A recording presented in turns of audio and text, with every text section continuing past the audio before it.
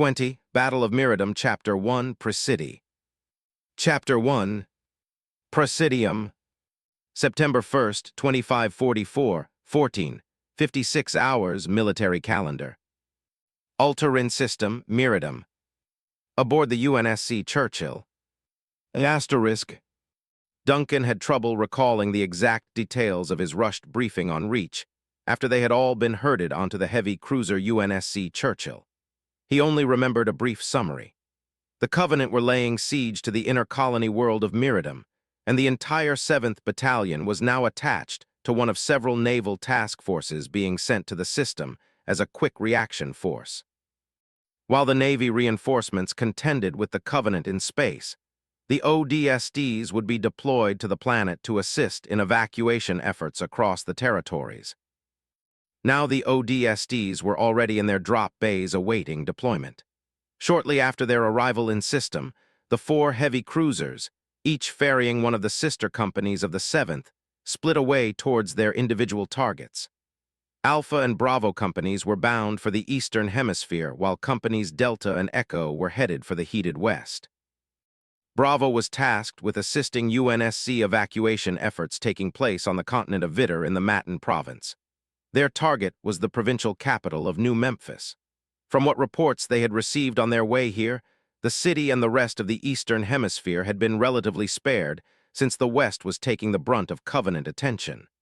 But that intel was 3 days old, and there was no telling how incorrect it was now. "Let's go, ladies and gentlemen," Garrison said over comms. "I want eyes and ears open. We'll find out the situation groundside and assist how we can. If you see anything walking on 2 legs that isn't human, you know what to do." The doors to the drop bay opened, revealing the turquoise atmosphere of Miridim. It was a 200-kilometer drop to the surface that they had to cover in 5 minutes. On the lieutenant colonel's order, the pods shot out of the Churchill and rocketed through the outer layer of the exosphere in a fine spray. Duncan watched the cruiser fall away through his viewport. The jarring departure was quick, and the numbing sensation in his stomach that always ensued from the drop made him slightly giddy. It wasn't so bad. He'd realized that he had gotten used to the feeling of falling through an atmosphere at the speed of an ICBM. It was an experience that few ever encountered, let alone got used to. He saw distant flashes of light in the space above the Western Hemisphere. The silvery tracers of Mac rounds impacted glimmering shields, and the bluish-purple comets of plasma torpedoes headed for UNSC frigates. Explosions went off on both sides as the invading Covenant fleet engaged the 12th and 15th UNSC expeditionary fleets. The latter were being joined by the QRF sent from the Epsilon Eridani defensive fleet after holding out for the better part of several days. While Helljumpers, Marines, and Army troopers got to work on the ground, a planet's ultimate fate depended on whoever held control of space. In that regard, the Navy was the most critical factor in this fight. As far as Duncan could tell, they were losing. He spotted the dead husks of scores of human ships and even less Covenant wrecks. The ratio of losing 3 human ships for every one of theirs always held true. But at the very least, they had succeeded in containing the Covenant's advance to the west. He only hoped that reinforcements like the Churchill would be enough to flip the dynamics of the battle in their favor. It was critical that they did, considering the planet's importance.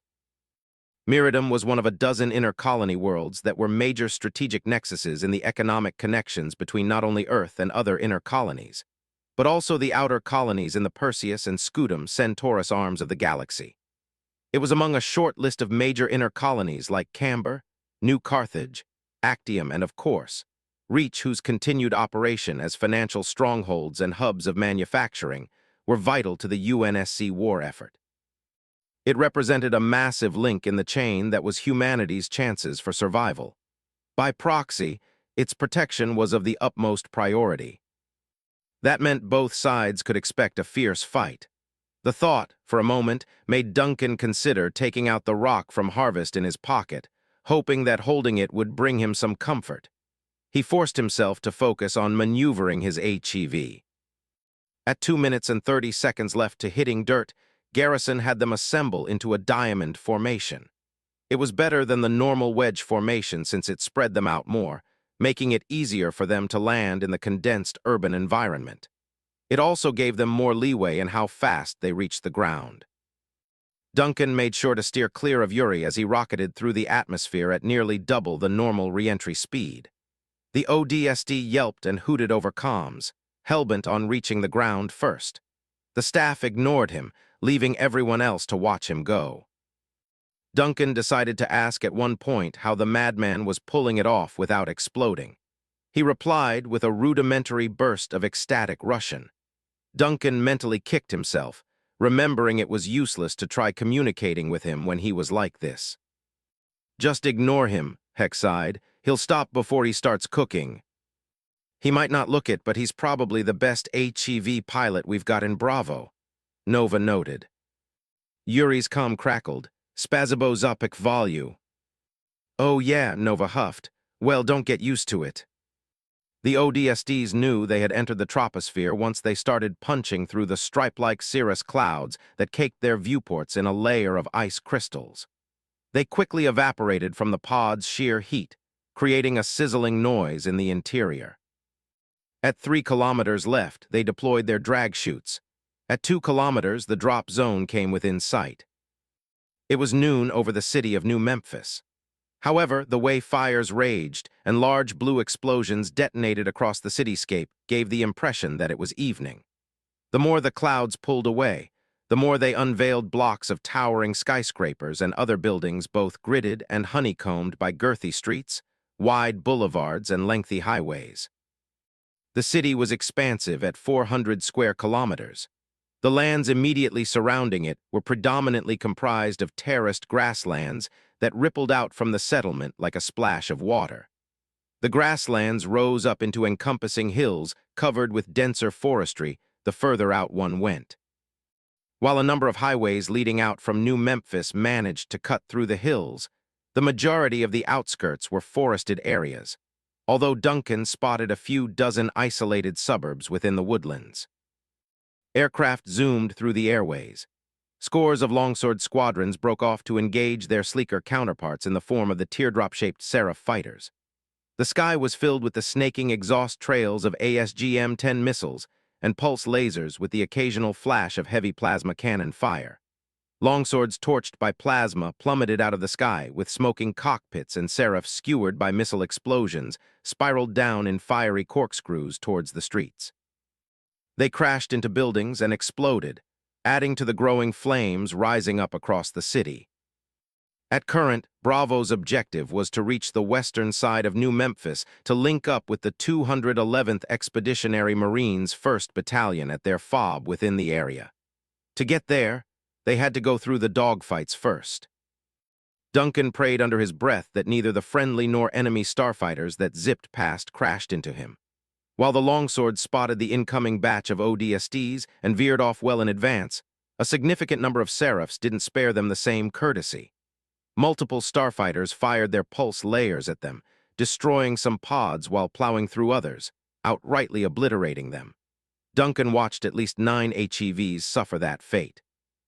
First Platoon was skillful enough, or lucky enough to avoid losing anyone to the Seraphs, prompting a collective sigh of relief over comms. The city came up fast. "One actual to 1st, we'll link up at the fire station. There." Captain Harper placed a navigation marker on a building below. Duncan was amazed she could pinpoint a specific location when coming in at terminal velocity. He was barely keeping his eyes from rolling into the back of his head because of the speed. He winked his acknowledgement light alongside everyone else. At 50 meters, the braking rockets engaged, giving Duncan the customary kickback effect. He tried to steer away from a corporate building for the split second he had before reaching the ground. It didn't work. The HEV punched through the top floor, tunneled through several more before emerging clean through the other side. It sent him tumbling into an end-over-end spin, causing the world outside his viewport to cartwheel past. He held his breath and closed his eyes until the ride ended in a teeth-grinding impact. He felt the pod bounce like a basketball, skid a few meters, then finally come to a stop. He opened his eyes again. The interior was virtually dead. Displays showed static-riddled images as sparks flew out from flickering keypads. Everything was virtually offline. Even worse, he was dizzy. "Why am I so bad at this?" Duncan grunted, pulling out his MA-37 assault rifle and clipping it to his harness. He found some solace in the fact that the explosive bolts still glowed green. He punched them. There was a beep in response, followed by a strained groan of hydraulics, then a negative-sounding beep after that. He tried again with a similar result. Then it finally dawned on him that gravity was pulling him forward. No, not forward, but downward. He groaned at realizing that the world wasn't oriented wrong. He was. His pod had landed face down, meaning that a solid slab of asphalt was between him and getting outside. Thankfully, the sound of someone knocking on the side of his pod spared him the frustration of the situation, but amplified his embarrassment at being found like this. "You okay, rookie?" The Russian twang of the voice told him who it was. "No, I'm stuck. I don't understand why you suck at this so much." Yuri said it less like the insult that it would have sounded like normally and more as an objective view of the problem. "You and me both. Don't worry, I'll give you tips next time we drop. For now, let me help you out before pod becomes coffin." The irony of Yuri offering him drop tips wasn't lost on Duncan at all. He heard footsteps walking from the left side of the pod to the right. "All right, I'll rock pod enough for you to blow hatch. I'll tell you when." "Got it." Duncan felt his squadmate push the pod, causing it to sway to the side like a water-borne buoy. Then the sound of a distant explosion caught his ear. It was followed by a high-pitched whine that grew closer and louder with each second. Yuri's voice turned frantic. "Oog GGHHH. What's wrong?" There was suddenly a final, strong push that revealed a glint of light through his viewport as the pod shifted. "Blow bolts now." Duncan quickly punched the explosive bolts. The force of the hatch's ejection launched the pod into the air. As it twisted, he finally caught a glimpse of the street he was on. Time slowed to a crawl. He saw Yuri leaping towards him to get out of the way of a burning Seraph streaking down the road, headed straight towards them. Yuri hopped into the pod with him, causing them to roll to the side and out of the way. Time sped back up again. The Covenant fighter touched down and careened through the street, crushing columns of abandoned vehicles and throwing some into the air. Duncan and Yuri were lucky enough to bounce into an alleyway. Once the pod stopped, they leaped out to watch the destruction taking place. The Seraph left a long wall of blue flames and burning car wrecks in its wake. Some of the buildings had also caught fire. The two ODSTs warily turned the corner to train their sights on the downed fighter. It lay another 100 meters down the road from them. Yuri nodded to Duncan. They sidestepped out of the alleyway while keeping their weapon sights trained on the wreck. They advanced towards it, stepping over flaming debris and vaulting over crumpled vehicles. They covered 95 meters quickly, but gave the craft 5 meters of open space. Nothing moved save for the indigo flames that raged across the hull. "Looks like our flybase bagged this one," Yuri declared with pride. He took a step closer and spat at the fighter. He remembered too late that his visor was still on. "Oh." Duncan shook his head. He remembered the fire station and saw that the nav marker was another 115 meters further west. "We should get going." A hissing noise made both ODSTs snap their rifles back up. A rectangular opening appeared in the starboard side. It slid apart, allowing the familiar form of an elite miner to fall out. It hit the road a few meters below. Yuri and Duncan carefully split apart and approached it from 2 separate attack angles. The elite's fingers twitched. It looked dazed. Then it tried to get back on its feet. They opened fire, riddling the alien with metal slugs and caking it in its own blue blood. There were no shields to protect it. It groaned under the fire, then fell on its back, coughing up more blood. The elite, which they assumed to be the Seraph's pilot, lay with arms sprawled out. Its mandibles kept moving, almost like the legs of a dying cockroach. Duncan got closer to discern if it was saying anything. The Covenant were known for declaring adamant curses in English at their enemies before they died. Sure enough, the elite turned to Duncan and gave a roar of defiance. He flinched, backed away, then saw Yuri stepping forward unabated. The trooper crouched down beside it. He was uncomfortably close, so much so that the elite could have easily grabbed him if it had the strength. Yet it seemed capable of little else except roaring at Yuri next, and both seemed to know it. The trooper watched it bellow at him for several seconds, then suddenly whipped out his pistol and jammed the barrel inside of its open jaws, shutting it up. The creature recoiled a bit, then started trying to bite it in two. Yuri pulled the trigger. A spray of purple brain matter bathed the tarmac. Duncan watched the elite's dark eyes close, its head lowered slowly and gracefully to the ground. Yuri held up a finger to his visor. "SH, that's for almost roasting me and Irish." He got back up and walked past Duncan. "Let's go." Duncan looked down at the elite a few moments longer. Then he forced himself away from the sight and jogged after Yuri.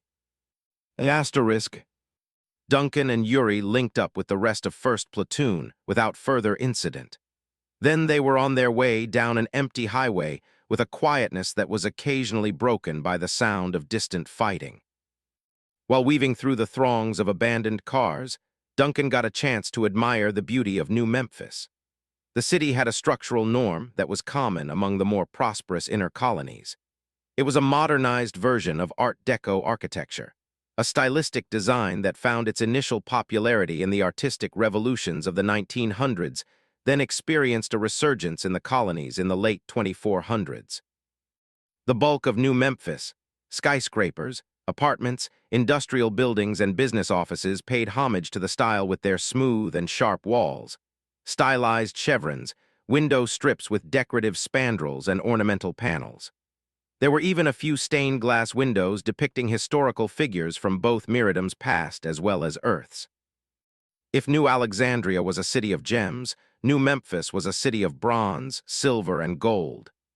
Duncan figured it had been the kind of place that, in another life, he would have taken Erica and Noah with him on a vacation to. 1st Platoon made its way across the city. Ahead they could see rain and thunderclouds cresting the skies, headed towards them. Along the way, they ran into 2nd Platoon, who crossed over to them from an adjacent highway. Then they started running into civilians.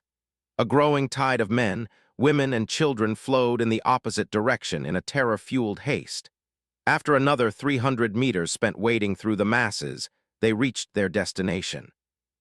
The Marine FOB that Bravo Company was sent to assist occupied an ovular plaza. Hastily set up Oliver tents marked their presence. Around a company's worth of Marines were apparently stationed here, yet half of them were being tended to on stretchers or occupying black body bags in long rows. The other half were busy manning sandbag fortifications placed at strategic positions.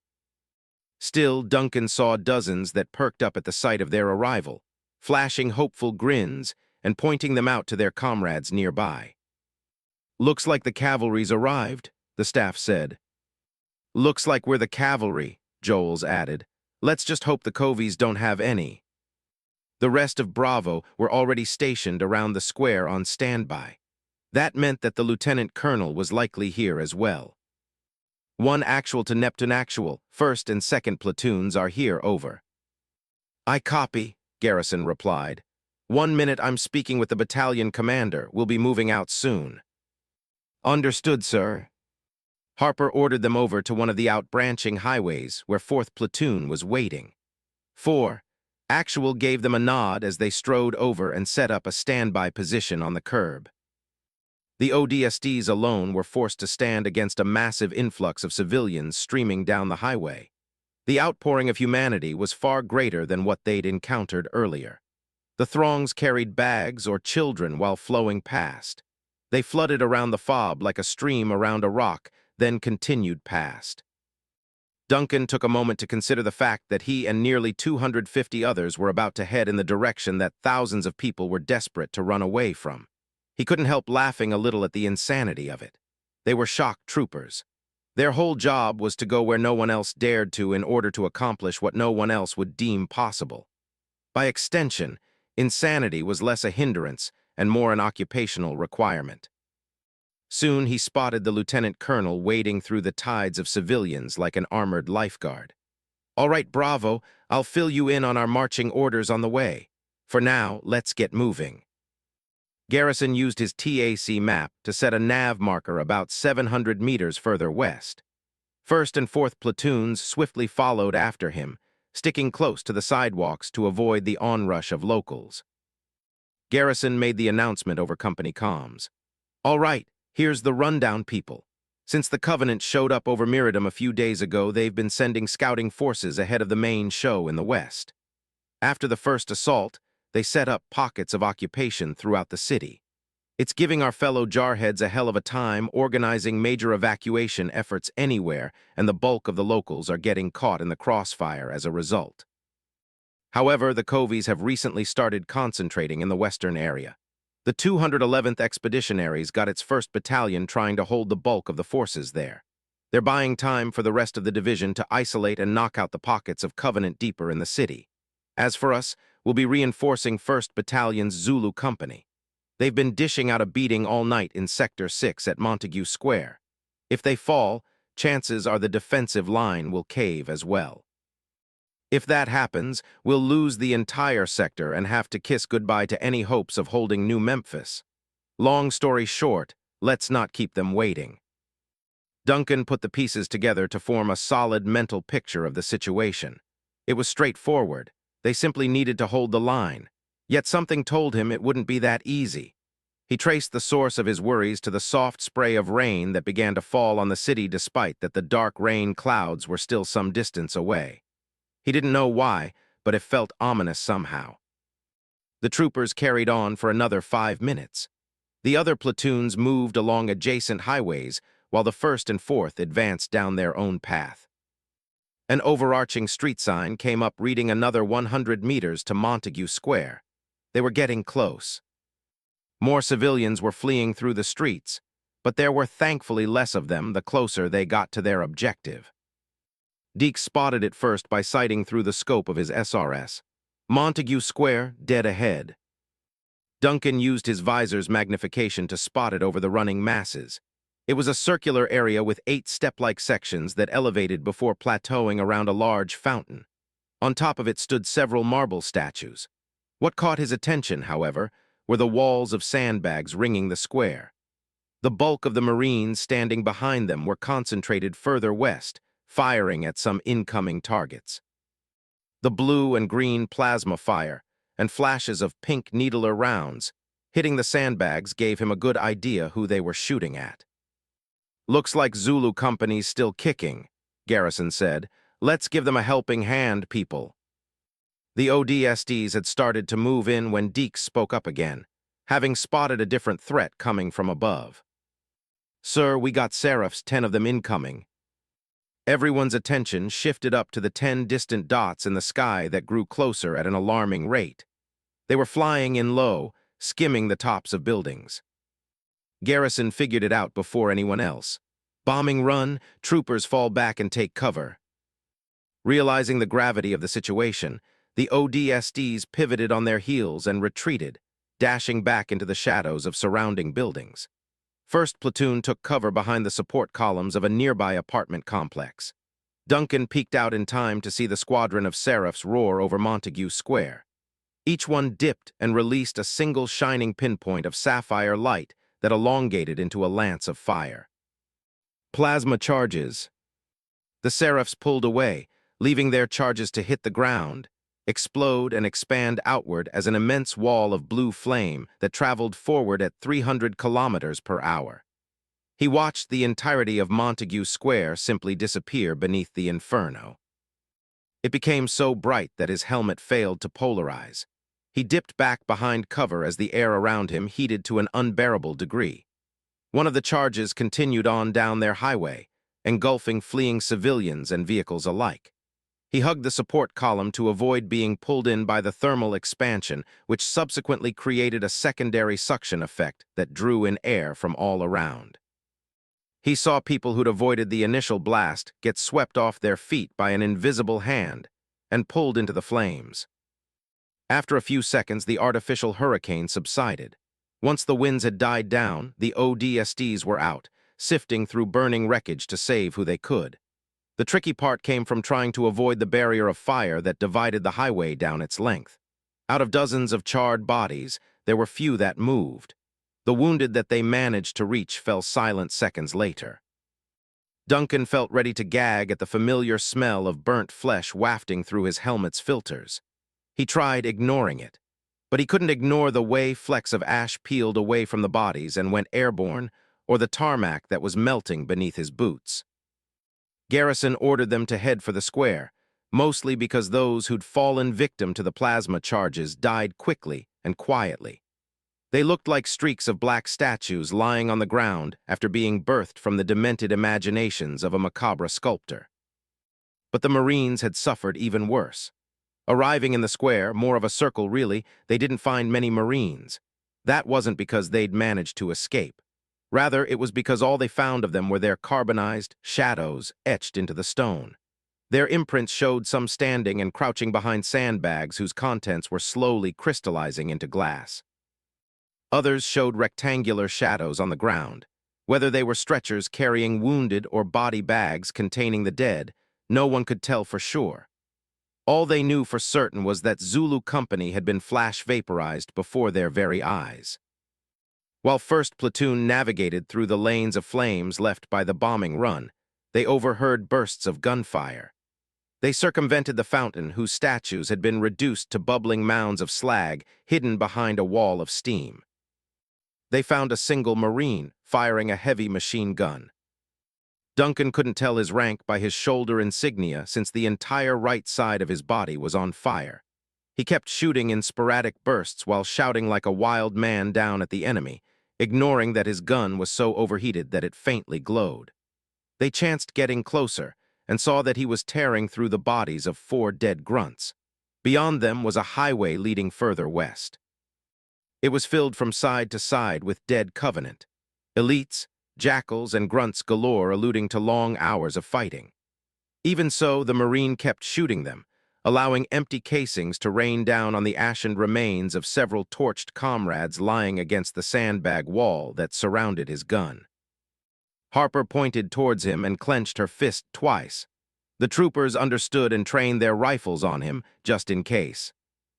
The captain took a few cautious steps towards him. She tried calling him. He didn't seem to hear her. The second time that she did, he stopped firing. They'd started thinking he'd heard her when he suddenly keeled over, his unburnt side landing on the red-hot barrel of the turret. They could hear the hot metal sear his face. The fire from his body spread to the gun. Harper waved everyone back. They stepped away just as the flames began cooking off the rounds inside. The weapon exploded, shooting out active 7.62 millimeters that pinged off the cobblestones of Montague Square. Presidium Protection. 21. Battle of Miradum Chapter 2, Defensio. Chapter 2, Defensions. September 1st, 2544, 16:40 hours Military Calendar. Altarin System, Miradum. Matin Province, Continent of Vitter. Provincial capital of New Memphis. Asterisk. Thunder resounded across the city as the dark rain clouds finally pulled in overhead.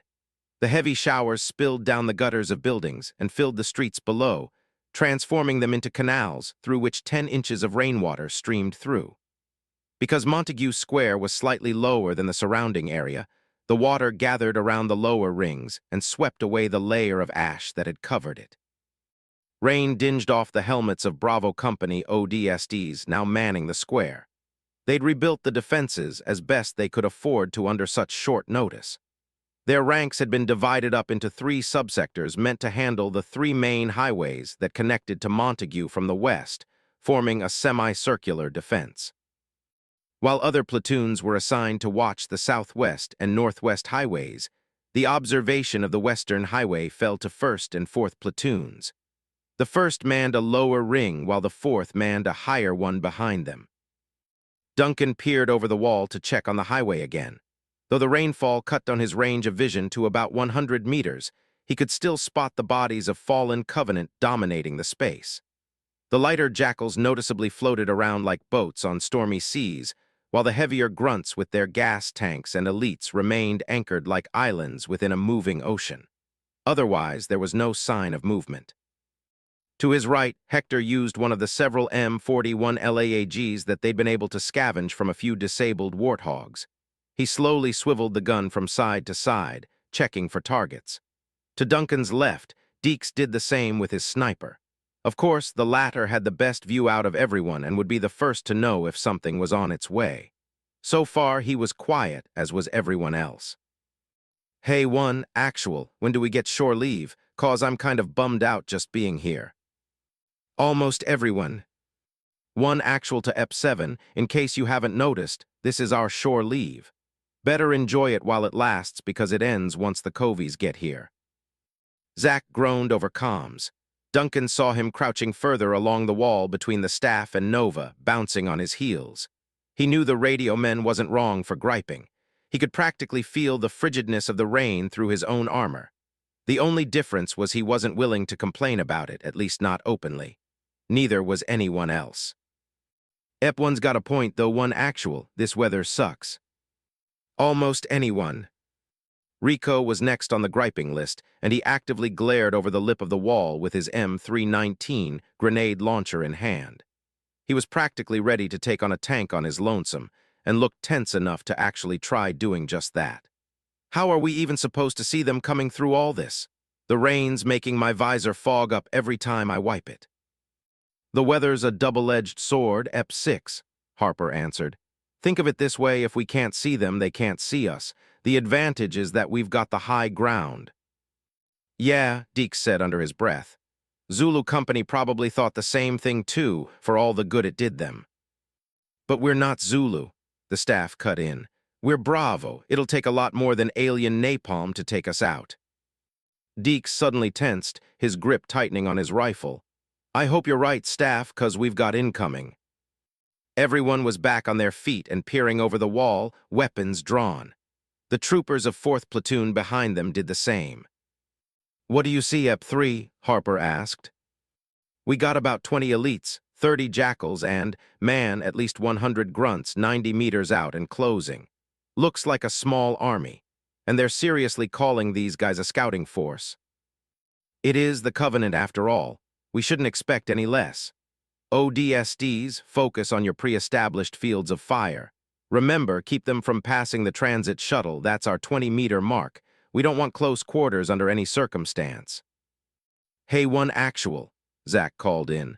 "I just checked in with Goliath 9 and Viking 4. Looks like they're going to hit us from all 3 highways at the same time." "Good," Harper declared.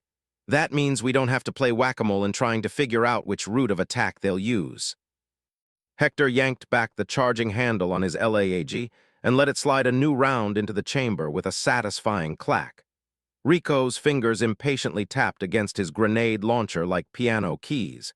Deeks reshouldered his rifle's stock and eased his stance. Duncan felt the weight of his frags and kept his attention partly on them, and partly on his rifle crosshairs aimed down the misty highway. The first of the aliens to appear were a line of a dozen scrawny grunts that waddled through the mist, heading for the square. "Open fire," Harper ordered. All at once, 2 platoons of ODSTs brought down the line in a cacophony of different caliber bullets that shot them literally to pieces. Their blue blood filtered through the water less than 5 seconds later. "They're falling back," Deeks reported. "Looks like they just wanted to test our strength." While everyone else was busy reloading, he hadn't wasted his magazine on the lesser fodder and homed in on a pair of large shadows moving through the mist. He froze the moment he realized what they were. "WR." "What is it?" Harper asked. The words the sniper was trying to say didn't reach them before the sound of something being fired in the distance. They could hear it roaring through the air, almost screaming but not quite. After several seconds, a blue comet of plasma burst through the mist, streaking towards them like a falling star. "Wraiths." The troopers took cover, all except Duncan, who found himself so caught off guard by the sight that he froze in place. Hector grabbed him by the shoulder and pulled him down just as the plasma impacted just 5 meters short of their position. As they got back up, they found the collection of water it had hit had evaporated into a cloud of sizzling steam that temporarily obscured their view. "This is 1, actual to Neptune actual. We've got plasma mortars coming up the western approach, over." "I hear you. They're doing the same thing on the other highways." I'm sending up Goliath's RPG team to assist on your end. Hold your ground until they get there. Copy that. EP6 get a range on those wraiths. I want them paralyzed yesterday. Rico nodded just as another plasma mortar whooped into the air. It landed 7 meters away, boiling water and blasting floating Covenant corpses apart. The troopers shot back with suppressing fire in the general direction of the mortar's origin. That didn't stop it, or rather from bursting through the mist. The two sleek, yet massive and bulbous assault carriages were dark purple and thickly armored. Their two wide stabilizer fins raked up waves of rainwater as their thrusters propelled them forward. Scores of Covenant soldiers came up behind them. Duncan could hear the bloodlust in the battle cries of the elites. Shield jackals and grunts followed their lead. The troopers opened fire, focusing on the ground infantry using the tanks as cover. The more heavily armed Hector, Rico, and Deeks paid their attention solely to the wraiths. Hector slowed them down by raking their frames with high-caliber bullets while Deeks honed in on the grunts manning the plasma cannons. They had little time to actually fire back at them before he replaced each of their right pupils with a 14.5mm round. "Gunners are out," Deeks said, reloading. "My turn," Rico growled, an icy chillness entering his voice. He angled up his grenade launcher, waited until the two wraiths were neck and neck, then pulled the trigger. A torpedo-like ordnance THUMPED out of the muzzle. It arced through the air, then disappeared in the waters ahead of the two craft. The moment they passed over it, he released the trigger. The explosion barely damaged their large frames, but released an electrical magnetic pulse that momentarily knocked out their systems. Their hovering capacities winked out, and they crashed down onto the submerged tarmac.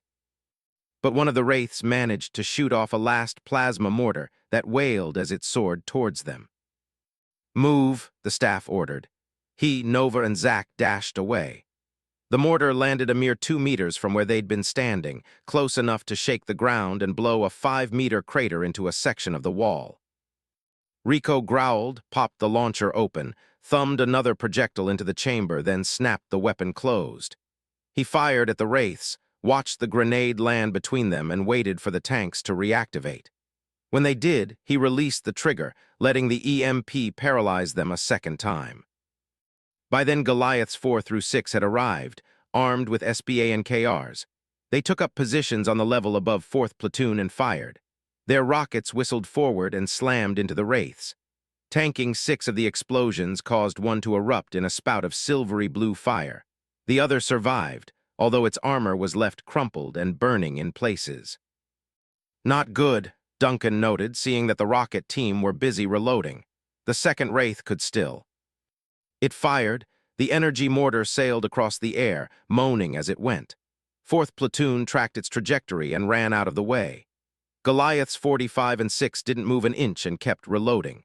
Duncan held his breath, watching them until the mortar slammed harmlessly onto the abandoned second ring. Goliath 5 fired first. The rocket flew straight and true. The resultant force of the detonation pushed the wraith back a full meter as it flowered through the craft from the point of impact, transforming it into a smoldering wreck. The wreckage didn't stop the ground forces from swelling past them, however. Elites emerged first and fired their plasma rifles in their headlong charge. Scores of grunts followed while jackals moved ahead of the elites to set up moving phalanxes of blue and red energy shields. Bullets had little affect against the handheld barriers. Instead, the ODSTs turned to their grenades. Duncan and Zack tossed frags in their direction while Rico fired his launcher beside them. The grenades detonated together, blasting through the phalanx and sending dead jackals and severed limbs flying. Hector exploited the holes in the formation with his machine gun by mowing down swaths of grunts and buffeting the energy shields of elites. Deeks picked out elites with weakened shields to fire high-caliber rounds clean through their armored foreheads, sending officers and miners alike tumbling into the water. The staff, Nova and Yuri, pulled the trigger alongside the rest of 1st and 4th platoons. With their commanding position and cover, something the other side lacked in totality, they stopped the advance cold in its tracks. In under 5 minutes of fighting, the Western Highway was given a refill of Covenant corpses. Now they had dead enemy armor to add to the collage of death, whose enflamed hulls slowly dampened under the rain. Then, as if someone had turned off the faucet in the heavens, the rain ceased. To add to that, the few scanty grunts that remained were panicking and retreating with hands raised. It was a welcome reprieve. "Looks like we cleared them out," Duncan sighed. "EP7-1 actual, looks like the attack's been broken across the square. We may be in the clear." "Don't let your guard down just yet," Harper scolded. "From what we heard, Zulu was fighting down here almost the whole night. Harper stopped when she heard it. They all did. It was a resonant boom that shook the earth repeatedly, too sporadic to be artillery but too artificial to be thunder. "Earthquake?" Zach asked. Harper shook her head. "Earthquakes don't sound like footsteps." Over the course of 10 uncertain seconds, the origin of the noise remained a mystery. Then it revealed itself as a building 200 meters down the western highway broke apart, then collapsed. A single, insectoid leg emerged from the debris cloud. It crashed into the street, creating another boom as it crawled forward. At first, Duncan thought he was looking at a horrifically oversized beetle. Then the veil of smoke pulled away to reveal a heavily segmented body, a purple sheen, and 4 legs connected to a central carriage that resembled something of a scorpion. The space between its front mandibles pulsed with sickly green energy, the same that occupied the rear AA turret staring them down. "Scarab," Deeks breathed out. "Yeah," Harper said, "so we better move, go, go, go." The ODSTs scrambled to get out of range. The Scarab unleashed a guttural roar that sounded like hundreds of voices shouting as one. A moment later, it spewed a tendril of menacing green energy from its frontal turret that droned forward. The plasma baptized their section of the square, scorching the surface. While most of the troopers got out of the way in time, Duncan saw 4 from 4th Platoon disappear beneath the deadly blast. Any hopes that they were somehow still alive faded once the rear turret fired several bursts of emerald energy that incinerated the space where they'd stood only seconds earlier.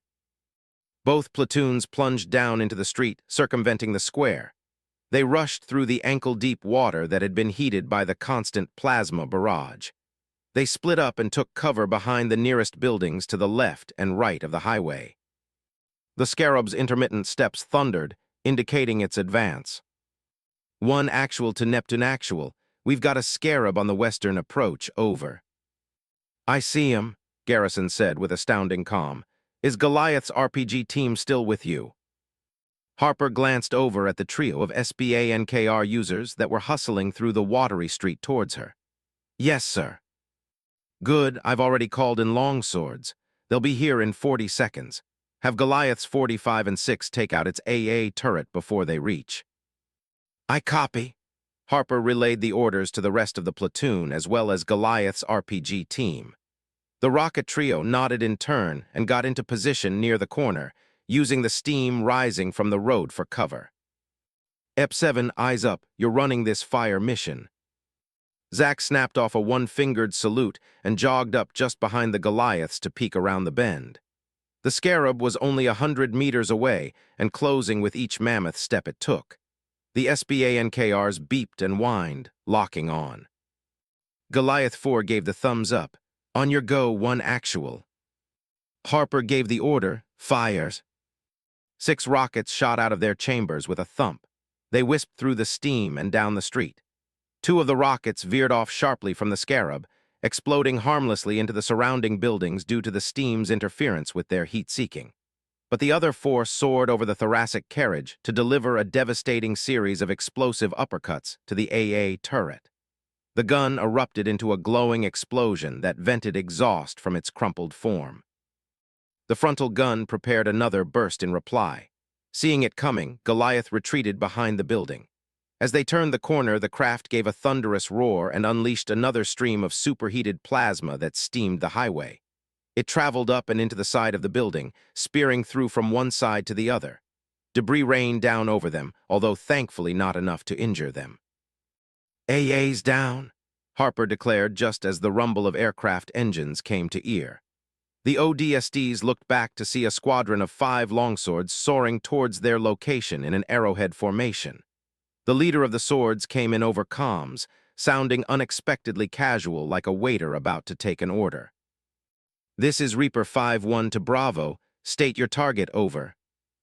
Zack carefully stepped back to the corner to peek out at the Scarab. "Reaper 5-1, target is a Scarab advancing down the Western Highway 90 meters west of Montague Square and closing. Requesting fire mission danger close. Attack coordinates 30 degrees north by 78 degrees west. Recommend you drop your payload close to the rear AA, over." "Copy, fire mission danger close. Stand by for delivery." The troopers watched the longswords file in behind each other. As they soared overhead, the lead fighter fired a pair of ASGM-10 missiles down at the Scarab before veering off. The rest of the squadron mirrored Reaper 5-1's actions. All 10 missiles flew into the assault craft, peppering its central carapace with flames. Emergency sirens blared. The Scarab slowly lowered onto its haunches, its lights flickering. The sirens continued to wail for several more seconds, until the craft gave a final, guttural cry. In an instant, it disappeared in an eruption of harsh blue light that lit up everything within a kilometer radius with silvery blue illumination. The explosion tore it apart, limb from limb, leaving nothing behind except a blazing carapace and a crumbling frame. Zack cheered over comms. The others joined him as they looked at the wreckage. Duncan stepped out to observe the sight with everyone else. Though no one was letting their guard down, they laughed in victory. Seeing the dead body of the smoking Titan resting amongst the throng of Covenant dead, he couldn't help laughing himself. A win was win after all. At least for now, they'd won. Asterisk. With Montague Square currently secured, Lieutenant Colonel Garrison wasted no time sending out 1st Platoon and 2 others to secure forward observation posts further down their assigned highways. 1st Platoon was to secure the St. Adelimus General Hospital about half a kilometer west of Montague. The building was an H-shaped structure 10 stories tall. It had a good commanding position over the highway, which made it perfect for the job. Captain Harper led her team to secure the left wing, while Sergeant Joles led Echo into the right. The lot for the central hub fell into Epsilon's lap. The staff had them break out into 4 binaries to search different parts of the hub. The staff and Nova went to check out the admissions department near the front. Deeks and Hector went to the cardiology department, while Zack and Rico checked out the general surgery arena. The intensive care unit to the rear fell to Duncan and Yuri. The last 2 quietly stepped down a darkened hallway. Multiple double doors lined the walls. Duncan carefully checked through the windows of each one on one side while Yuri checked on the other. So far, there was nothing of note save for the expected empty patient beds and therapeutic equipment. They stepped over the detritus of spilled medical apparatuses and turned over wheelchairs that hinted towards a hasty evacuation. "Think they got out all right?" Duncan asked, peeking into another room. "Doubt it," Yuri replied. He kicked a fallen heart monitor out of his way. "Chances are we'll find person left behind by good-for-nothing doctor trying to save own skin." "I hope you're wrong." A squelching noise further along the hall caught their attention. They refocused their rifles on the way ahead. "I think I'm right." The 2 troopers cautiously strode further down the passage. They came up to a corner and turned it at the same time. The creature 10 meters further down the hall was half obscured in shadow. It was absolutely massive, with bands of muscles partly hidden beneath a thick coat of gray fur, easily a head taller than an elite but far less armored. It must have heard them coming because it turned to face them. Duncan's first thought was that it was the missing link between man and ape. It looked like an evolved gorilla with blood-soaked canines that dug greedily into a severed human arm. Behind its feet was a gory mishmash of organs, limbs, and fragments of patient dressing that looked like it had once been a woman, and behind its eyes glinted an unholy union of higher intelligence and bestial hunger. Its nostrils flared, taking in their scent. The shock lasted only a moment. The ODSTs beat it to the draw and opened up on it, hitting it in the back with 3 round bursts. The alien howled but didn't go down, whipping out a spiker. Duncan threw himself behind a set of supply crates as the first spikes glanced harmlessly off his shoulder. Yuri wasn't so lucky. A pair of white-hot spikes pierced his armor and slid into his ribs before he could dodge. He fell over, screaming in pain but still firing back. He kicked down a nearby crate, causing it to fall in front of him. He crawled behind it and used it for cover against the hail of spikers zipping down the hallway. Then he laid his head against the wall and slid back, unmoving. "Yuri." He didn't answer. Duncan calmed the rest of Epsilon. "This is Ep-1. We're pinned down by a brute up on the 4th floor of the ICU. Yuri's hit." "On our way," the staff replied. "Hold tight." More spikes thumped into the crate at his back. The brute had huddled behind a larger set of containers on the far end of the hallway for its own cover. Duncan took whatever opportunities he could to keep it occupied. He couldn't let it get away and run into anyone else or, even worse, advance. He'd occasionally glance at Yuri. The Helljumper still moved, his chest raised unevenly with what must have been strained breathing. He had to get him out of here soon or not at all. At a full minute and 3 spent magazines later, the door beside the brute suddenly flew open. The creature turned to face the barrel of the staff's shotgun. It reeled back as a blast ripped through its skull and spewed out flesh and bone. Yet it surprisingly stayed on its feet, growled, then howled at the new combatant. The staff didn't give it the time to bring up its rifle. He rushed out from the door and pumped a second round into its face at point-blank range, punching out more brain matter. It was enough to finally make the alien topple back. The staff stepped on its throat and pumped a third round of buckshot through its face for good measure. "Clear." Nova came out behind him. They spotted Duncan and Yuri and came running. Deeks and Hector followed up from a separate hallway. They all gathered around Yuri. Nova crouched down to examine the cooling spikes and the blood seeping out of his trembling chest. He was struggling to breathe. They could hear it over their comms as he fought to inhale and exhale. Nova shook her head. "We need to get him back to the square, sir, fast." "Isn't there anything here we can use?" the staff asked urgently. "We're no medics. It wouldn't do us or him any good to find anything here." The staff nodded. "All right, Ep-8, you and me are carrying him back. Ep-3, you'll cover us. Ep-2, you're in charge while I'm gone." The troopers winked their acknowledgement lights, save for Yuri, who could do little more than cough and wheeze. The staff and Duncan carefully wrapped one of his arms over their shoulders and held his limp form between them. They dashed towards a nearby flight of stairs. But as they went, Duncan looked back and saw only Nova and Hector following. Deke stood there, staring down at the body of the brute. His hand reached for the meat cleaver sheathed on his shoulder slowly, almost hesitantly. "Ep-3, the staff called back." Deke stopped mid-reach. He turned and jogged after them. It looked like it had taken a real effort for him to do so. As they started down the stairs, Yuri's breathing grew more ragged. "Ep-8, keep talking to him. Do not let him go unconscious." Duncan heeded the staff's warning and started talking up the Russian, trying to get a response out of him to keep his attention. He was hopeful when his coughing and wheezing stopped, then grew worried when he did nothing else. Yuris. Defenses. 22. Battle of Miradum, Chapter 3, Mercenar. Chapter 3, Mercenarius. September 2nd, 2544, 04:01 hours, military calendar. Altarin System, Miradum. Matin Province, continent of Vitter. 5 kilometers west of provincial capital of New Memphis. Asterisk. The drive down the highway was mostly quiet save for the sounds of the battle raging in New Memphis. The convoy of a half a dozen troop carrier warthogs drove with all lights off except for their dimmed headlights.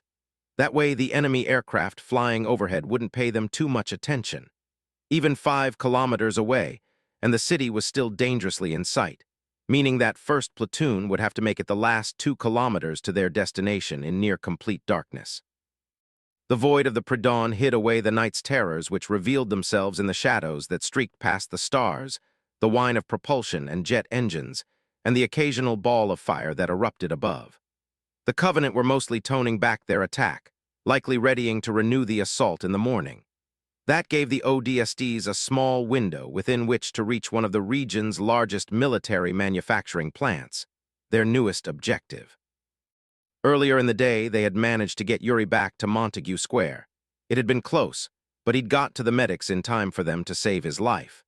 They got to work right away removing the cooled spikes and sealing his wounds with the tissue regenerative polymer, biofoam. They also had to get him on a handheld respirator and sent him to a field hospital occupied by the 211th 3rd Battalion further east. Until he was able again, if at all, Squad Epsilon would have to do without its resident hothead. Around midnight, Lieutenant Colonel Garrison had received an urgent mission request from the commander in charge of ground operations around New Memphis. A materials production site belonging to the local branch of Misraya Armory needed assistance evacuating its assets off-world. Those assets included the supplies required for the war effort as well as the machinery used to construct them. While a completely plausible strategy given the current situation on the planet, it was simultaneously a sign of bad faith, and a sadly understandable one at that.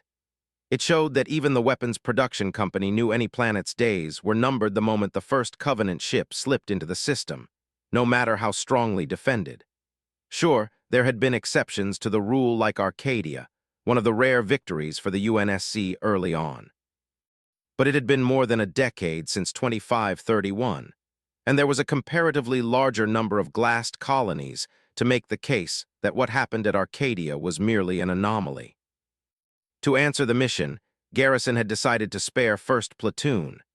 The premise was that he was giving them one of his best platoons, quality, while not sacrificing too much from his overall manpower, quantity.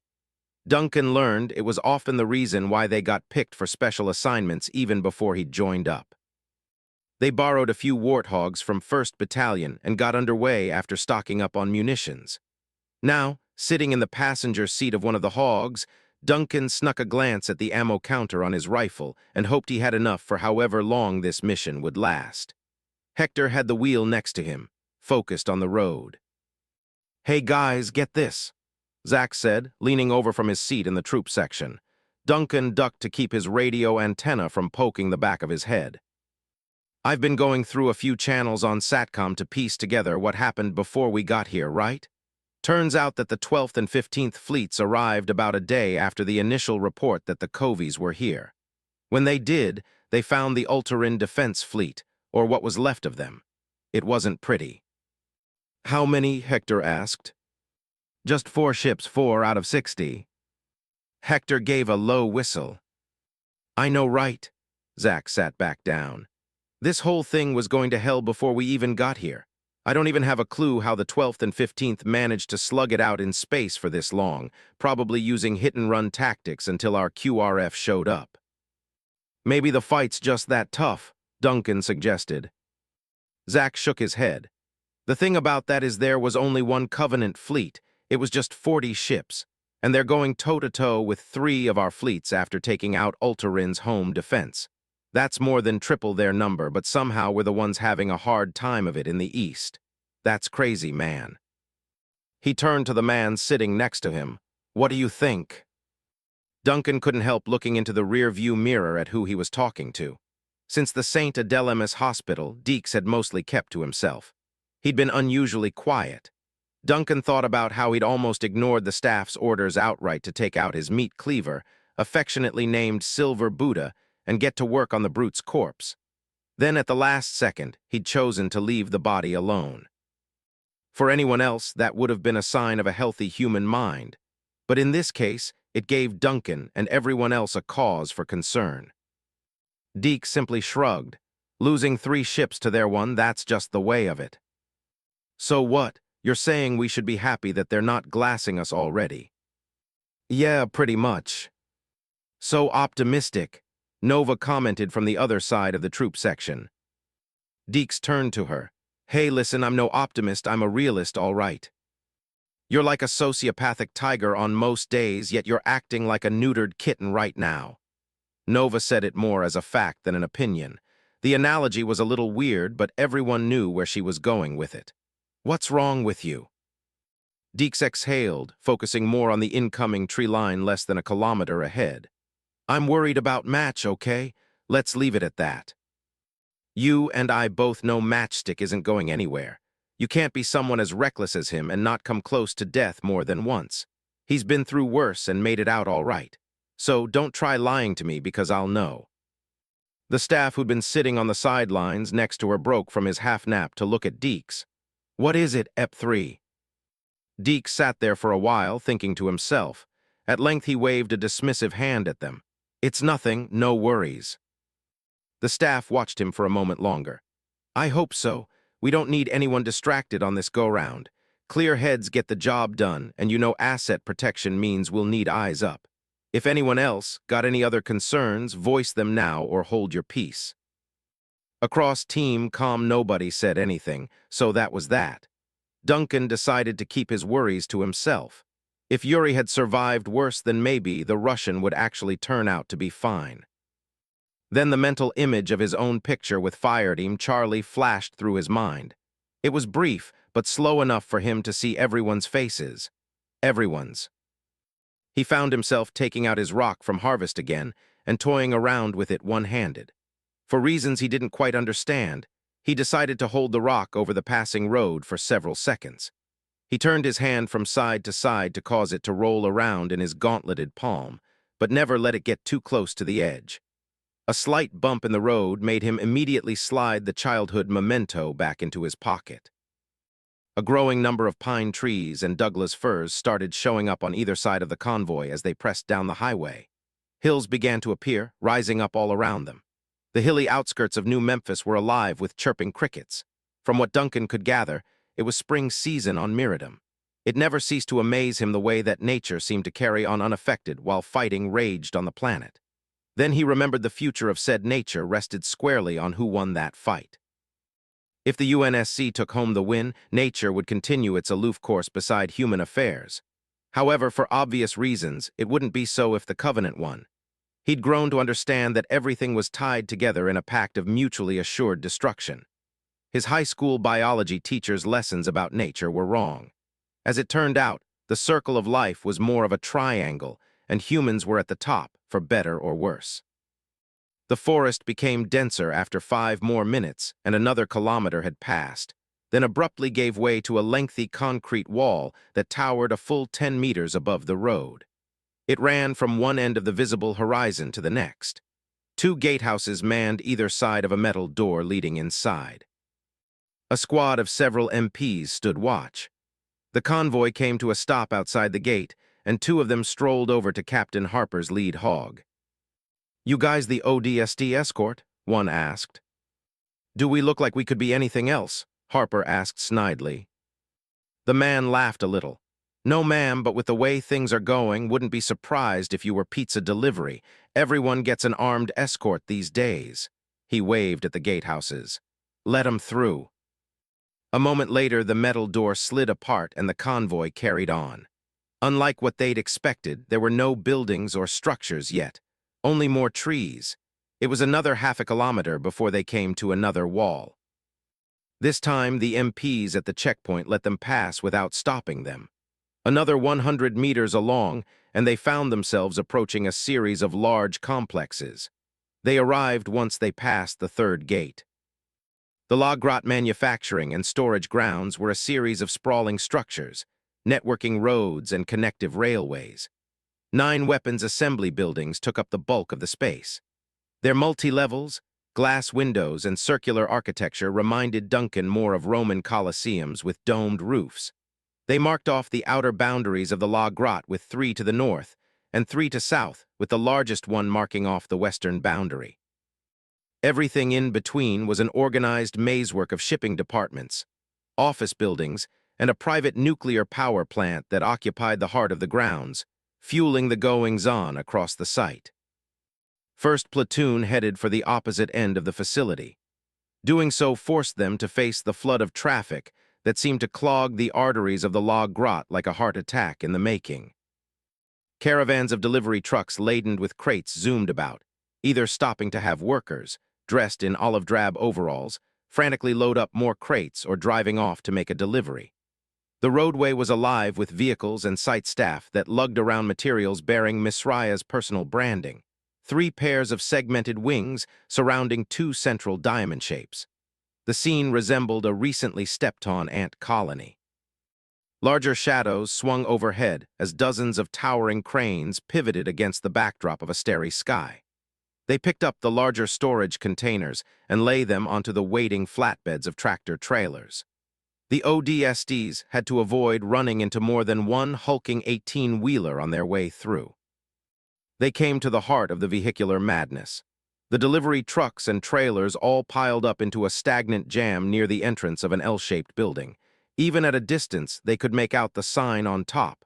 Transit Station. Several squads of MPs moved about directing traffic where they could. One of them, a sergeant by the number of chevrons on his shoulder, came up to Harper's hog. ODSTs. Harper nodded. Park here and follow me. The assistant manager's waiting. He pointed over to a nearby sidewalk. Harper had them pull in and they dismounted, following the sergeant through the clogged roadways. The entrance to the transit station was occupied with 3 trailers offloading their charges to workers that hauled them inside on gurneys. The sergeant led the troopers in their wake. They were momentarily surprised as the dark exterior gave way to a well-lit interior.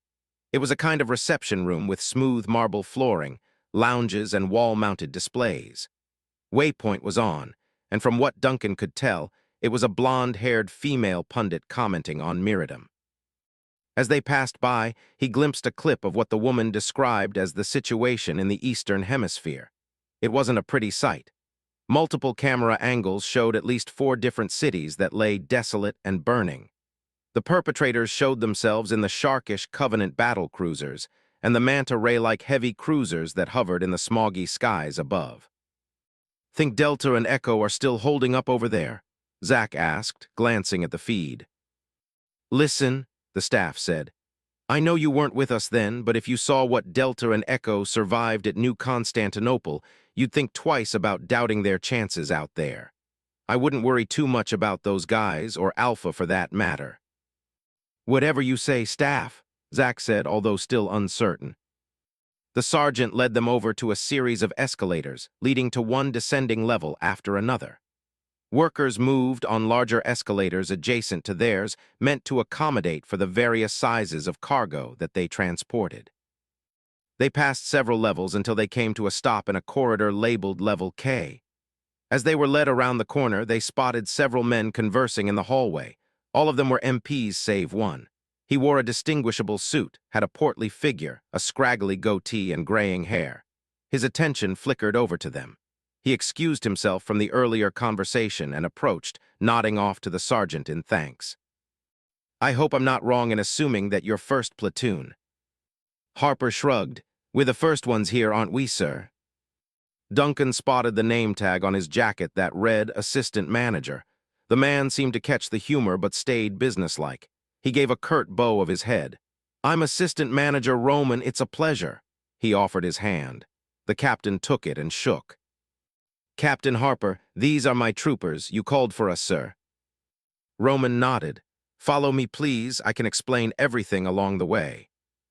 He'd already started turning to walk when Harper questioned, "Along the way to where?" He stopped to face her again. "Oh, right. The tram station on level O. It'll be easier to give you the rundown now, then give you the finer details personally if that's okay with you, Captain." Finer details? Duncan wondered what he meant by that. The captain didn't appear as curious, or perhaps she was better at hiding it than he was, and nodded for them to carry on. They headed down another set of escalators. Along the way, the assistant manager spoke up. "I'll be frank, since frankly you'd know the situation outside even better than me. I'm sure you've already noticed that we're getting our supplies off of Miridum before a certain threat moves from the east to us here in the west. We want to preemptively evacuate our assets off-world. I'm sure it needs no explaining how valuable the cargo is that we're moving."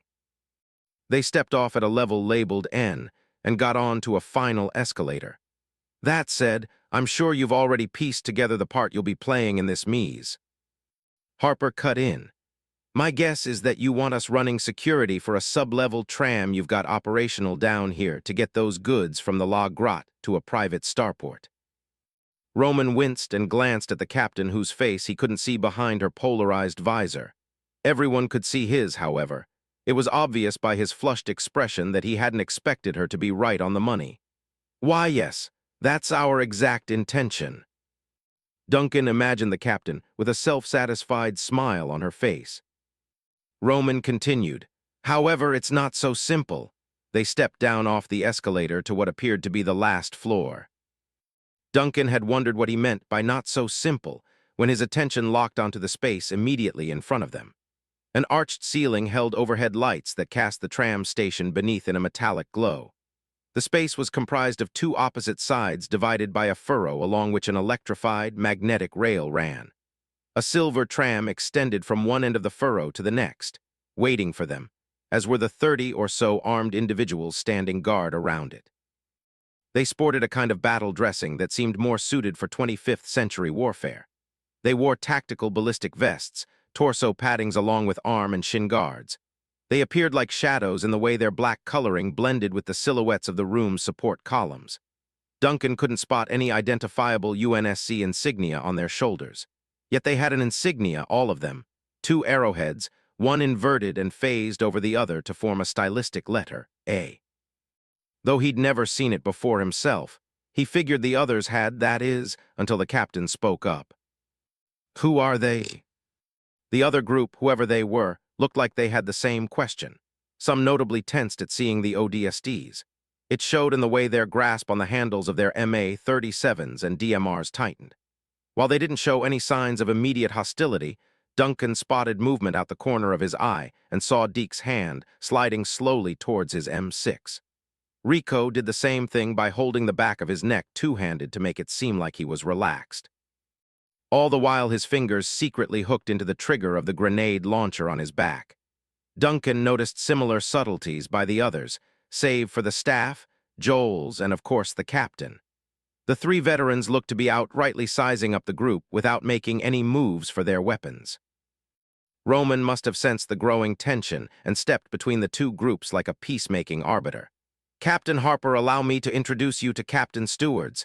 He and his men will be assisting you on this mission." He gestured to Harper as well as another man in geared armor. The two strode towards the other, allowing the troopers to get a good look of the leader. Captain Stewards was a visually unassuming man at average height and decent build. He had the air of discipline and simultaneous lack thereof in the way his caramel hair was buzzcut to near military regulation length and slicked back. At the same time, his beard looked like it couldn't decide between being scraggly and well-combed. He had sleepy eyes that seemed to emanate with more suspicion than fatigue. Still, he greeted Harper with an honest-looking smile. But that wasn't all that Duncan noticed about him. He also noticed the way he felt about the man. He sensed his finger unconsciously flex across his rifle's trigger guard. He couldn't articulate the reasoning with words, but something told him, almost screaming in the back of his mind, that he needed to kill this man, and to kill him right here and right now, or he would live to regret it. Despite trying his best to suppress the urge, it wouldn't leave him alone. It was like an unexplained understanding of a situation that a person felt at rare points in life, a certainty that a specific action needed to be taken then and there. He chalked it up as his nerves being worn out by hours of sleeplessness and combat, and ignored it. The man held out his hand to Harper. "Nice to meet you, Stewards," Harper said, shaking his hand in turn. "I'm Captain Harper of Bravo Company, 1st Platoon." "Nice to meet you as well, Captain." Stewards spoke with the grace of an aspiring gentleman. "These are my guys here. We're Aegis Material Acquisition and Defensive Delivery Services, or AMADDS for short. I'm looking forward to working with you and your troopers." Asterisk. From what Harper could gather, it was nothing short of a miracle that the AMADDS hadn't been utterly wiped out yet. Minutes earlier, Roman had invited her and Stewards into a side room with an available holotank for them to explain the mission's finer details to her. They gave her a walkthrough using a projection of the tram station.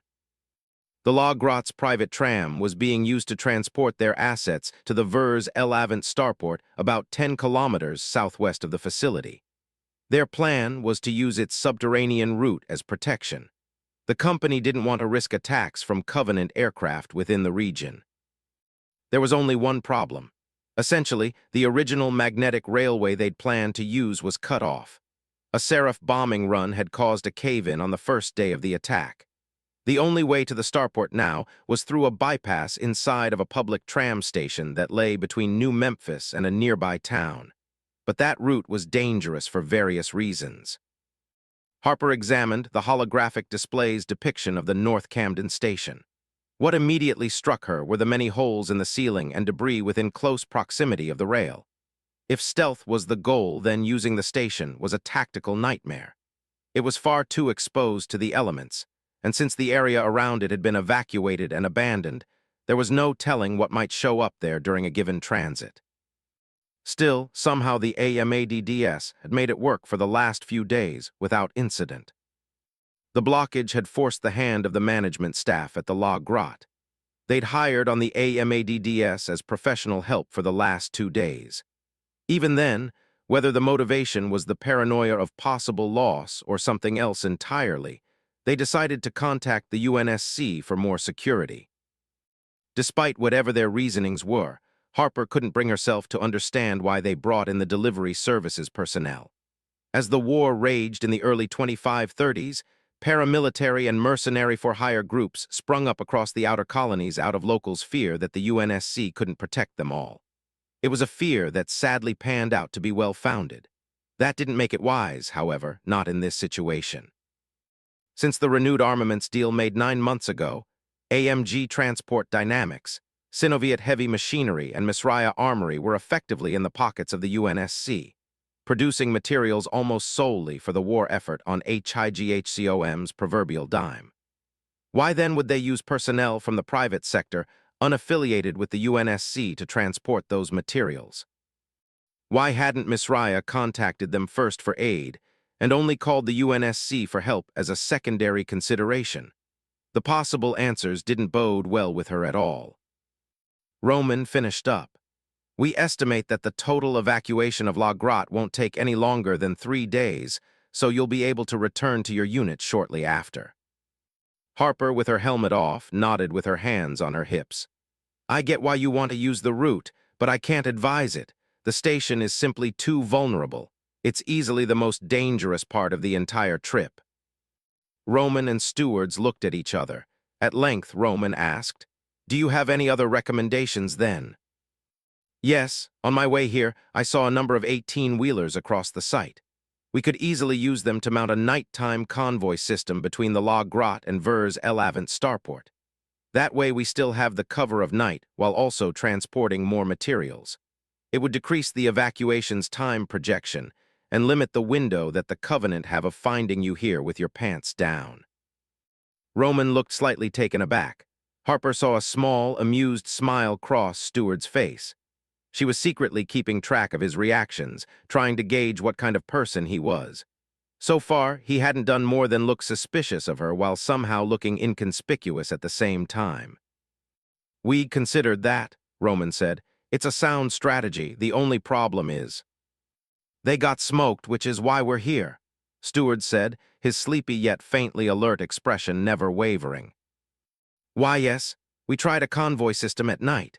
However, we lost that convoy, along with the bulk of our original security forces embarked. We believe the Covenant aircraft detected their thermal signatures through the large amount of engine exhaust they gave off, which is why we brought on the AMADDS and now you and your soldiers for this mission." Harper considered it for a moment, pinching the bridge of her nose. These new facts had thrown a serious wrench into things. She still didn't like the idea of using the tram, but what other choice was there? One was less of a security risk than the other, and she could tell it wasn't the one she favored. Moreover, she wasn't about to risk losing her entire platoon just to prove she was right. There was a chance that they could send smaller convoys to reduce their thermal signatures and give them a better chance of survival. Then again, that would consume about the same amount of time as using the tram. Either way, there was no getting around it. "I understand," she sighed. "Camden North it is, huh?" "It's our best option," Stewards assured, "unless you've got any new inspiration for us." Though he'd said it respectfully, Harper could sense the mocking undertones beneath. She decided to ignore it. It was just one mission. They could get it done in a few days, then be back with the rest of Bravo. Go in, deliver the goods, come back and do it again. She shook her head. "You're good." "Are there any other questions you may want answered, ma'am?" Roman asked. "Yeah," she gave a long exhale. "When do we start?" "Asterisk." For Duncan, the ride to the North Camden station wasn't so bad. It was more of a fight to stave off boredom due to the lack of any external visuals beyond the windows of his compartment. The underground railway was pitch black. The only cue he had to reason that they were actually moving was the gentle whirring of the maglev train as it glided over the magnetized tracks at 400 kilometers per hour. The constant sound and vibration beneath his feet vaguely reminded him of a cat purring. 10 minutes earlier, they disembarked from the station after the tram's 12 storage compartments were filled to capacity with cargo crates.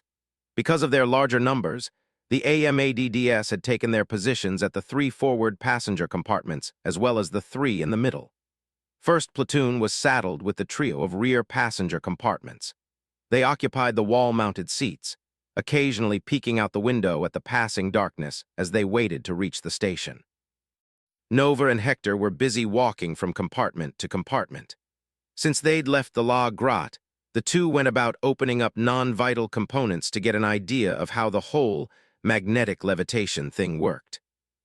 "Just don't cause us to crash," the staff warned from his seat, already half asleep. The two assured him he had no reason to worry, then went on a spree of investigating side panels with the same wonder of two kids checking out insects with a magnifying glass. "It's definitely electromagnetism," Nova noted as she looked over the mechanical organs of a removed floor panel. "New Alexandria's got a few of these too." Hector thought it over. Then how did they make it into an organized system since magnets are pulling and pushing constantly? Wouldn't the currents cancel each other out, requiring some sort of thruster mechanics to compensate? "Nah, see, electromagnets are only magnetic when an electric current flows through them. From what I've figured out, this tram uses magnetic repulsion and not attraction like some others. How it works is the magnets on top of the guideway are oriented to repel similar poles of magnets in the bottom of the maglev. All the conductor has to do is control the alternating currents so they can quickly change their pull and push poles. And that lets them keep propelling the tram forward," Hector said, finishing the thought. "Bingo!" Hector whistled at the exposed conduits. "I swear, it's things like this that make me wonder if I took the wrong job." "Same," the two fist bumped and closed the panel back. Zach sat on a nearby seat and shook his head at them. "Vehicle junkies." "Don't knock it till you try it," Nova replied. "You might be a grease monkey in the making yourself." The radio men chuckled. "Doubt it." He stood up and grabbed one of the handrails when the captain spoke over comms. "One actual to first, we're arriving at North Camden in 40 seconds. Grab your gear and be ready to move. We're jumping out with the AMADDS to make sure the area's clear. Once they've handled the manual override, we're out of there." The ODSTs winked their acknowledgement lights, including the staff who, despite all appearances of taking a nap, was wide awake. Duncan wondered if he ever went to sleep or if he was always alert, like a coiled cobra ready to strike at a moment's notice. They could feel the tram start to slow. The staff grunted as he pulled himself onto his feet. You heard the captain, eyes up. In a few seconds, the vibrations beneath their feet noiselessly came to a halt. The troopers were already at the doors when they slid open. The sight that greeted them was less than welcoming. Starlight streamed unchallenged through several large holes in the ceiling almost 20 meters overhead. It was the only light that illuminated the otherwise dark void they found themselves in.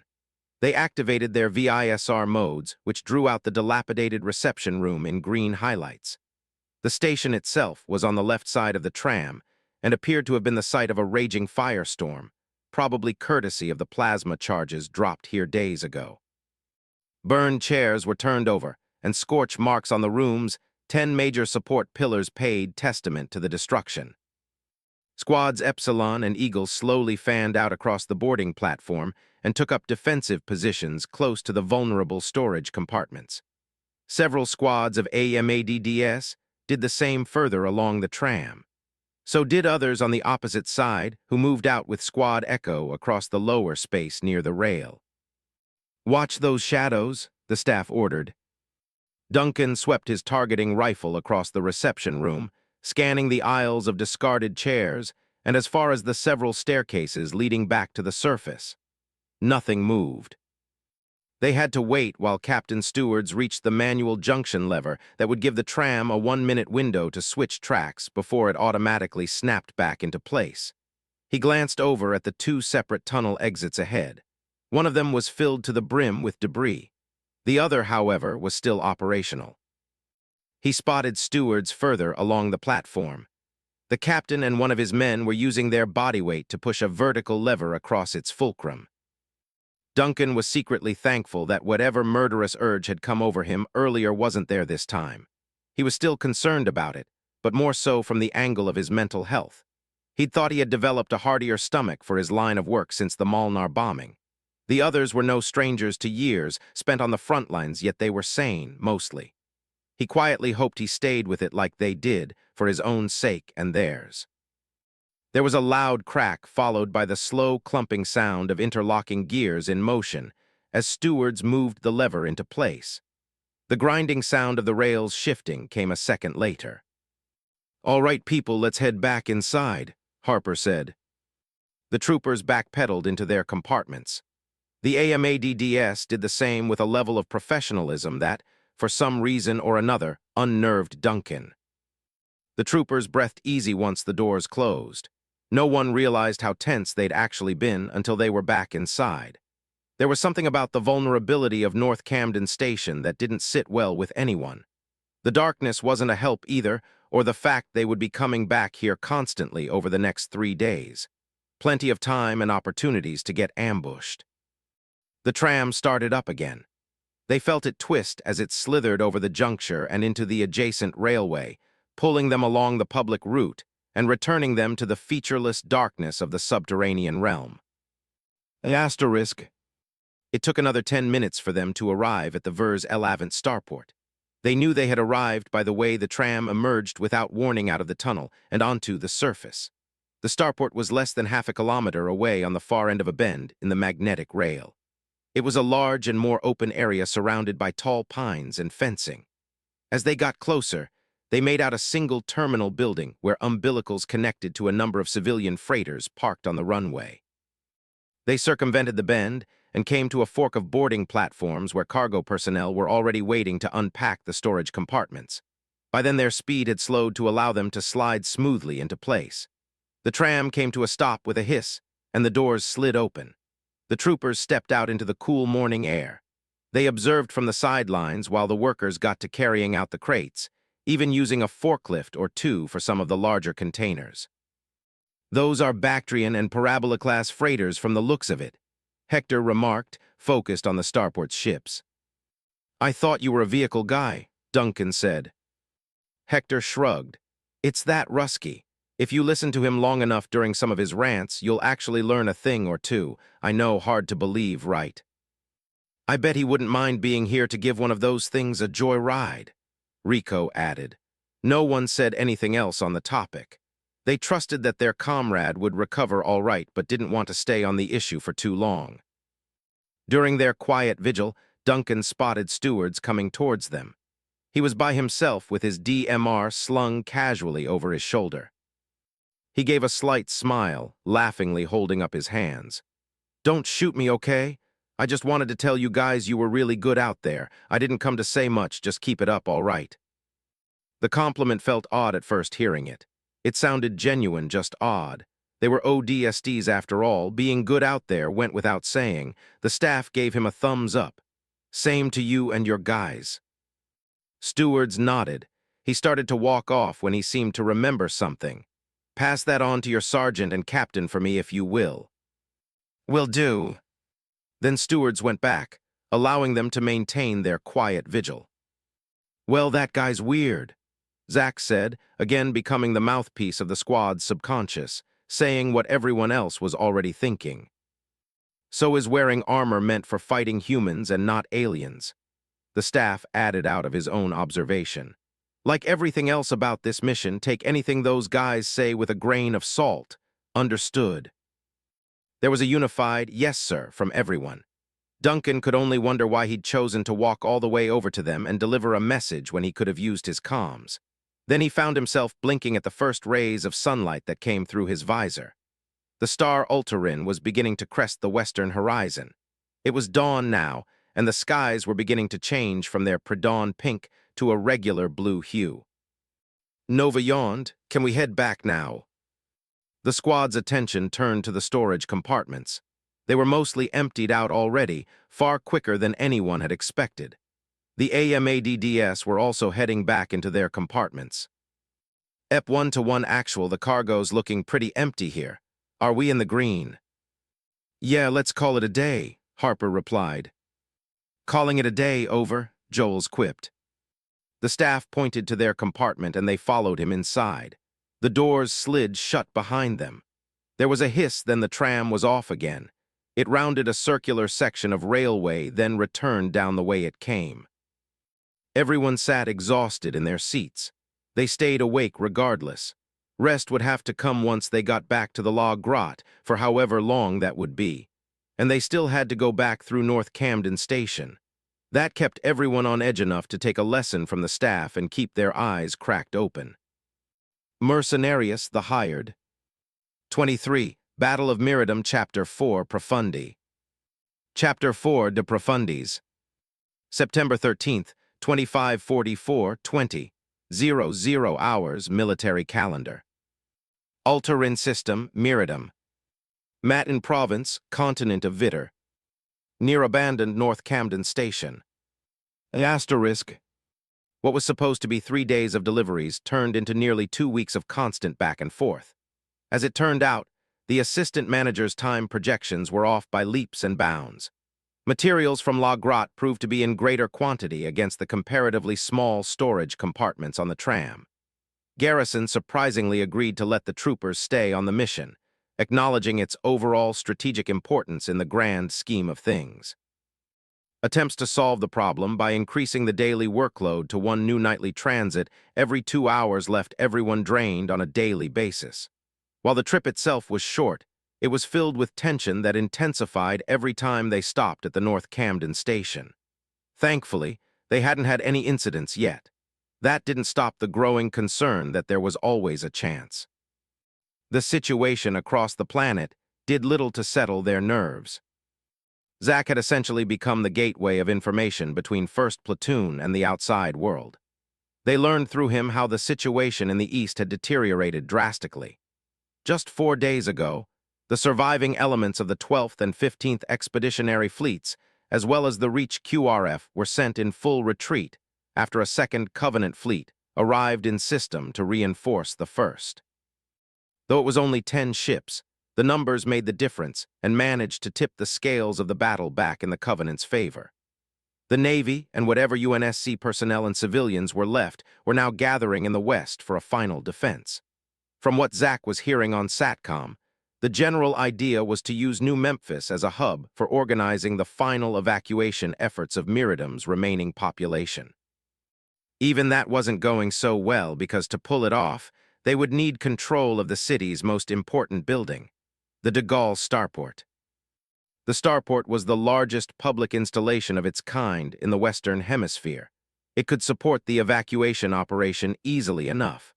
The sole problem was the fact that it was still in enemy hands. It was surrounded by the last major pocket of the Covenant scouting forces left in the city.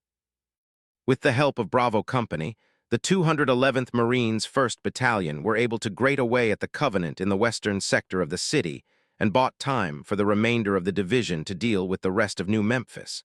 With the help of the 53rd Armored Division garrisoned in the region, they were able to wipe out the majority of the enemy pockets, then swung out into a successful offensive against the western holdouts.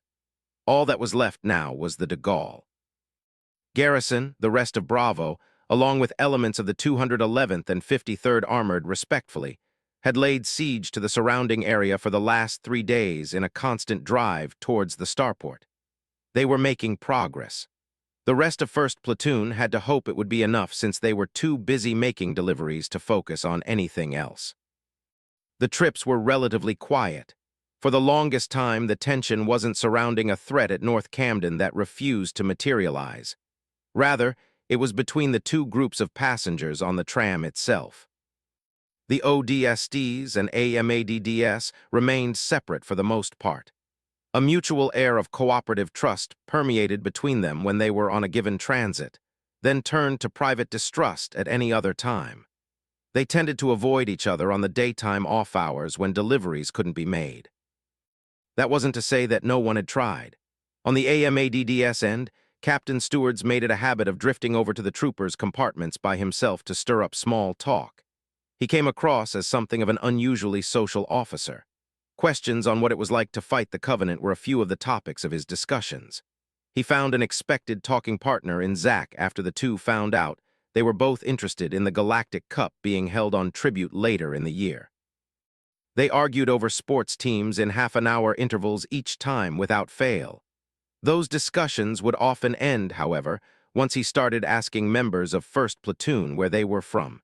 He'd leave with no answers.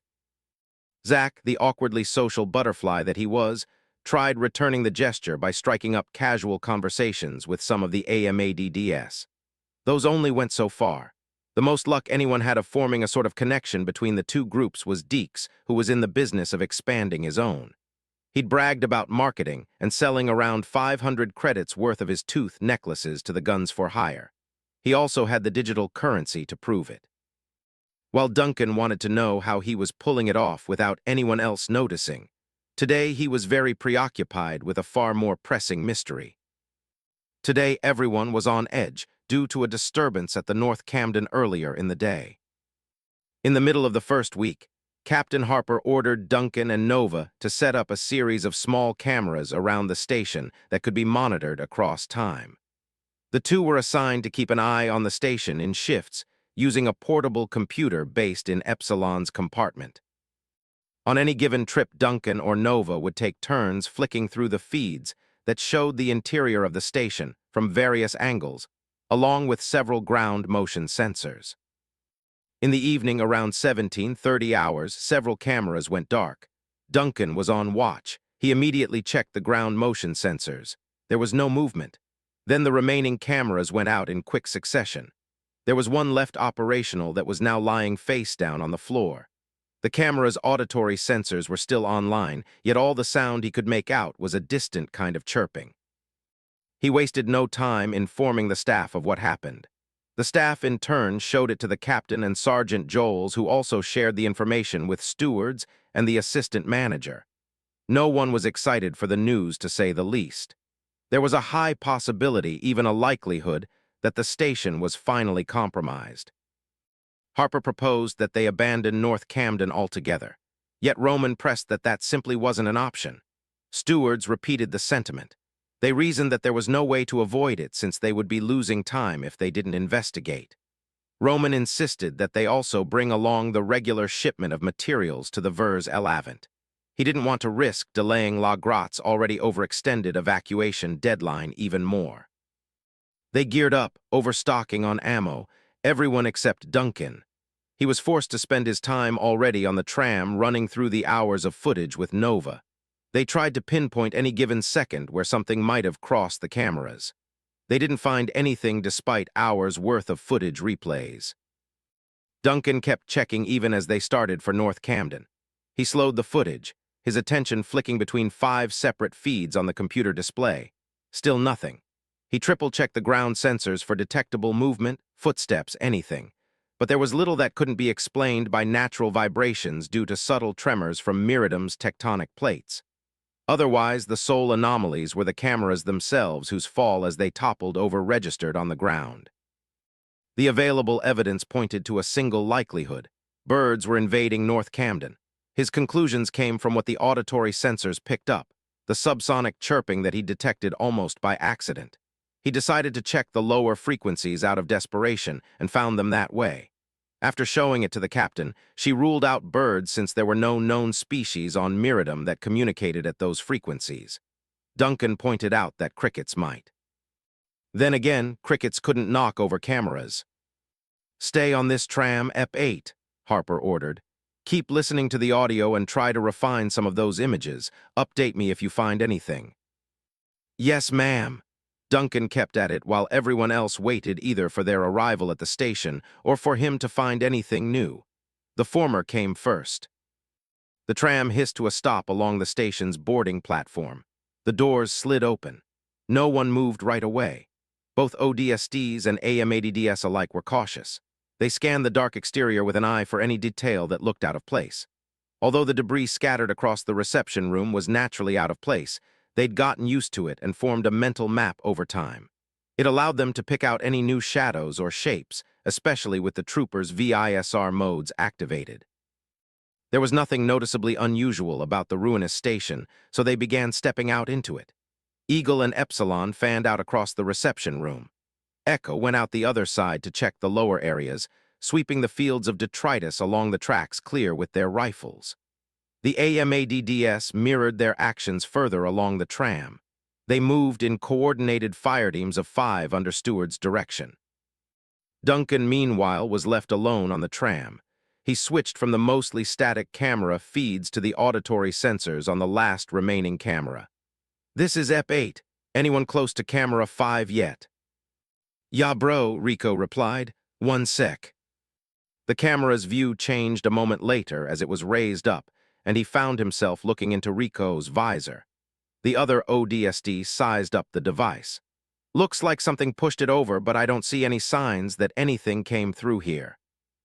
"Nothing?" Duncan asked. "No tracks?" Rico shook his head. "Not a wait, I think." He reached for something on the camera. His hand came back holding a piece of a paper-thin substance with a crusty exterior and brown hue. "Found this on the camera stock. What do you think it is?" It seemed to break apart into flakes in the ODST's hand. Duncan couldn't so much as guess what it was. He shrugged. "No clue." Rico shrugged as well and set the camera back on its stand. The staff walked over. "Found anything?" "Nah, this camera's still up and running though, so there's that." Captain Harper came in over comms. "1, actual to first and AMADD personnel, the reception room's clear. I'm taking my team to check the upper floor and set up some mines near the entrance. Since there's no civies in the area, we won't be putting anyone at risk that we don't want to." Stewards interrupted. "You sure about that, Captain? It might have just been a strong wind coming through the holes in the ceiling that knocked over your cameras. I doubt anything serious would be wandering down here where there are no humans. Like you say, the civies are all gone." "And we're still here," Harper rebutted. "Which means North Camden has a human presence even if it's only a temporary one. I don't want to risk the Covenant noticing and trying to get the jump on us." "With respect, ma'am, you've been arguing we set up mines since day one of your being here when there's no evidence of the Covenant so much as having an interest in this place. It's called preemptive action, stewards." She noticeably left out the captain part. "And before now, we never had enough time to set up anything down here except the cameras. But now that those are down, I don't plan on taking any more chances with my men's lives. Will you?" There was a palpable silence. "Do what you have to, Captain," Steward squelched his comlink. Rico held in a laugh. "Ese es el Capitán para ti." "Get with it, EP6," the staff said and turned to face the camera. "EP8, keep digging into the recordings until we say otherwise." "Got it." Duncan went back to work flipping through the feeds. At 5 minutes with nothing to show for his work save for hours of recorded nothingness, he felt curious about Camera 5 and why it was the last one operational. Set up near the threshold between the reception room and the boarding platform, it was one of several others in that part of the station closest to the tunnel leading back to La Grotte. Yet it also would have been the furthest from the tunnel to the starport, and just so happened to have an angle on that same passageway. Maybe there was a point of interest to that fact. He checked the audio recordings again, nothing but chirping. It really could have just been birds that got inside the station. There was nothing conclusive about the noise, so he started investigating the feeds instead. He fast-forwarded through hours of the day's earlier recordings from Camera 5's perspective. He was watching the night vision view slowly rotate across the station at timestamp 17:30 hours when something flashed across the screen. He quickly stopped the video and rewound it. Seconds later, something flashed by again, confirming he wasn't seeing things. He replayed it and slowed down the speed until he was able to catch a freeze frame of the image. It was a brown blur of motion that moved too fast to be identified. Even refining it didn't help. It had to have been moving at high speeds because it appeared in one frozen image and was gone in the next. meaning it had disappeared in the split-second gap in time. Duncan looked closer at where it had appeared. Interestingly, Camera 4 was placed in the very same spot where it had showed up. The way it appeared meant that the apparition had to have been above the camera, then just as quickly disappeared without even hitting the ground. When it disappeared, he took note that Camera 4 was reeling forward from the motion, as if pushed. He was forming a hypothesis when his attention flicked to the background of the same image. He spotted something, a silhouette, a shadow on the distant tunnel wall leading to the starport. It wouldn't have been too worrying a sight were it not for the fact that it was crouching on the wall horizontally. He looked closer. It was humanoid but distinctly non-human. It wasn't an elite, a brute, a grunt, or jackal. So what was it? He magnified the image and saw a smudge of 2 yellow dots. He refined the picture quality, and it clarified into a set of compound eyes that glowed in the dark, staring right back at the camera. Duncan froze. The gravity of the situation dawned on him. He suddenly shot to his feet and ran for the doors. As they slid apart, he stopped in the threshold. The other ODSTs were too occupied looking around the boarding platform and reception room to notice him. He was about to call on the comms when he felt the need to look up. He did slowly. He didn't see anything except the dark ceiling at first. He hesitated but turned on his VISR. Again, nothing. Then upon closer scrutiny, if he hadn't known better, he would have thought that the entire ceiling was breathing. He gradually began to make out the more distinct shapes. There were dozens of them, perhaps 100 or more on the ceiling. Their arthropodal bodies were reclined in on themselves like sleeping bats hanging upside down. Their carapaces gently expanded out, then folded back in. They were asleep. There were so many that his VISR couldn't immediately identify them as enemy contacts, only as a single and unclassifiable mass. That must have been why no one else had spotted them. Everyone was too focused on the ground level to look up for too long. The creatures were together in bundles as if it were a nest, and as his VISR continued to highlight one crimson entity after another, Duncan realized that that might be exactly where he now stood. His voice came as a hoarse whisper over comms. "Staff." The staff glanced over his shoulder at him. "What is it, EP8? Did you find something on the feeds?" Duncan slowly nodded his head. The staff must have noticed he was acting strange and faced him fully. "What is it?" As if it could awaken the great hosts above, Duncan pointed his forefinger with all delicateness at the ceiling. The staff followed where he was pointing. Then he also froze. His voice similarly came out hoarse. "My God." He quickly switched to team comms. "This is EP1 to everyone on the line. Do not open fire. I repeat, do not open fire. We've got multiple drones on the ceiling in the main reception room above the tram, over." There was a moment of hesitant silence as everyone glanced at each other, at the staff and Duncan, and then up at the ceiling. Everyone in the room saw them then. Their tense postures slackened as the realization dawned on them all that the enemy was already here. No one moved. Gunfire in the distance suddenly erupted, causing everyone to flinch, even the AMADDS who'd been tuned in with their own comms. It was coming from deeper within the station. Duncan saw movement on the ceiling as some of the drones began reacting to the noise. Several pairs of glowing amber eyes began to open. "Not good," Nova said. "EP1 to 1 actual, is that you shooting, over?" The captain answered, sounding flustered. "This is 1 actual, I copy your last. We got ambushed by more drones on the upper level. One was awake enough to spot us and start shooting, now it's waking up the rest of the nest. We're pulling back to the tram. Get ready for a hot exfil, over." That wasn't good either. Everyone knew that if the captain came back firing while retreating, it could wake up every drone in the station. The last thing they needed was a firefight down here against an enemy with air mobility within a confined space. That wasn't even considering the risk of the fight, causing an accidental detonation of the ordnance packed inside the tram. The staff quickly dished out orders. "EP2, 7 and 8 on me. The rest of you stay here and stay quiet. If the buggers start moving, fall back." The ODSTs winked their acknowledgement lights. The selected troopers quietly jogged behind him towards one of the stairs on the far side of the reception room. "EP1 to Echo 1 will be back. We're gonna help out Eagle." "Roger," Joel said. "We'll hold here. Just make sure to help the captain before she brings any unwanted guests with her." The staff, Duncan, Nova, and Zach sprinted up the first stairs. As they did, they could hear the gunfire getting closer and closer with each step. They reached a point where the stairs diverged into two separate cases and rose up in the opposite direction. Without a word, they broke into binaries with Duncan and Zach taking the left staircase.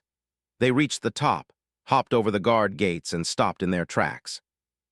The scene looked like a disturbed hornet's nest. The upper level was a rectangular waiting room with a high ceiling and about several dozen drones that crawled and flew from wall to wall. The insectoid aliens chirped and screeched as many of them fired plasma pistols at the surviving members of Squad Eagle pinned down on the opposite end of the room. Duncan spotted 2 ODSTs lying in a pool of their own blood, alongside 7 dead drones. He heard Harper. "Guys, cover me and Eagle 3, we're going for the door." The captain and one of her troopers emerged a second later and ran for a nearby door, stopping to crouch behind a chair and fire full auto into the thorax of a drone about to kamikaze them. The creature screeched as the 7.62mm rounds tore its golden thorax in half. 3 more flew in at the captain.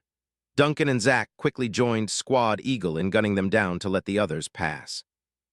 That got the attention of 5 more drones hovering several meters away.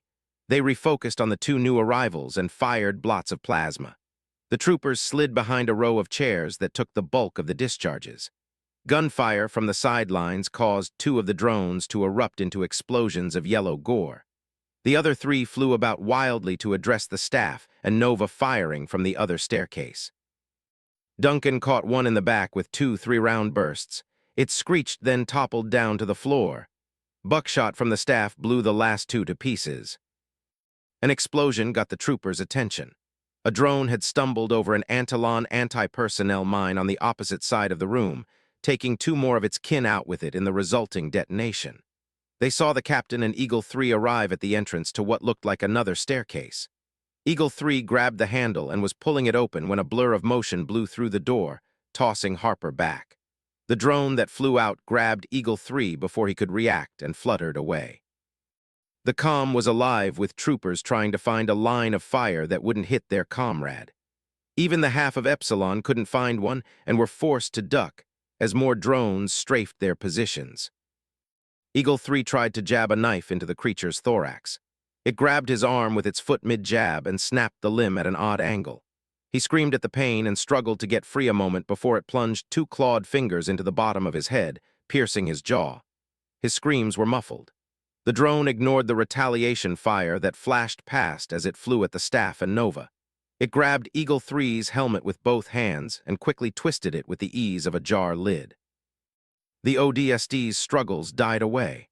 The drone dropped his body, sending it torpedoing into the staff who fell back under the weight.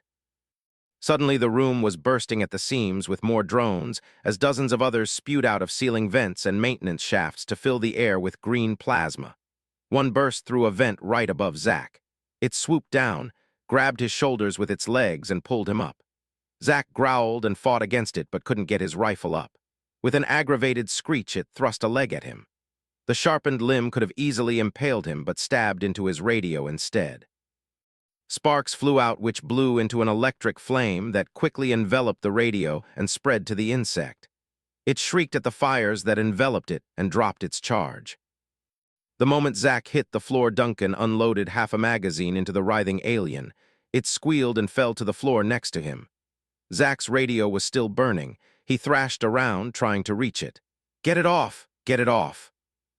Duncan rushed to his side to help pull off the straps while being mindful of the fire. Once he was free, Zach kicked away the busted equipment. More plasma fire swooping overhead made them promptly return fire.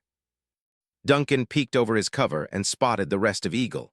There were less of them now, only 4 including the captain who'd huddled behind an overturned table to return fire.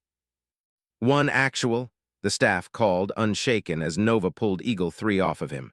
"Your exfil's compromised. Can you make your way back over to us?" Harper replied through gunfire. "I hear you, Ep. Got any ideas how we can do that given our current situation?" "Frags, Cap, that's all we've got." There was a shooting-filled silence while Harper weighed their options. 1. Actual to 1st and AMADD personnel. Be advised it's about to get lively down there, over. There was more gunfire on Joel's end, followed by the distant sizzling detonation of a grenade launcher as he spoke. They're plenty lively already, 1 actual. Just find a way back so we can pull out of here, over. There was no response from stewards. Green light EP1, Harper said. The staff nodded to his squad, who nodded in turn. They pulled the pins on their frag grenades and tossed them throughout the room. They bounced off the floor and detonated. The resounding blasts and searing shrapnel tore scores of drones apart. While their eviscerated corpses hit the ground, at least half of their number survived. It would have to be enough. Move out. Under Harper's orders, her team followed her lead. They raced towards Epsilon as the other squad covered them. Squad Eagle took up a diamond formation with 2 covering the sides, 1 covering the rear, and Harper heading the charge. Drones fell around them by the handful, yet more kept pouring in. They ignored the dying screeches of their own to focus on the humans. A drone swept past Eagle 2 at the rear, slashing his throat. He flew back onto Harper, who stumbled forward but didn't stop. She threw him over her shoulder without looking back and carried on, firing her SMG one-handed. 3 more drones came at Eagle 5. She fired into them, cutting down the first 2. The last one made it close enough to force down her rifle with its legs and discharged an overloaded plasma pistol into her face. She slumped to the floor in a heap, her body sizzling. Eagle 8 cried out as a plasma bolt hit his thigh and he dropped to his knees. Before he could get back up, a mob of drones quickly fired a hail of plasma into him. He keeled over and fell. Only the captain was left. She shot into the swarm, pushing on. Duncan, the staff, Nova, and Zach pulled the trigger on the large hosts, hoping to at least save the captain. Then a drone landed beside her, yanked away the gasping trooper on her shoulder, and flew off. The motion threw Harper onto her stomach. She barrel-rolled and rose to a knee to fire into the horde, trying to shoot down the dew of insects now kidnapping her subordinate. The man could do little for himself than clutch at his throat and cry out in gargled gasps. Another drone caught her SMG before she could react and pulled the gun away. She whipped out her combat knife and rammed it into the creature's right eyes. It squealed and reeled back but took the knife with it. 4 more immediately rushed her. They grabbed her legs, an arm, and her helmet and flew into the air with her. Duncan fired at the 2 that disengaged from the rest of the swarm with Eagle 2 in hand. Yet more of their kind got in the way to take the bullets for them, allowing their brethren to escape into an overhead vent, dragging the struggling trooper with them into the dark. He saw everyone else firing at the main swarm and spotted the captain being raised into the air. Reloading, he shot in 3-round bursts to keep the bullet spray from hitting her. The swarm proved too great. The insectoids returned plasma for lead, bathing their cover with suppression fire and forcing Epsilon to duck back. The staff called out, 1 actual. Harper grunted against the vice-like grips holding her in place. She fought, kicked, and punched to no avail. Duncan peeked through the chairs and caught sight of her looking back at them. His eyes widened as he realized she wasn't fighting back. "Get out of here, Epsilon," Harper yelled. "That's an order." The staff growled and rose up to shoot down more drones in an attempt to save her. It took Nova pulling him down to avoid an onslaught of responding fire. The staff reloaded. "We're not leaving you here. EP2, get ready to." "Daddy." The captain's calm voice reached the staff. He peeked through the chairs at the captain as the drones began stretching her limbs to the limit as well as her neck. She depolarized her visor to show her face, one of incredible strain yet resolve and resignation. She spoke through gritted teeth, "Go, now."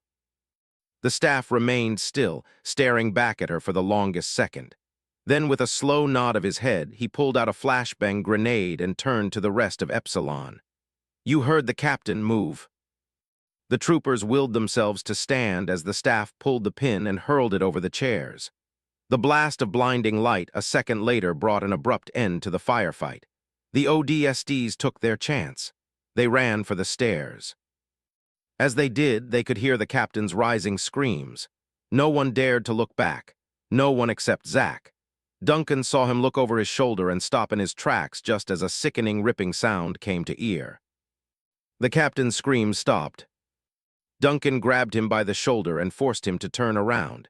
The two quickly bounded down the stairs behind the staff and Nova. They could hear the drones coming after them. Duncan chucked a grenade behind them to buy time. Seconds later, the blast hurled him and Zack down the flight of stairs. They hit the bottom along with flecks of insect flesh. The staff and Nova helped them to their feet. Then they were running again. They came down the second flight of stairs and out into the reception room. The entire station was alive with a cascade of vibrant green plasma raining down on the tram, pockmarking its surface and melting it in places. Scores of drones flew past in growing numbers, firing at the tram from the ceiling, the reception room, and every conceivable space. An army of them poured through the tunnel leading to the starport, flooding the entire station. There was no sign of the ODSTs or AMADDS. "This is EP1, we're coming in. Can you cover us?" The doors on the closest compartment opened, and a mix of ODSTs and AMADDS stood ready. Hector and Joels were at the threshold, waving them over. "Echo 1 to EP1, now would be a good time to leave, over."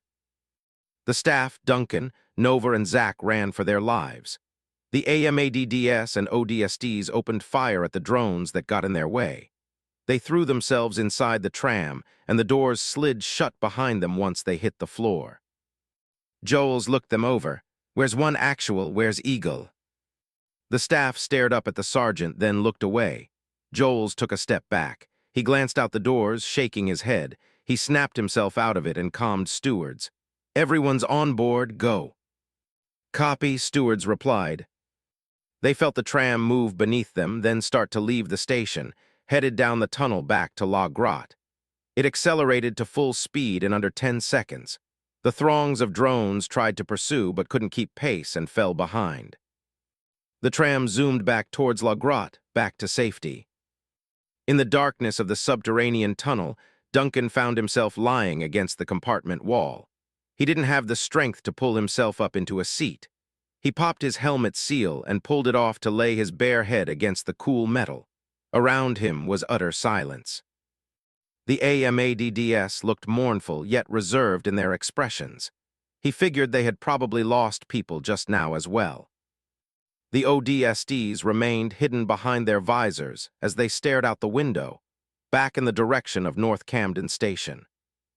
Duncan spotted Zack sitting on the opposite side with his helmet already off, allowing him to see his blood-red face. He pulled his legs in close to his chest. He raked his hands through his hair for a moment, then pressed them against his head and started to cry. Nova took off her own helmet as she sat down beside him. She pulled him in close and held him, letting him sob on her breastplate.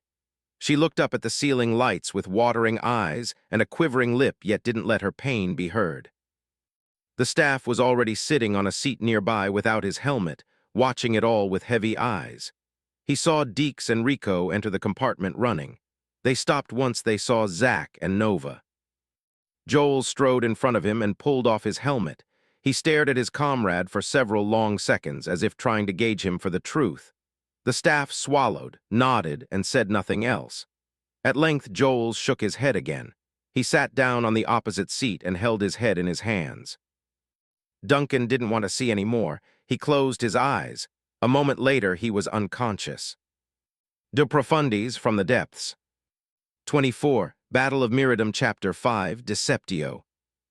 Chapter 5, Deceptio. September 16th, 2544-04, 20 hours, military calendar. Altarin System, Miradum. Matin Province, Continent of Vitter. Misraya Armory Weapons Production and Storage Site, La Grotte. Asterisk. The tram was no longer an option.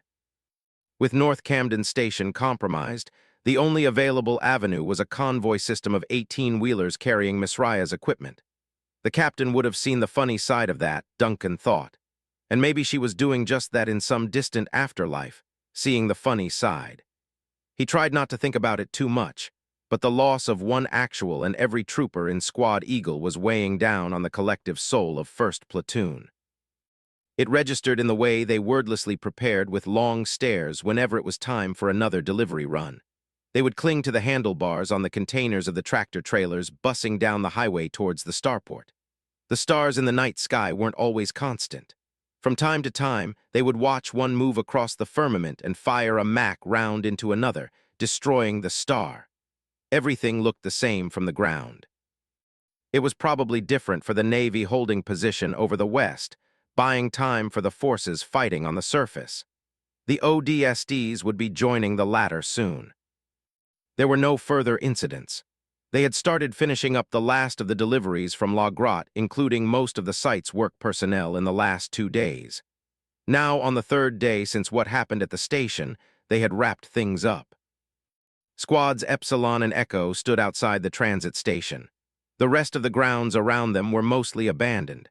The streets that bustled with workers and delivery trucks were almost empty save for crates and ditched utility trucks. The buildings were dark. All was quiet, and so were the troopers as they stood waiting for their rides. One of the transit building's front doors opened, and Stewart stepped out. He was unarmed except for a model black M6A Magnum holstered on his thigh. His sleepy eyes went unaccompanied by his characteristic smile. The troopers watched him walk up to the staff. He looked him over in his armor with a hint of respect. "You guys were good out there. We may not have become friends, but I can at least say that you're tough as hell, and I can also say the same for your captain." He extended his hand. "It's been an honor." The staff depolarized his visor. He scrutinized the gesture and the man offering it. Then his expression softened. He took the hand and shook. "Same to you, stewards." Stewards looked him over again. "I guess you're the leader of 1st Platoon now, Staff Sergeant." For a second, the staff didn't know how to respond. Then the reverberation of multiple vehicles caught everyone's attention. They spotted the convoy of 4 troop carrier warthogs speeding down the road towards them. Stewards patted him on the shoulder and walked back to the transit building as the hogs pulled in. He briefly waved back without turning around as he walked through the door, disappearing into the darkened interior. The worker personnel that had brought the vehicles stepped out to give them access. The staff took in a deep breath. 1st Platoon, load up. On his order, the 2 squads hopped into the hogs.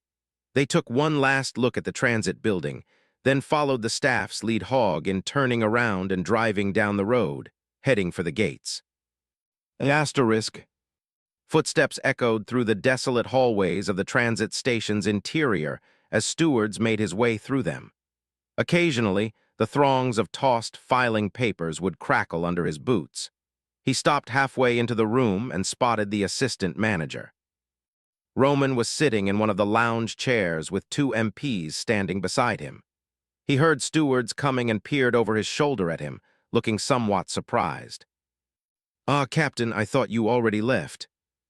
"I wouldn't worry about me," Stewards said. "What about you? You're not getting any security on this mission except these MPs. With respect, that's not a security guarantee, not like if you were going with us." Roman sighed. "Nothing's a guarantee these days." He leaned forward, lost in some distant thought. "I've had some time to think on this. I figured after what happened at the station that you, your men, and the Orbital drop shock troopers have lost enough on my account. I'll manage with the MPs. They have to count for something at least." "Do they?" Stewards glanced at the 2 military police. They were both fairly young men, perhaps fresh out of whatever inter-colony boot camp had churned them out. There weren't many old heads around these days. It was mainly the youths fighting the war that their parents had fought while they were on swing sets in kindergarten. It was easy to think of it as a generational curse since those who came after lost in even greater ways than those who came before, those who died back when there were still outer colonies. Stewards briefly wondered what UNSC personnel would think that died early on in the conflict if they saw what humanity had been shorn down to today. Maybe they would think their sacrifices were worth something, or maybe they would think they had only delayed the inevitable. In earlier times, Stewards would have fluctuated between which he thought was right. Nowadays, he didn't have such uncertainties. "Sounds like you have some remorse." "Remorse, yes, among other things." "You don't seem too worried about actually making it out of here. Survivor's guilt, perhaps." Roman gave an amused laugh. You could use that as a motto for a recruitment drive and probably get twice the number of volunteers from the inner colonies than what happened with Cole. He got up onto his feet. His breathing became beleaguered. I was supposed to retire this year, he said, catching his breath. As you can see, I'm no longer fit to be running the planetary branch of a major intersystem enterprise. Don't get me wrong, I'm not suicidal, but people don't need an old man who can barely stand up on his own 2 legs without getting winded. If I live, all right then. If I don't, Miss Raya can just use my retirement pension to put more rifles into the hands of capable soldiers like these two. He gestured to the MPs. No, I wouldn't call it survivor's guilt. I haven't survived anything. However, I am guilty of sending people to places where they couldn't. Stewards understood where he was coming from. He spoke his mind. You should have paid the ODSTs. Roman winced. Pardon. They more than deserved compensation, Stewards pressed. The assistant manager shook his head.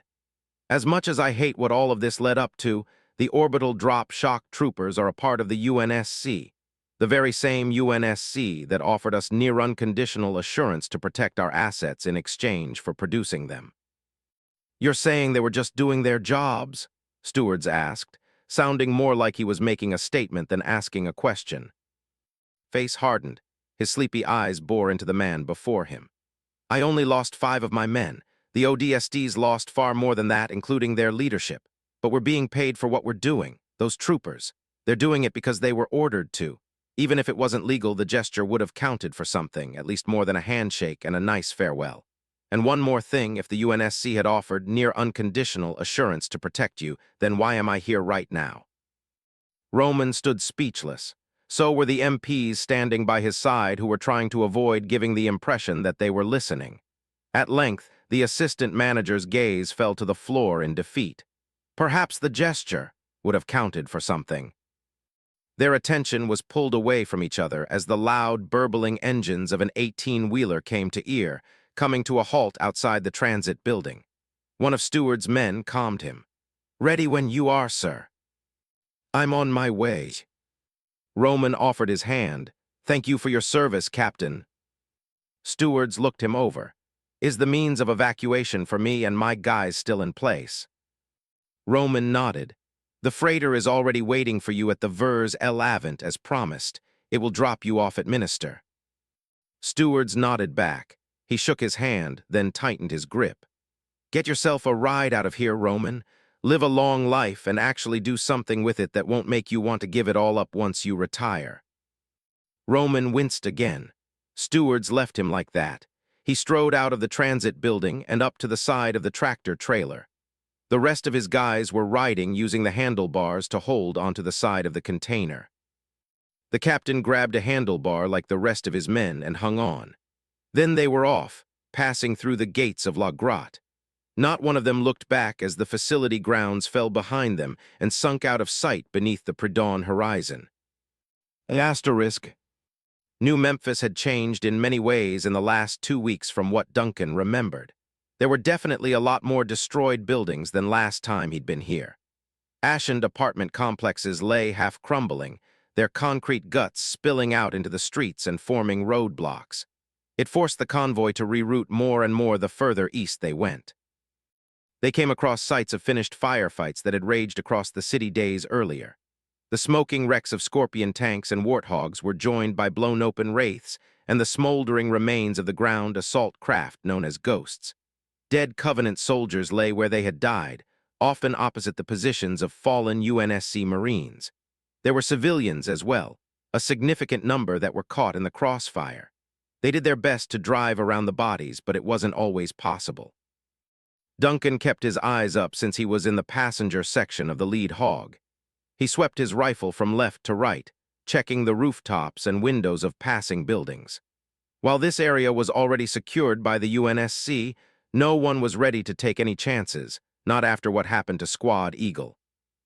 So far, they had another 3 kilometers before they would regroup with Bravo Company. Think Yuri's waiting for us already? Duncan asked. The staff shrugged as he piloted them around a rubble-filled roundabout. If I know Matchstick, and I do, he's not waiting for us. He doesn't wait for anyone. I doubt he even knows what that means.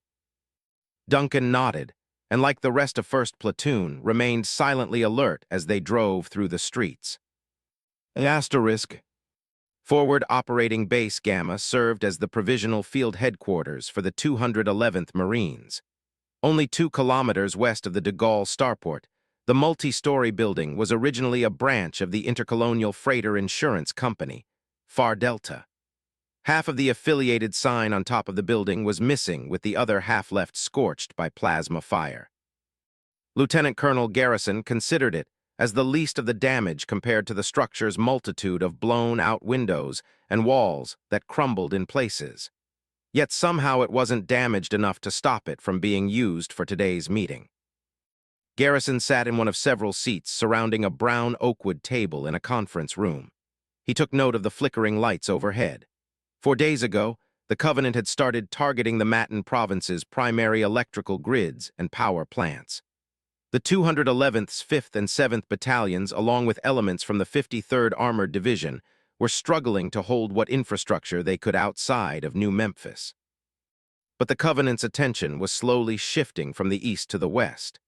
At this point, it was obvious to anyone and everyone that Miradum's time was running out. Now Garrison and the 2 other officers in the room with him were about to be responsible for what would likely be the last major action taken by UNSC personnel on the planet.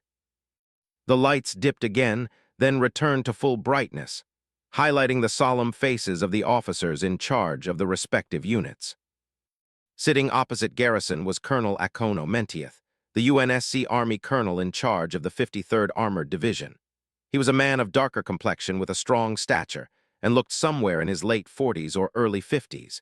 He wore a crisp Army uniform with the corresponding diamond and chevron insignia to prove the rank. Both he and the men and women under his command had been fighting on Miradum since day 1. They knew the situation on the ground better than anyone else. "Are you certain there's no other way to penetrate their defenses?" he asked, sizing up the 3-dimensional projection in the middle of the table. The hologram was emitted from a built-in holotank and depicted the city block surrounding the de Gaulle starport. Mentieth pointed to the streets, more specifically at the red dots that patrolled the air above them. Considering their maneuverability, those squadrons could easily use the sharp corners for evasion tactics and the long streets for attack runs. It's still tall order for anyone we send in, even if they are just a diversion. There's few if any other options save a high-end frontal assault. The speaker sat perpendicular to the first 2. As far as rank went, he was the second most powerful person left in the Ulterin system, the man in charge of all ground operations, Major General Andre Horvath. Though solely in charge of the 211th Marines at first, the deteriorating state of affairs planetside led to the ground command being passed down to him. He wore Marine Corps fatigues and sported the 2 silver stars of his rank on his shoulder. He ran a hand through his regulation-length, dirty blonde hair to smooth it down. He looked at least 10 years younger than Mentieth and Garrison himself, but authority overruled seniority here. "We knocked out most of their air power when we took the west side of the city. These are only smaller craft occupying these streets as an outer defense and early warning system. Using units from your 53rd to form pockets within these patrolled areas will help gather the Covenant craft into places where we can corner them." "Like catching flies with honey," Garrison stated. Horvath considered the idiom. "Yes, something like that, and that's where you come in, Garrison." The hologram switched to an overhead view of that section of the city. As it did, the projection played out, showing multiple yellow dots entering the block from all sides. "Your Alpha and Bravo companies will head in first to set up anti-aircraft kill zones. Then armored columns from the 53rd will drive up and stop within these kill zones. They're too good as targets for the Covenant to pass up. Like you say, they'll be like flies to honey." The yellow dots were then joined by a dozen yellow rectangles driving down the streets and coming to a stop, surrounded by the friendly contacts. The spray of red-colored entities around the block then flocked towards them like iron fillings to a magnet. One by one, the crimson dots disappeared. Mentieth rubbed his chin thoughtfully. "It's risky. The troopers will have to be in position well in advance of the armored columns. But if they manage to pull it off, then we'll have an opening to the starport. Horvath pointed out. Garrison folded his arms across his chest. My troopers will be in place, no doubts about it. They'll get the job done. We'll be counting on it. At Horvath's words, the hologram focused on the starport. It was a C-shaped building whose 2-kilometer length was resized to 100 centimeters. There was a dome at the structure's central radius, and along its circumference were uniformed bulges that were refueling stations. There were 30 on both the north and south wings, 60 in all. It would be enough to fuel a fleet of starships, and the intention was to do just that. If we pull it off, we can commence the breakout against the enemy armor surrounding the de Gaulle. First, we'll have a targeted strike via longswords on those in the west. The hologram highlighted 4 semicircles of a dozen red dots each. They occupied the starport apron surrounding the building and acted as a second layer of defense.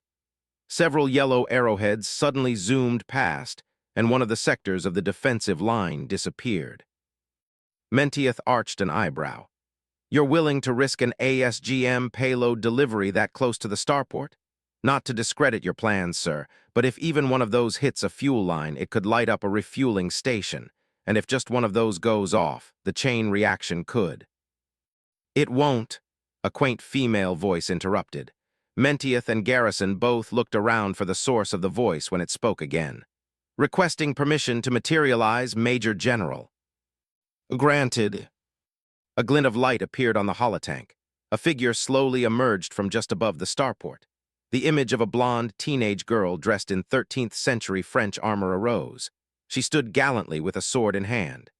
Garrison thought the halo glowing behind her head was a bit much. She reminded him of Will, Falchions' resident AI. He remembered how Mr. Green fashioned himself after Franklin Delano Roosevelt. Now here was this one who looked like a guardian angel. He briefly wondered what AI's fascination was with Earth's historical figures pre-interstellar expansion.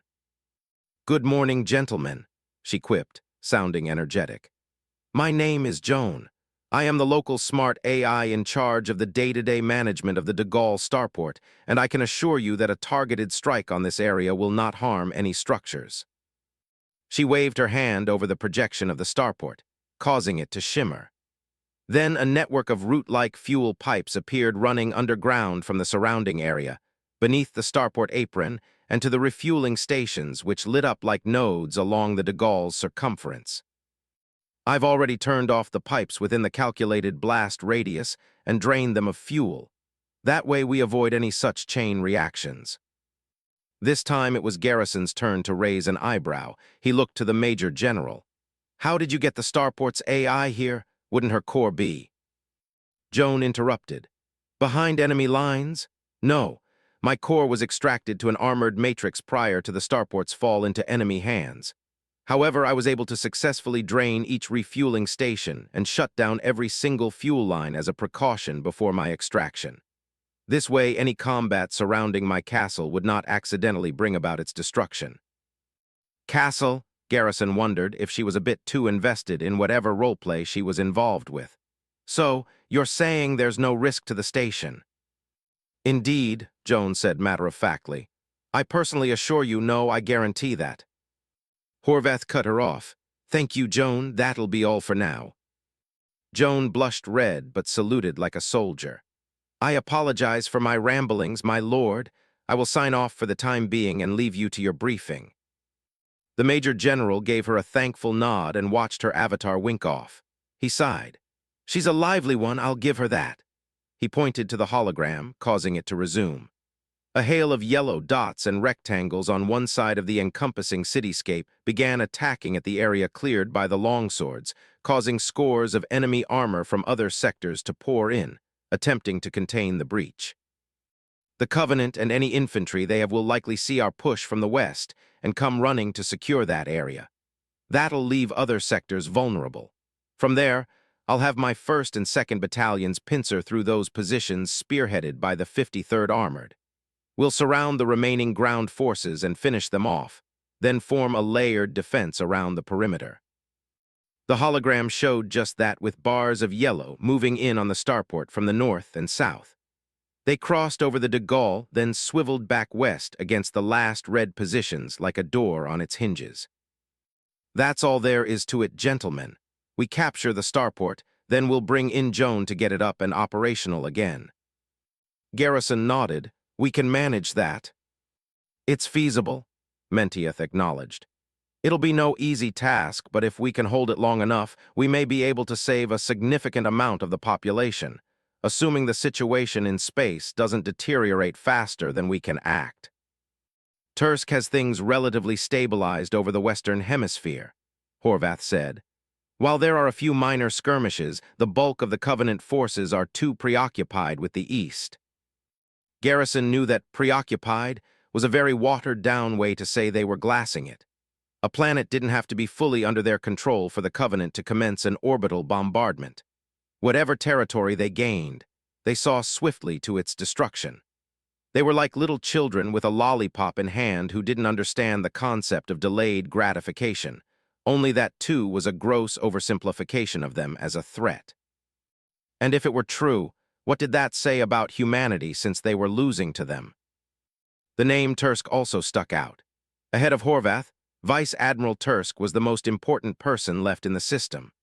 Earlier in the week, he'd consolidated the remnants of the 12th and 15th Naval Expeditionary Fleets, as well as the Reach QRF, into a single fleet under his command. Right about now, they were probably busy trying to keep the Covenant fleet from expanding its hold over the planet, and if that was no longer possible, then to delay them. Horvath continued. The Vice Admiral is going to need the starport open in order to ensure the evacuation. As you know, 70% of the remaining population have yet to be cleared and have been waiting for a rendezvous point to do so without having to risk being shot down from orbit. We have to grant them that window either today or not at all. Failure is not an option here. You'll have an hour to organize and brief your units, then we move out. You're dismissed, gentlemen. Asterisk. Captain Stewart strode with quiet swiftness across the B-deck of the Parabola-class freighter, Mayweather. The ship had left the Vers El Avant starport less than half an hour earlier laden with the last shipment of La Grotte's weapon and vehicle caches. The trip through the atmosphere wasn't too bad. Thankfully, the Navy were still holding their own against the Covenant, giving the ship the opportunity to escape what was a closing trap. He looked out a passing window and spotted the far-off flashes of yellow and blue light in the distant upper atmosphere. The fighting was predominantly near where the planetary time demarcation line intersected the equator. He was grateful that the ship was headed in the opposite direction towards the northern pole. He was also grateful for the ship itself. He passed through an open door and entered a wide mess hall. The room was quiet. He navigated his way through the labyrinth of blood-soaked tables, ignoring the bullet-riddled bodies of the several dozen dead crew members still sitting in their seats, their hands and faces buried in the very same breakfast that they had been eating. He didn't spare them a glance because he knew how thorough his men could be. There was no reason to worry about survivors, not where the AMADDS were concerned. Less than 5 minutes ago, he had left from the hangar bay after giving the order for his men to wipe out the Mayweather's crew. He'd waited until everyone was in place first.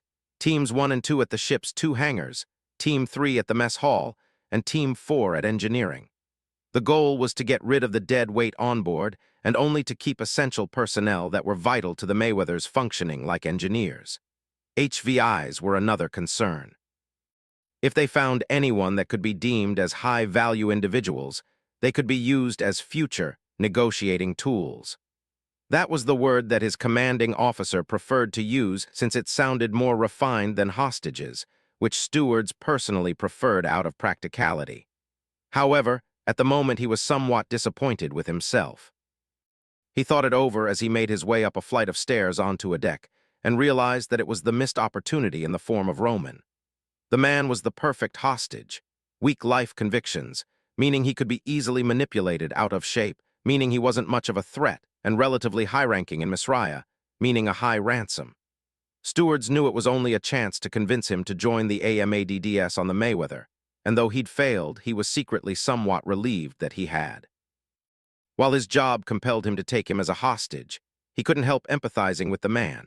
His disillusioned view of the world and his place in it was one he had seen time and time again, and it was often the face of the men and women that he chose to recruit into their ranks. It hit too close to home, so he simply used the fact that Roman was about to retire as a means of throwing the idea out entirely. After all, who'd really pay a ransom for someone they were about to lose anyway? Stewards was on his way up to Team 5 on the bridge. He came out onto a hallway and spotted two of his men standing guard at the door on the far end. They nodded to him as he walked past, and the doors slid open to let him through. The bridge was a pentagonal room with a viewport running its full length. Various stations occupied each side. The officers who had once occupied those stations were now having their limp bodies removed from their seats and piled up near the door. His AMADDS were occupying those seats in turn and getting the ship ready for a slip-space jump. Steward's attention drifted to the captain's chair in the room's center and the man that stood beside it. He wore the overalls accustomed to a Misraya employee, although its gray coloring singled him out from the others. So did the way he stood proud and seemed to glower at Stewards despite the nozzle of the MA-5B being pushed up against his temple. The gun's owner, Team 5's leader, was actively shouting death threats into his ears that he promised to fulfill if he didn't get on his knees. He eventually got him to submit by pressing the barrel far enough into his jaw and staring him down unwaveringly. Team 5's leader turned to his captain. "We got one for you, sir, an HVI." Steward sighed. He knew what came next, what always came next. Still, his naturally sleepy eyes and honest smile held on his face. Diplomacy would have to win out if he wanted the answers he needed. "How are you?" he asked. The man glared up at him and spat on the floor at his feet. "You'll never take this ship. It's not meant for marauders and pirates like yourselves. I'll sooner see it destroyed than in your hands." Steward's smile never wavered. He remained gentle. "Are you the captain?" "What's it to you?" he hissed, then stood up defiantly, ignoring the growing threats from Team 5's leader. The rest of the team, meanwhile, remained preoccupied with manning the ship. "I'm only asking as a passenger right now." The man gritted his teeth. "Yes, I am, and who might you be that you think you can so brazenly?" Stewards whipped out his M6A in a flash and shot a single round between his eyes before he could even flinch. The former captain of the Mayweather reeled back from the impact, slammed his head against the back of his chair, and slumped to the floor. Steward's honest smile never wavered. He watched the blood begin to pool on the floor and stepped over it on his way to the captain's chair. "Someone clean this up." Team 5's leader sighed. "I thought you'd want him as a hostage, sir." "No one's going to pay for a no-name captain of a no-name ship, especially the UNSC." Steward sat down in the chair, switched to his comms, and checked in with the other teams. Their leaders reported back that they had secured their objectives and were combing the ship for any stragglers, all except Team 4, who were staying to protect the Shofujikawa Translight engine located in engineering. They would need to protect it when considering what was to come next, what always came next. "You know the drill, people. We'll do a random jump first, then return to headquarters." "You sound like a real Navy officer, sir," one of the new bridge officers joked. "Next thing you know, we'll be wiping nav data for a protocol that doesn't even protect us, just the people that hate us." "We're not about to lead the Covenant back home," Stewards corrected, though he understood the funny side of that comparison. "Plot the course and get us underway." "Aye, aye, sir." Stewards reclined in the chair and looked out the viewport at the surface of Miradum. They'd gotten what they came for, far more than what they'd been paid with at least. That was how it always went and would always go, for however long this war would rage, until the UNSC reached the end of its own tenacity and faced a final oblivion. He almost felt a sense of connection to the world, not to its people, but to the troopers undoubtedly still on it. 2 weeks is a long time in the life expectancy of any person on the front lines, perhaps enough to grow a measure of intrigue and maybe even concern in who you were fighting alongside. He admired their willingness to stay here and keep fighting, but not so much as to do it himself. Team 5's leader began the countdown from his station, entering slipspace in 5, 4, 3. Stewards looked at Miradum one last time and wished to the ODSTs of 1st Platoon a quiet, good luck. Then the planet disappeared from view as the Mayweather entered the deep void of slipspace. Deceptio Deception 25, Battle of Miradum, Chapter 6, Occulta. Chapter 6, Occultatum.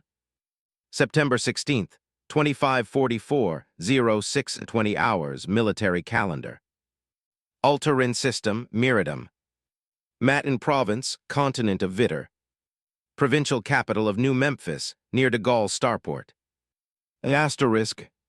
First platoon sprinted under the shadows of buildings along Dreyfus Boulevard just a kilometer north of the de Gaulle. They moved in pairs. One hefted a SBA and KR while another carried a case of extra rocket ammo. Like the rest of Bravo and Alpha Company, their boots made little sound as they moved under the pink skies. The sun was slowly beginning to peek over the western horizon at their backs, glittering off the windows of New Memphis buildings, reminding them that their time was running low. With only 5 minutes left until the 53rd Armored rolled in, the staff sergeant ordered everyone to double-time it. "How much farther, EP1?" Nova asked, fighting to balance the weight of the ammo crate on her shoulders. 100 meters.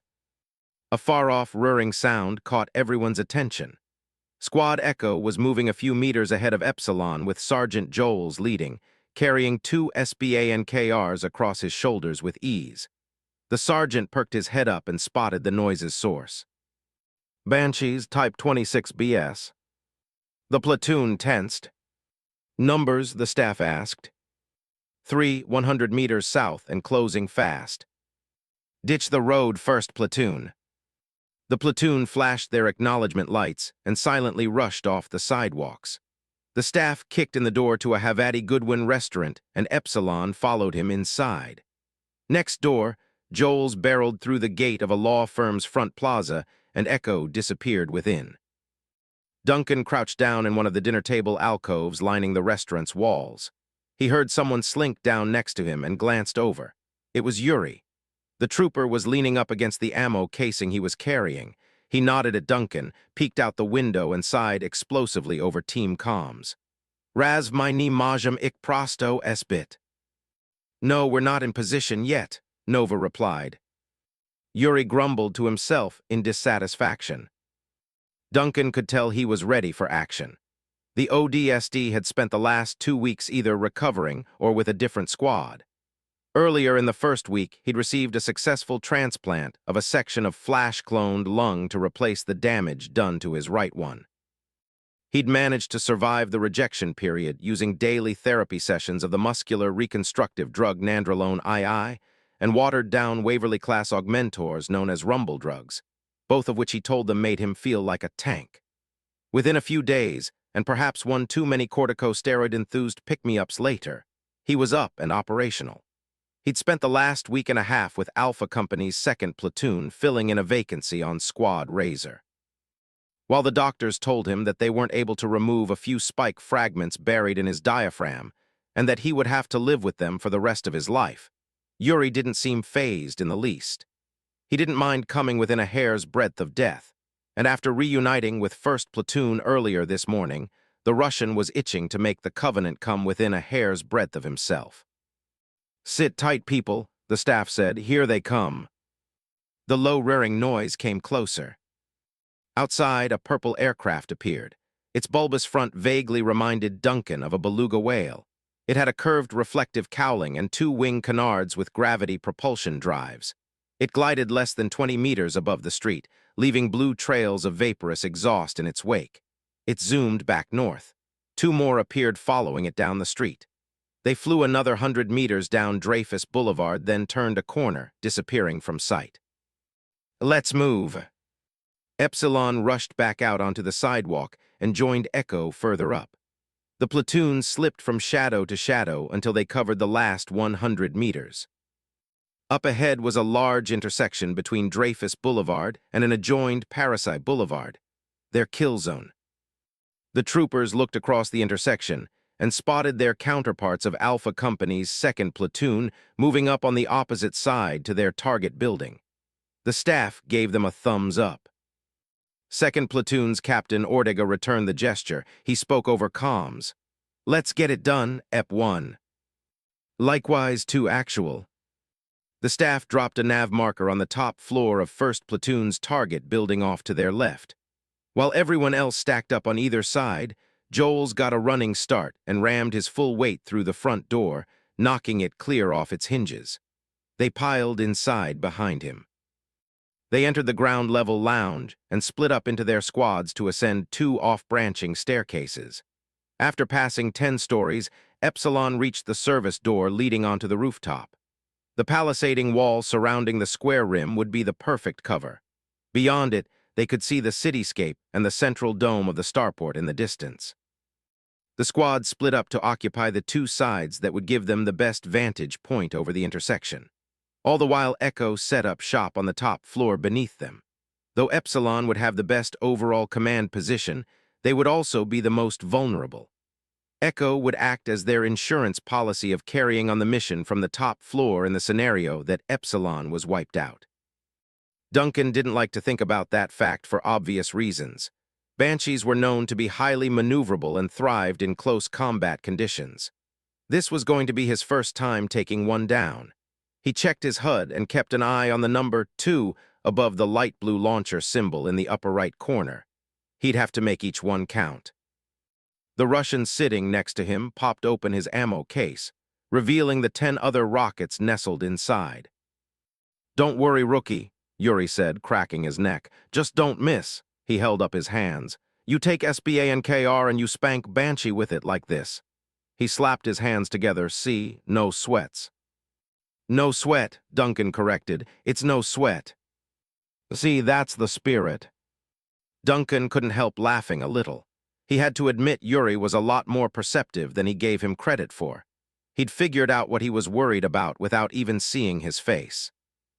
"Oh," Yuri set a hand on his shoulder. "If you die, don't worry. I take tags and SB and AKR so I don't die." Duncan's smile fell. "Time's up," the staff said. "The 53rd's moving in right about now. They'll be here in about 5 minutes, so hold tight." "It's about to get a little less quiet around here."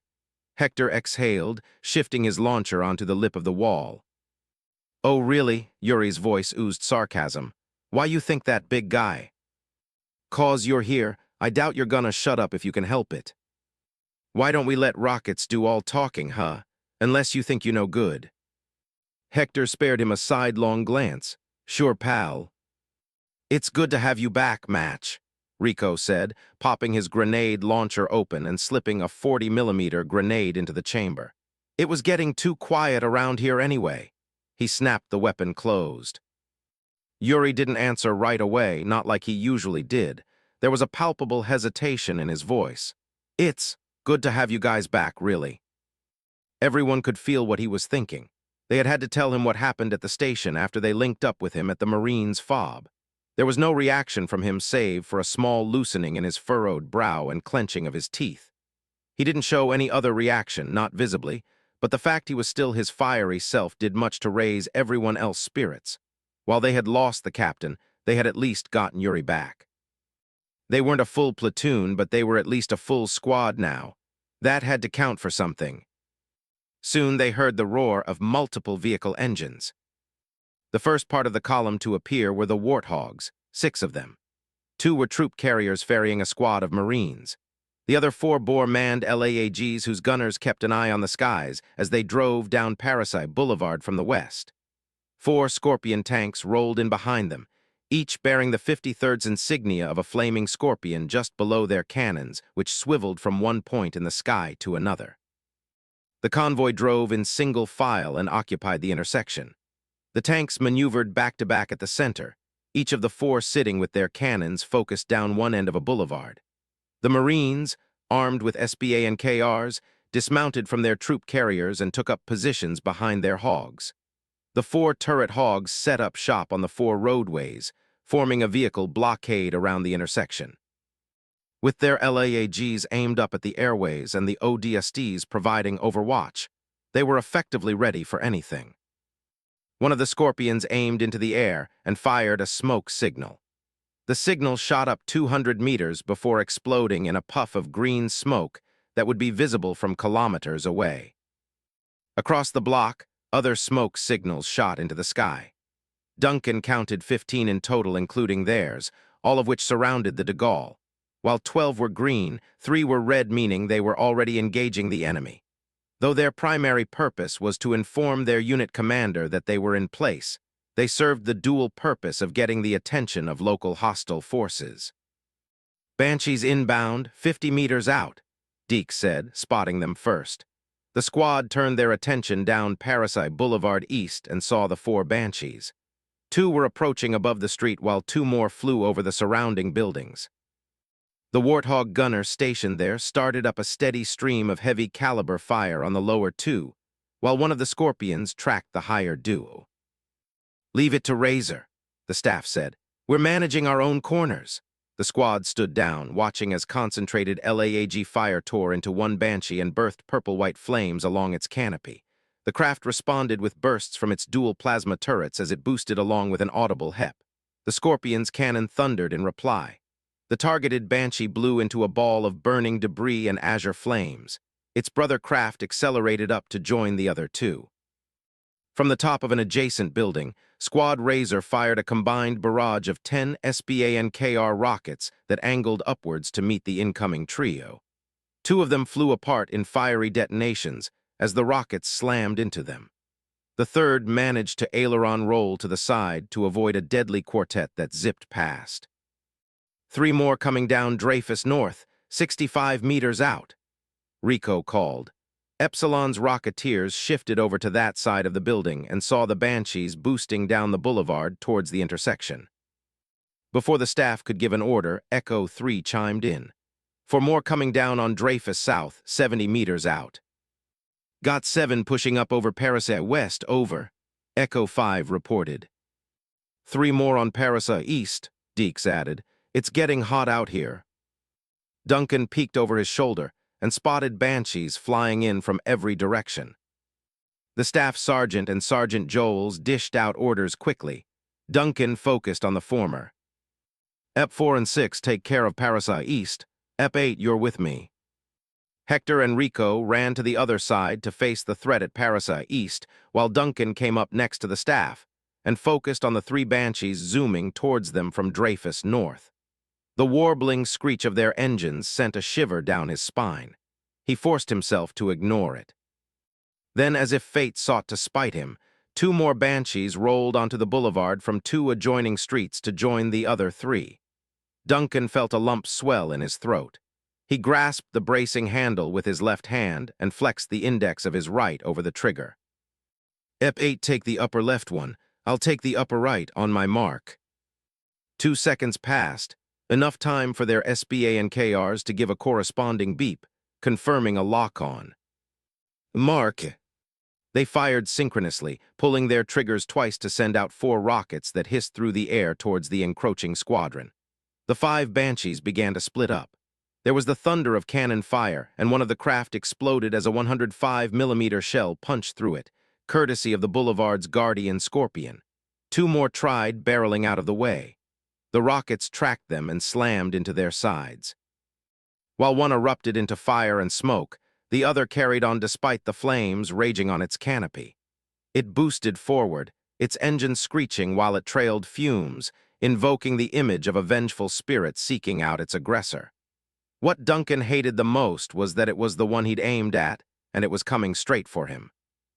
Suddenly, a sniper round speared through the craft's left canard with pinpoint accuracy. The Banshee wobbled off balance, then spiraled down 40 meters before crashing into the road, detonating on impact. Duncan glanced over at Deeks, who had crouched down beside him with rifle in hand. "Thanks for the assist, Ep 3. Now get back to your position," the staff said, reloading his launcher. Deeks looked at Duncan, nodded, then jogged away. "Make sure it's a kill shot next time, hey, Irish." "Will do." Duncan took a knee to reload, then stood back up, a little shaken but ready. There were still 2 Banshees left only 30 meters away. "Again," the staff said. Duncan took aim at the one on the left. They waited until their lock-ons were both primed. "Mark." They fired simultaneously. 4 more rockets flew straight and true to their targets. The Banshees failed to dodge as they received a 1-2 punch of explosions to their hulls that ripped them to pieces. Duncan felt a slight rush at seeing the one he was aiming at turn into a small sun. He had to admit, it was a little satisfying.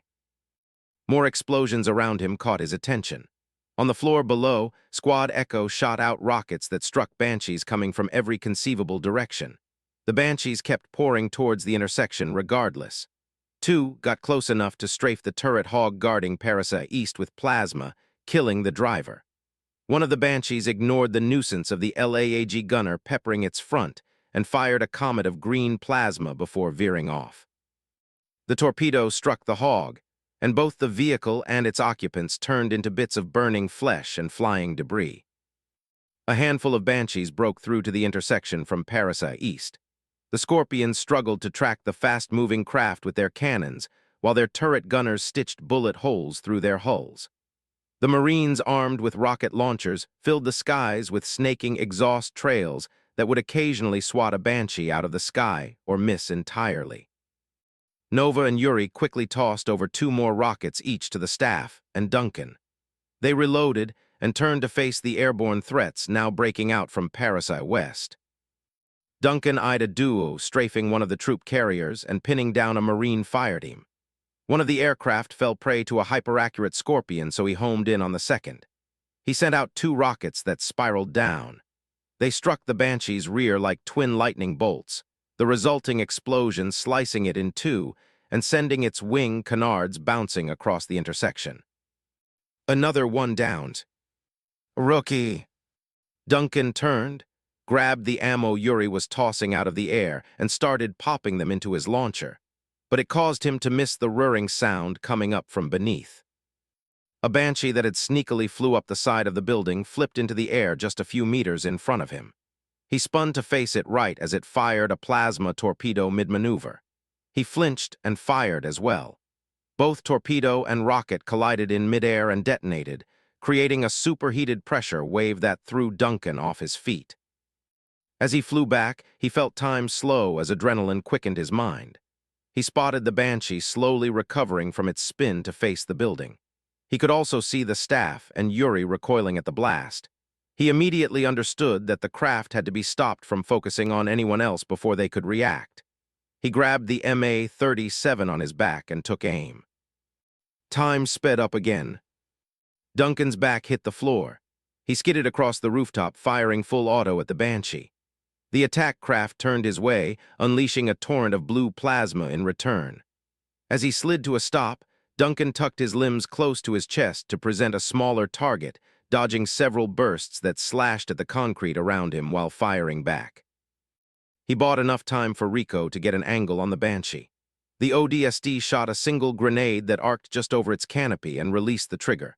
The explosion's EMP effect knocked out its avionics and sent it into a freefall. A rocket from Hector gave it a devastating uppercut. As it tumbled away, the staff who'd recovered got a chance to lock on. He loosed a final projectile that raced down after the paralyzed target like a viper darting after its prey. It struck, ripping the craft into pieces that spiraled down to the intersection below like fiery confetti. Nova jogged over and pulled Duncan onto his feet. "You good?" He shook his head to deal with the stars swarming his vision. He took a shaky step forward and nearly fell over. Nova caught him and threw one of his arms over her shoulders. "EP1, 8's a little winded." The staff spotted her, helping him walk to the sidelines. "Copy, EP5, take his SBANKR." Duncan heard the Russian laugh maniacally over comms. He looked back and saw him picking up his fallen rocket launcher. "Good job on last Banshee, rookie. At least you no die." Duncan gave him a thumbs up. He couldn't bring himself to respond otherwise since his head still swam. Nova rested him against the far wall. She patted him on the shoulder, then crouch-walked back to her position. Regardless of his hazy vision, Duncan was able to peek over the wall at what was unfolding. Dozens of similar ground-to-wear dogfights had erupted across the block. Scores of Banshees flew around in pockets across the area, hovering like flies over the wounds of a dying animal. A number strafed the ground while receiving machine gun and missile fire in response. Duncan waited until he finally stopped feeling like he was swaying on the deck of a ship and got up.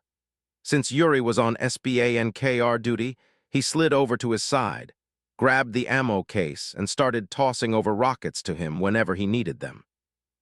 The fighting on the intersection between Dreyfus and Parasite Boulevard went on for another 10 minutes, during which time a second wave of Banshees arose. One after another, the ODST and Marine Rocketeers started running out of ammo. The bulk of the fighting fell to the Scorpions and turret hogs who kept up the fire on the invading assault crafts. Cannon fire obliterated some, while concentrated ballistic impacts slowly killed others.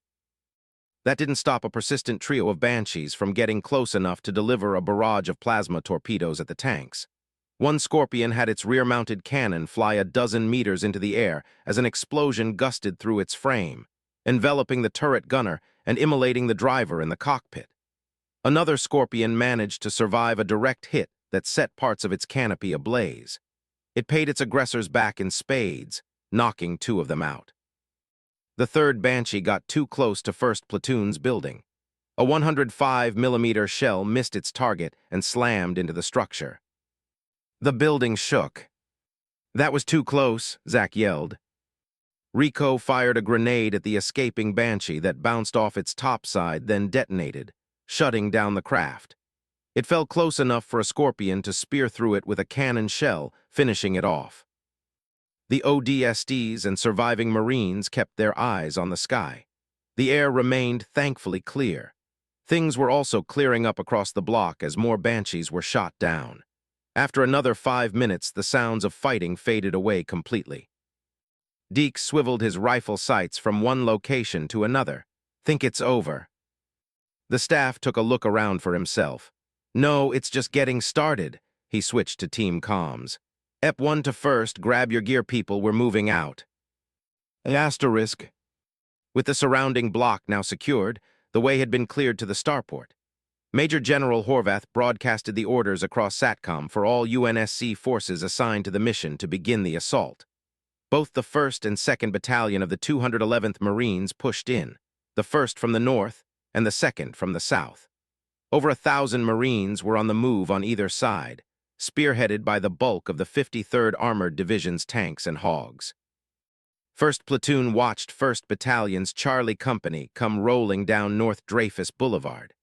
They jogged in their platoons alongside Scorpion and hog convoys that drove down the streetway.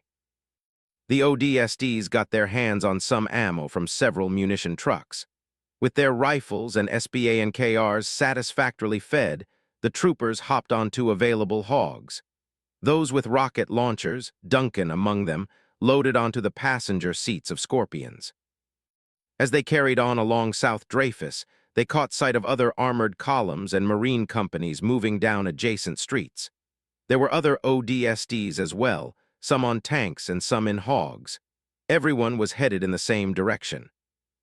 Duncan sat in the rear left passenger seat of a tank with Rico, Hector, and the staff occupying the other three. He was focused on the way ahead when he heard something clamber up the back of the vehicle behind him. He looked and saw the backside of the squad's radio man as he climbed up the back of the tank onto the top of its rotational cannon. A cold uncertainty settled in his gut. "Uug, EP7. "Yeah. You sure about that?" Zach shifted over to peer down at him. No easy feat considering the hefty new radio he'd been issued upon their return to New Memphis. "Worry about yourself, Irish." He punctuated the statement by brandishing a SBA and KR of his own. "Where'd you?" "Same place you got yours." "You sure that's okay for you to be up there?" Zach skirted over to where he could see the open cockpit and the tank's helmeted driver. "Hey, guy, is it okay for me to be up here?" The driver, a man with ruddy features and a helmet that read Marty, turned around. He looked confused at not initially spotting the one who asked the question, then winced at seeing Zach on the cannon. He gave a knowingly mischievous smile. "You should be good, my guy. Just mind the boom." Minding the boom, got it. The staff slowly turned and spotted Zach straddling the cannon like a cowboy on a horse. The latter gave him a thumbs up. The staff simply turned back around and shook his head. Everyone's attention shifted skyward as a squadron of 5 longswords shot overhead, quickly followed up by 2 more squadrons all headed towards the starport. "Hit 'em hard, flyboys," Yuri cheered. The squadron disappeared from sight. 10 seconds passed before several dozen consecutive booms rumbled through the city. "Sounds like they're drilling the coveys," Hector noted. The staff nodded. "Let's find out." The armored column kept pushing up the boulevard until they could see their destination. The starport apron was a 4-square-kilometer area of tarmac with an organized layout of crisscrossing runways, directional signages, and 4 cylindrical air traffic control towers, one stationed in each of the 4 corners. At the center was the 2-kilometer-long C-shaped building that was the mission's main focus. What stood out to Duncan right away was the civilian starships, at least 20 in fact, that remained docked via telescopic boarding tubes to the de Gaulle. What wasn't so obvious was why they weren't on fire. Yet there was fire. A wall of flames several hundred meters long was raging on the western perimeter. He looked closer and spotted the blackened wrecks of multiple wraiths acting as kindle wood. Scorpion tanks and warthogs began streaming over the inflamed tarmac and past the burning vehicles. More wraiths who had been holding position on the north turned to face the breach. 4 important interstate highways hemmed in the starport apron like a picture frame. The elements of the 53rd Armored leading the 1st Battalion Marines plowed over the guard rails of one of the highways.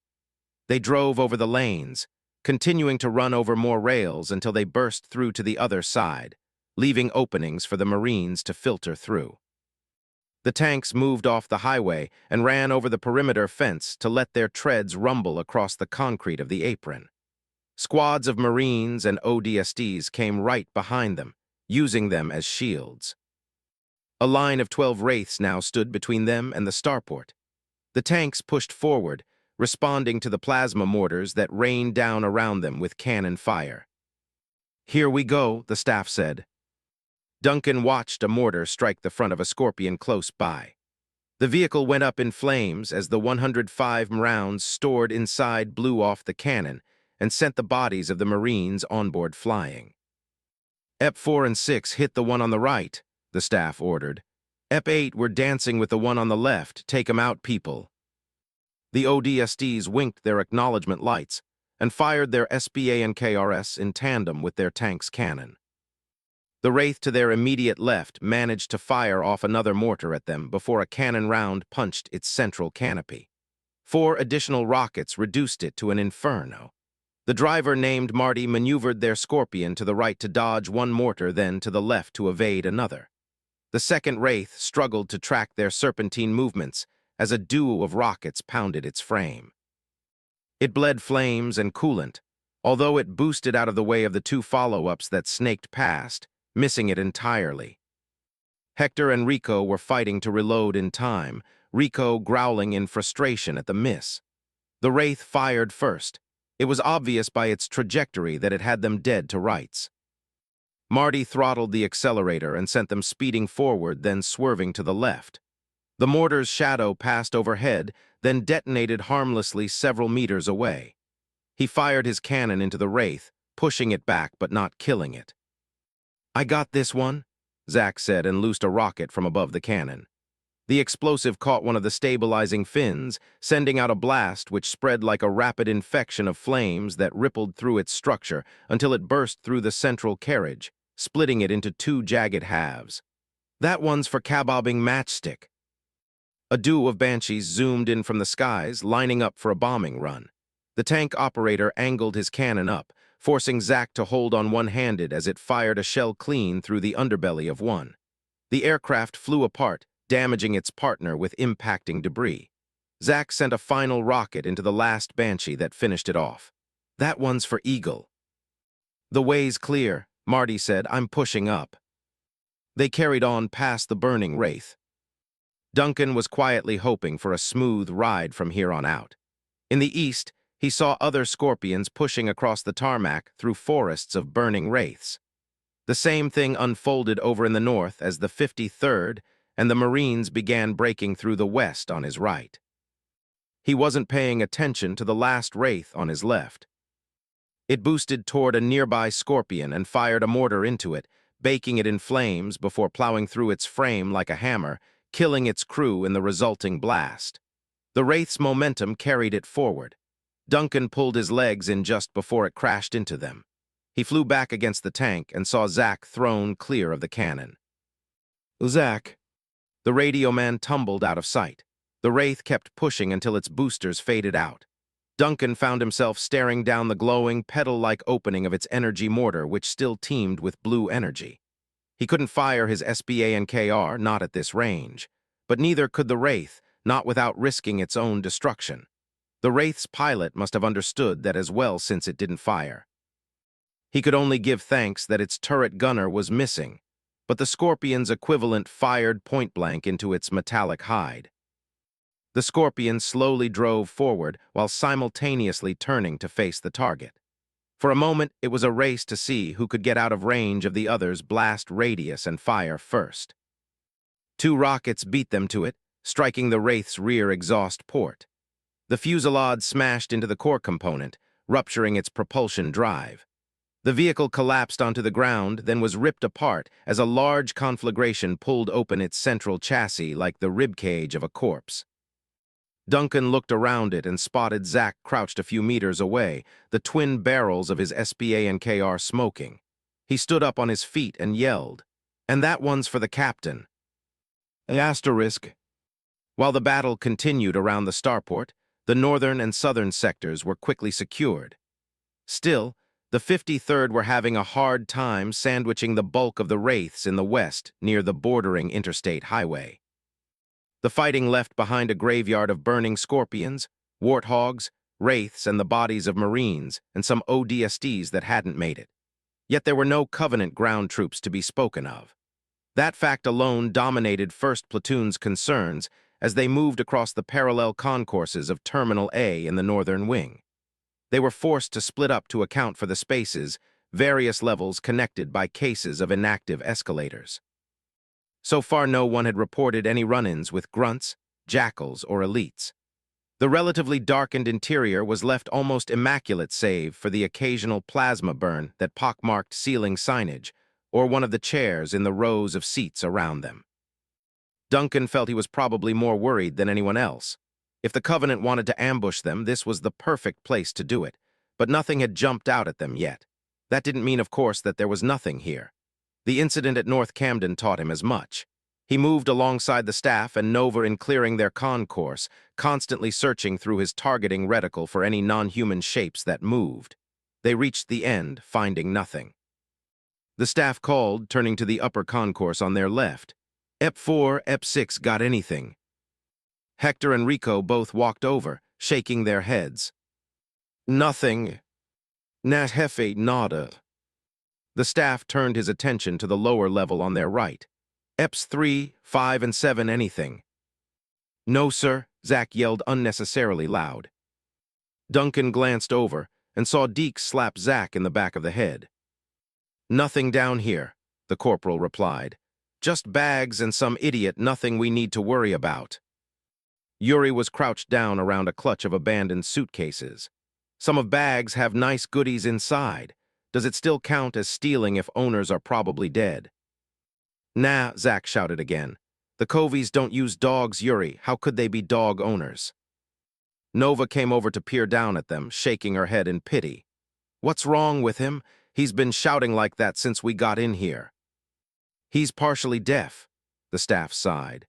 Figured I should have told him to get off that cannon. I don't have a clue when his hearing will be back to normal. EP and 5, keep an eye out for any Covenant, and EP7, one's a danger and the other's a liability. The 2 troopers flashed their acknowledgement lights in annoyance. Zack, for lack of good hearing, asked, What he say?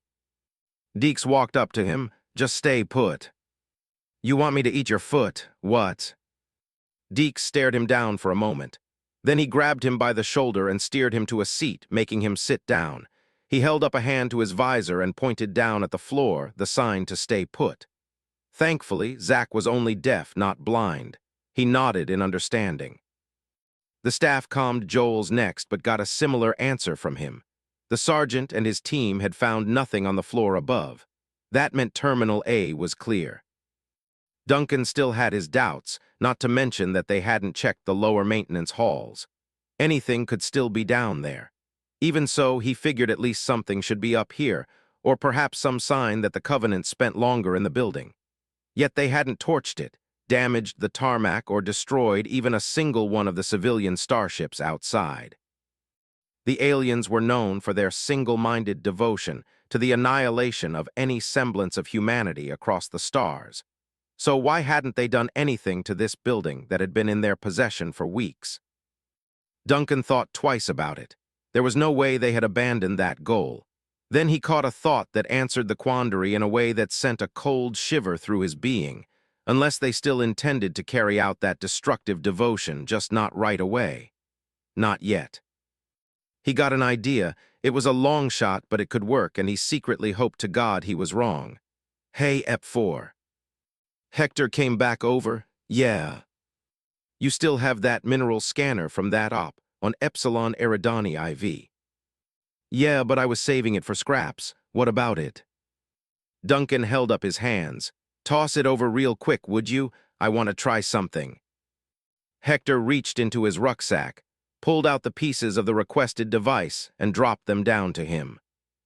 On close inspection, the defibrillator lookalike only had its rectangular metal pansection removed from the handle. It was a simple fix. It took him less than a minute to install the components back into place. The instrument beeped to life. The visual display on the back of the scanner showed the room around him as shapes highlighted and mixed along a spectrum of colors representing the various chemical compositions of the objects. Nova wondered over to him. What are you up to? Just figuring something out, Duncan said as he typed in commands on the small keypad, switching what materials he wanted to scan for to a single element, tritium. On the display, every other color disappeared, leaving behind a black fizzy darkness. But there was a small blue light that appeared one moment, then disappeared the next, then reappeared. He pointed the scanner at his feet and saw the origin was a small ovular shape that blipped regularly with blue light. Found something, Duncan said. The staff strode over to him and looked over the readouts with Nova. What is that? Trace amounts of tritium, sir. Looks like the source is at least 60 meters below us. I'm thinking a sublevel near baggage claim. The staff sergeant considered it and passed down judgment quickly. Epsilon, we're heading down to baggage. Echo 1, have your squad stay up here. Copy, Joels replied. If you need us, you know where to find us. Epsilon quickly rendezvoused in Terminal A's central concourse. Duncan led the way using his scanner. They headed down one escalator after another until they came down to the ground floor. It was a lengthy space with an intricate system of conveyor belts marking it out as the baggage claim section. The blue blip on the mineral scanner was larger and brighter now. Duncan pointed to a door between the last baggage conveyor and the vehicle rental desks. There. The staff pointed to Rico and Hector then at the door. The squad stacked up on either side of it. On the staff's go-ahead, Rico grabbed the handle and pulled it open. Hector stepped inside, rifle raised. Clear. The ODSTs filed inside and found themselves in a large room with stacks of abandoned suitcases that formed long aisles. They fanned out across it like a spearhead with Duncan at the tip, holding his rifle with one hand, and the scanner extended out with the other.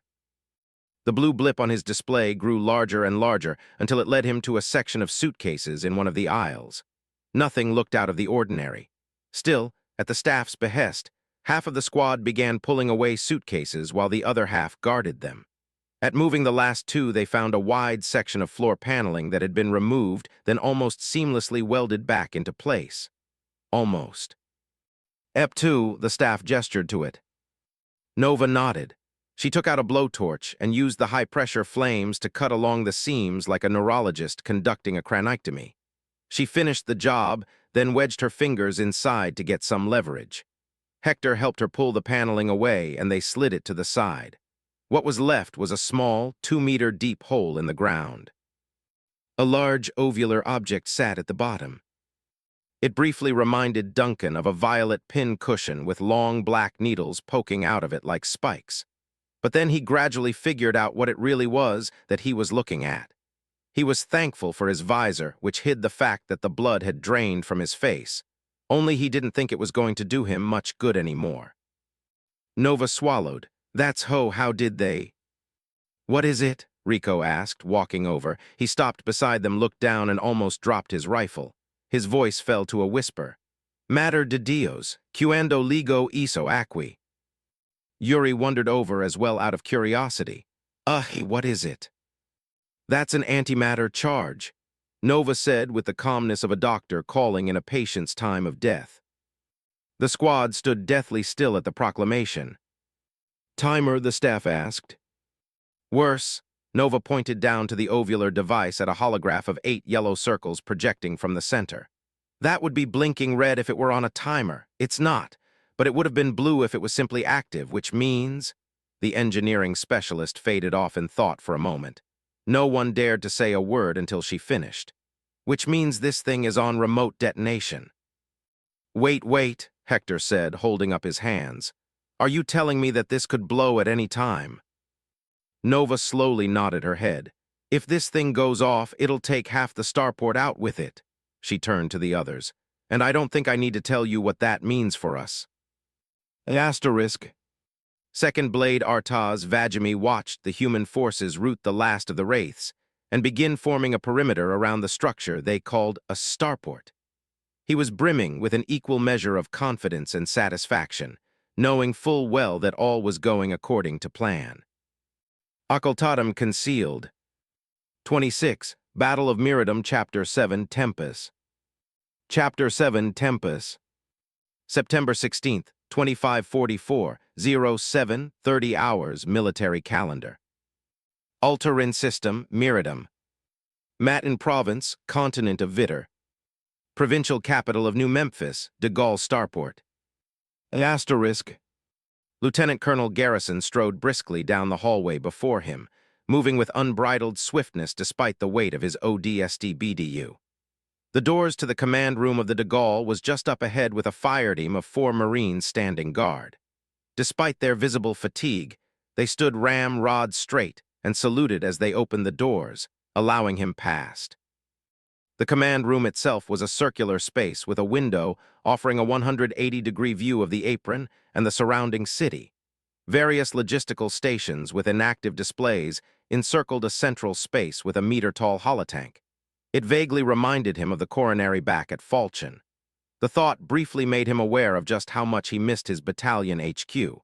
He brushed aside the nostalgia, knowing there was no place for it here, not under these conditions. 2 other persons occupied the room. 2 because the third didn't exactly count as human, although she seemed to give off the uncanny notion of one. The nightly AI known as Jones stood pensively over the projective lens of the holotank. Major General Horvath stood to her left and Colonel Mentieth to her right. The whole setup gave him the impression of witnessing the Transfiguration with a 2500s take on the subject. Although, whether Joan could be considered a messiah figure or not remained to be seen. He honestly hoped she was, because if what Squad Epsilon had uncovered beneath the baggage room of Terminal A was anything to go by, then they were all currently standing on the precipice of damnation. Joan spotted him first and gave a curt bow. "Welcome, Lieutenant Colonel." The others simply nodded. No one was in the mood for pleasantries, especially given the nature of what they were about to discuss. "Are we still going ahead with it then?" Garrison asked. Horvath folded his arms across his chest in thought. He sighed at length, telling Garrison all he needed to know before even opening his mouth. "We'll have to run the risk. Right now, Joan's busy preparing to get the starport back online while also running through the backup feeds to see who planted that charge and when." Garrison's brow arched. "Backup feeds." "Yes," Joan said, although her voice notably lacked some of the luster from earlier in the morning, instead sounding more tense. "Unbeknownst to most of the de Gaulle's patrons, there are hidden cameras in key positions with private power supplies that can run even while the rest of the starport is offline. They were installed decades ago for gathering evidence on terroristic activities should anything take place within the building, such as a premeditated electrical shutdown. The initial point was to counter the insurrectionists at the time. However, times have changed." Joan held up her right hand, and a 2-dimensional screen projection appeared above it. "I cycled through weeks of footage since the initial invasion. So far, this is what I could find." The image was a little hazy. However, it was clear enough for them to make out the expansive circular space of the starport's main atrium located beneath the building's central glass dome. There were scattered chairs and tables from several latticed food courts, waiting areas and lanes leading to security checkpoints that branched off to terminals in either the north or south wing. But what was of interest to the three officers were the 7 dots moving across the space that were too tall to be human. Jones zoomed in. What popped out to Garrison right away was that they were elites, 7 of them. What he couldn't figure out was their armor. It was a dark crimson color with accompanying V-shaped visors that glowed a menacing blue. They were moving towards the security checkpoints leading to the north wing. He didn't recognize their armor at all. That meant this had to be some new type of Covenant special forces that humanity had yet to encounter, up till now at least. The lack of video audio made their every footstep seem silent, and the way their images flickered and faded in and out of spectral reality, thanks to their light-bending technology, caused them to meld with the shadows of the darkened atrium. "I've never seen that armor variant before," Menteith observed. "Some new spec ops, perhaps." Horvath scrutinized the figures. "There's a high chance, but I can't say for certain." He turned to Garrison. "Any clues?" The lieutenant colonel shook his head, then pointed back to the image. "I recognize that, though." Horvath and Menteith followed where he was pointing to a spot between the elites. They were carrying a large, round object between them. Its violet sheen and spiky surfaces enabled them to quickly identify it. "I'm glad you noticed," Jones said. "These are the same elites that brought in the antimatter charge. The only problems are—" "Problems?" Horvath asked, prompting her to finish. She glanced at Garrison. "The antimatter charge that your ODSTs found is not the only one in the starport." The air around the room grew palpably heavier, as the officers did their best to stifle their own concerned reactions to the news. Horvath arched an eyebrow at her. "Care to explain?" "In truth, these, whoever they are, brought in more than one through the main atrium. Across the feeds, I counted 5 specifically that were carried into the building." "5," Menteith pressed. "Well, where are they?" "That's where the second problem lies," Jones said. She paused to take in a virtual breath. "I don't know." The AI sensed the impending backlash and preemptively held up her hands in her own defense. "Please understand, the hidden cameras aren't foolproof. For one reason or another, wherever the charges are transported, they send out a kind of M field that radiates at least 100 meters out from the source. I believe this was how one of the ODSTs managed to find the first charge, by detecting the trace elements of tritium that this field emits regularly. The M's wouldn't be a problem to the higher-grade equipment used by UNSC troops, and especially not the Covenant. However, it would affect lesser tech such as these cameras. The reason this is the only footage I have of these elites is because wherever they took the charges, the field would knock out the camera's power supplies before they could get a view. Those in the atrium had the advantage of distance since it is such a large open space. "Then can you give us any ideas as to where these bombs may have been planted?" Horvath asked. Joan gave another graceful bow, then held up her sword arm. Another image appeared showing the schematical framework of the starport. 5 circular dots were drawn across the structure, 2 in the north wing and 3 in the south wing. These are rough estimations of where each should be according to the proximity to local camera blackouts, as well as the time that each device was transported through the main atrium. However, I couldn't say for certain where they're located. I would recommend using what technology that ODST is equipped with that discovered the first. The 3 officers stood in quiet contemplation for a moment, pondering the situation and the different courses of action that could be taken. Garrison spoke first. "Major General, are you certain you still want to carry on with?" "I've already informed Tursk of what we've accomplished," Horvath said adamantly. "We've agreed that the starport must remain open as a rallying point for the Miradum evacuation effort. The civilian starships from other regions are currently on their way here to refuel. We'll simply have to try and defuse these charges before they get here. There's no time for delay. However, I'm restricting the info about our current dilemma." "I wouldn't call it a dilemma, sir," Menteith interrupted. "It's more like a pressure cooker. If the report from Garrison's troopers is anything to go by, then the other charges are highly likely to also be on standby remote detonation. Just 2 are more than enough to take out the entire starport. But 5, that's overkill, sir. And if you allow Joan to reconnect the refueling lines and get fuel running again, a synchronous detonation of those charges could cause a ripple effect across the entire block. Considering how interconnected the fuel lines may be, we're potentially looking at city-wide devastation. The Covenant may not even need to glass us at that point. What are you recommending, Colonel? Sir, I recommend an immediate evacuation of our forces from the starport. From there, EOD can be sent into. Garrison shook his head at the thought. Not a good idea. We'd be dead long before we got the chance. The other two officers turned to him fully, prompting him to carry on. Is no one else here concerned about why those bombs are on remote detonation? That means whoever has the trigger can send us on a one-way ticket to hell right here and right now before I can even finish my sentence. But they haven't done it yet. Why is that? Horvath shrugged. You tell me, Garrison. Garrison looked out the room's window to the cityscape beyond the apron. There's a saying where I'm from that I think best describes this situation. Why catch a tuna with a tanker when there's bigger fish on the way? While Mentieth was still incredulous at its meaning, Horvath caught on quickie. You're saying they're waiting for a bigger target to show up. Targets, Mentieth said, starting to understand. You mean the civilian ships coming to refuel here, don't you? Garrison nodded. They could have blown this place the moment we took the starport. They didn't, which means they've got bigger fish to fry than us. A timer wouldn't do them any good since they don't know when the Cives will be here, so remote detonation is their best option. They're probably watching us even now. He eyed the colonel. That's the reason why we can't leave. If they see us suddenly bugging out of the starport en masse without any obvious cause, then they might realize that we've caught on to them.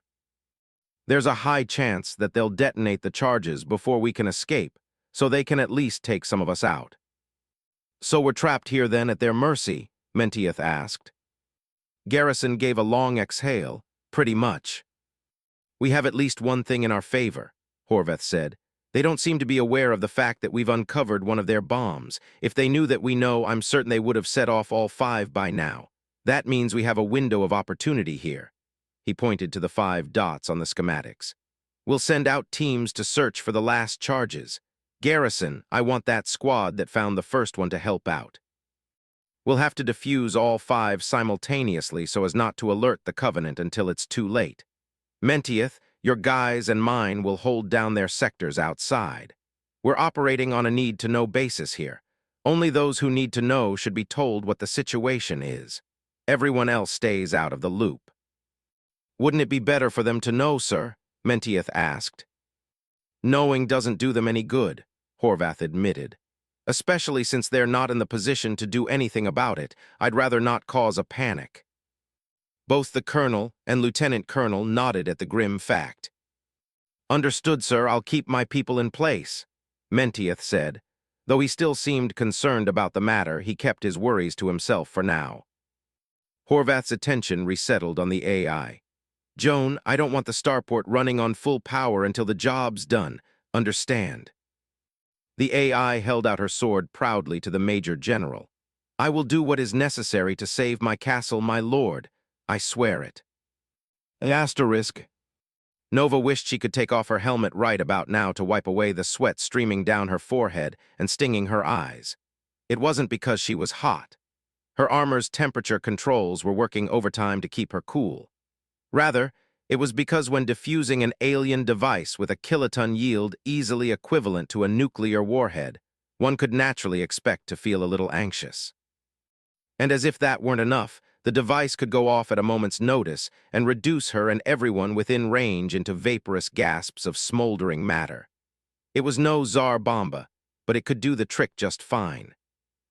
In moments like these, which she was grateful were few and far in between, she often took stock of her life up to this point. Memories of family she left behind on Earth would slip through her mind, of her mother and father taking turns dropping her to school and saying one of many goodbyes, or of her little brother who spent most of his life in a wheelchair until she had to say her final goodbye to him on a hospital bed. They were more often than not painful memories. Then there was Epsilon. In the few years she'd been an ODST, she had got to know plenty others while mostly sticking close to her squad. The staff, Deeks, Hector, Yuri, Rico, Zach, and most recently, Duncan. The faces behind the names went through her mind. She always felt like the only girl in a family full of boys, but they were still family just as much as the one she'd left behind. She would do what she needed to in order to protect them, just as she'd promised herself to do for her parents when she left Budapest for Camp Arpad. Both Epsilon's engineering specialist and demolition specialist had been left behind to conduct explosive ordnance disposal on the weapon. While Nova and Rico got to work, most of the rest of the squad was busy hunting down the rest of the charges, except for Yuri, who had to stay behind to stand guard. It was nothing short of a gut punch when the lieutenant colonel calmed them to inform them of the true scale of the starport's security breach. The fact they would have to stay quiet about it was probably the best option. Except for their co's, only 1st Platoon, Alpha's 2nd Platoon, and a selected team of EOD specialists from the 211th were in the know. They were going to find the rest of the bombs and then defuse them all simultaneously. It was a good plan, but what good plan that involved simultaneously deactivating 5 nuclear devices set to remote detonation ever ended well? She almost wished there were. That way she could feel a little bit more comfortable about what she was about to do. From the get-go, there was no choice save for crouching on top of the antimatter charge in order to actually work with it. Nova had to settle herself between 2 spikes and hope she didn't slip and get herself accidentally impaled. Rico was doing the same thing on the other side. They were both working from a shared pool of tools they would need to handle the job on the interior. At the moment, they were still occupied with blowtorching their way inside. Both of them placed a palm against the weapon's surface to steady themselves while they used their other hand to hold the torches, searing their own elongated circles beside the arming device, located half a meter from the center. "How are you handling EP6?"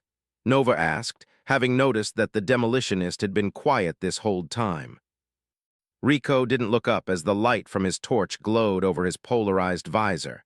His voice came out as icy chill. "Why can't we just use the arming device to shut this thing down? It'd be easier, wouldn't it?" She could tell he had slipped into his hyper-serious persona, which only ever happened under high-stakes scenarios such as this. "We can't. Since it's on remote detonation, then we can't risk it being reactivated by whoever has their hands on the trigger. We either take this thing out at the source or it takes us out." "So what do we do once we get inside?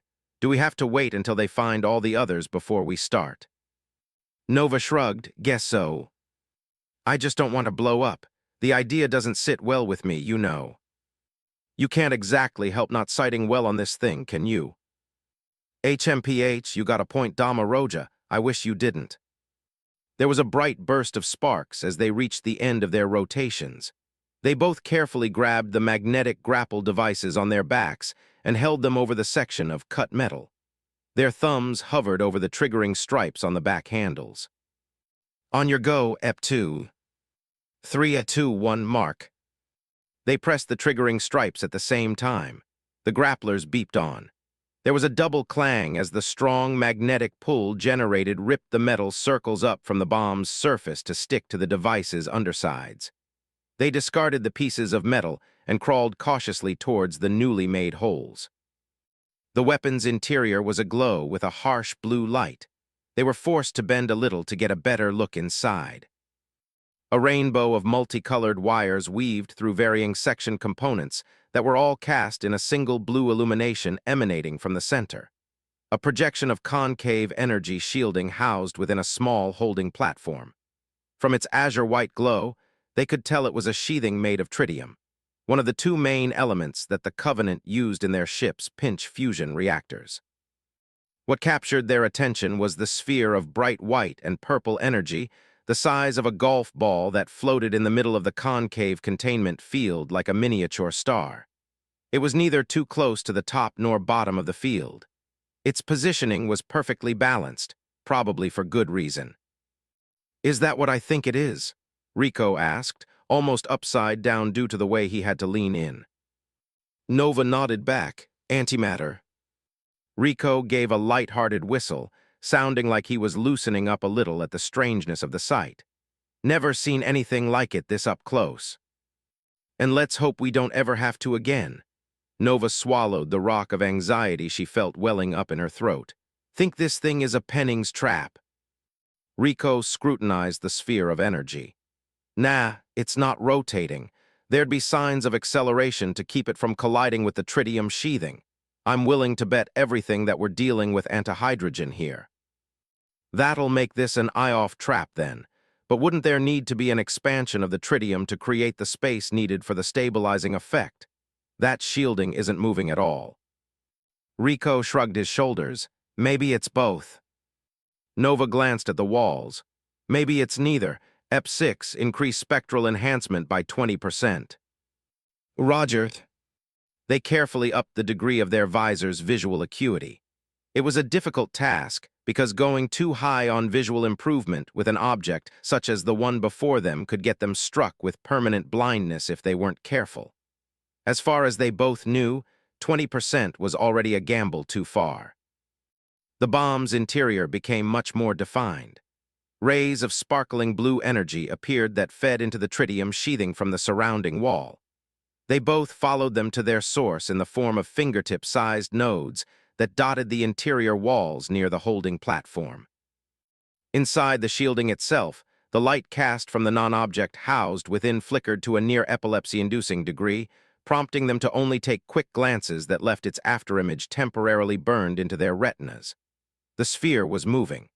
The problem was that it was moving with such speed that the motion was imperceptible to the naked eye, hence the impression of stillness. Both of them returned to normal visuals. That's bingo for antimatter particle acceleration as well as magnetic and electrical shielding emitters, Nova said, smirking. Rico huffed. Good thing I didn't risk any good money on this then. Geez, it's like betting on Irish odds, so how are we doing this? Nova looked around a bit more. In doing so, she spotted a second concave containment field, smaller than the one right below it. This one was much lighter, meaning it was likely there to only contain radiation. Her keen eyes noticed the small, multifaceted glass housing within, and inside of that, a disk of silvery metal the size of a coin. She dropped a nav marker on it. That's what we need. Looks like plutonium. There was a moment of silence as Rico seemed to put the pieces together. So that's how it works. Yeah, that glass chamber's probably a release mechanism. Whoever's got the detonator just has to pull the trigger. Once that plutonium contacts the antimatter, it's over. Death by particle annihilation, Rico sighed. Great, that's nice. I'm guessing we're starting with the nodes then. Nova rose back up from the hole. Matchstick. Yuri appeared a moment later, standing over the lip of the abscess in the floor of the baggage room. Duh. Princey need germatiki. Korosho.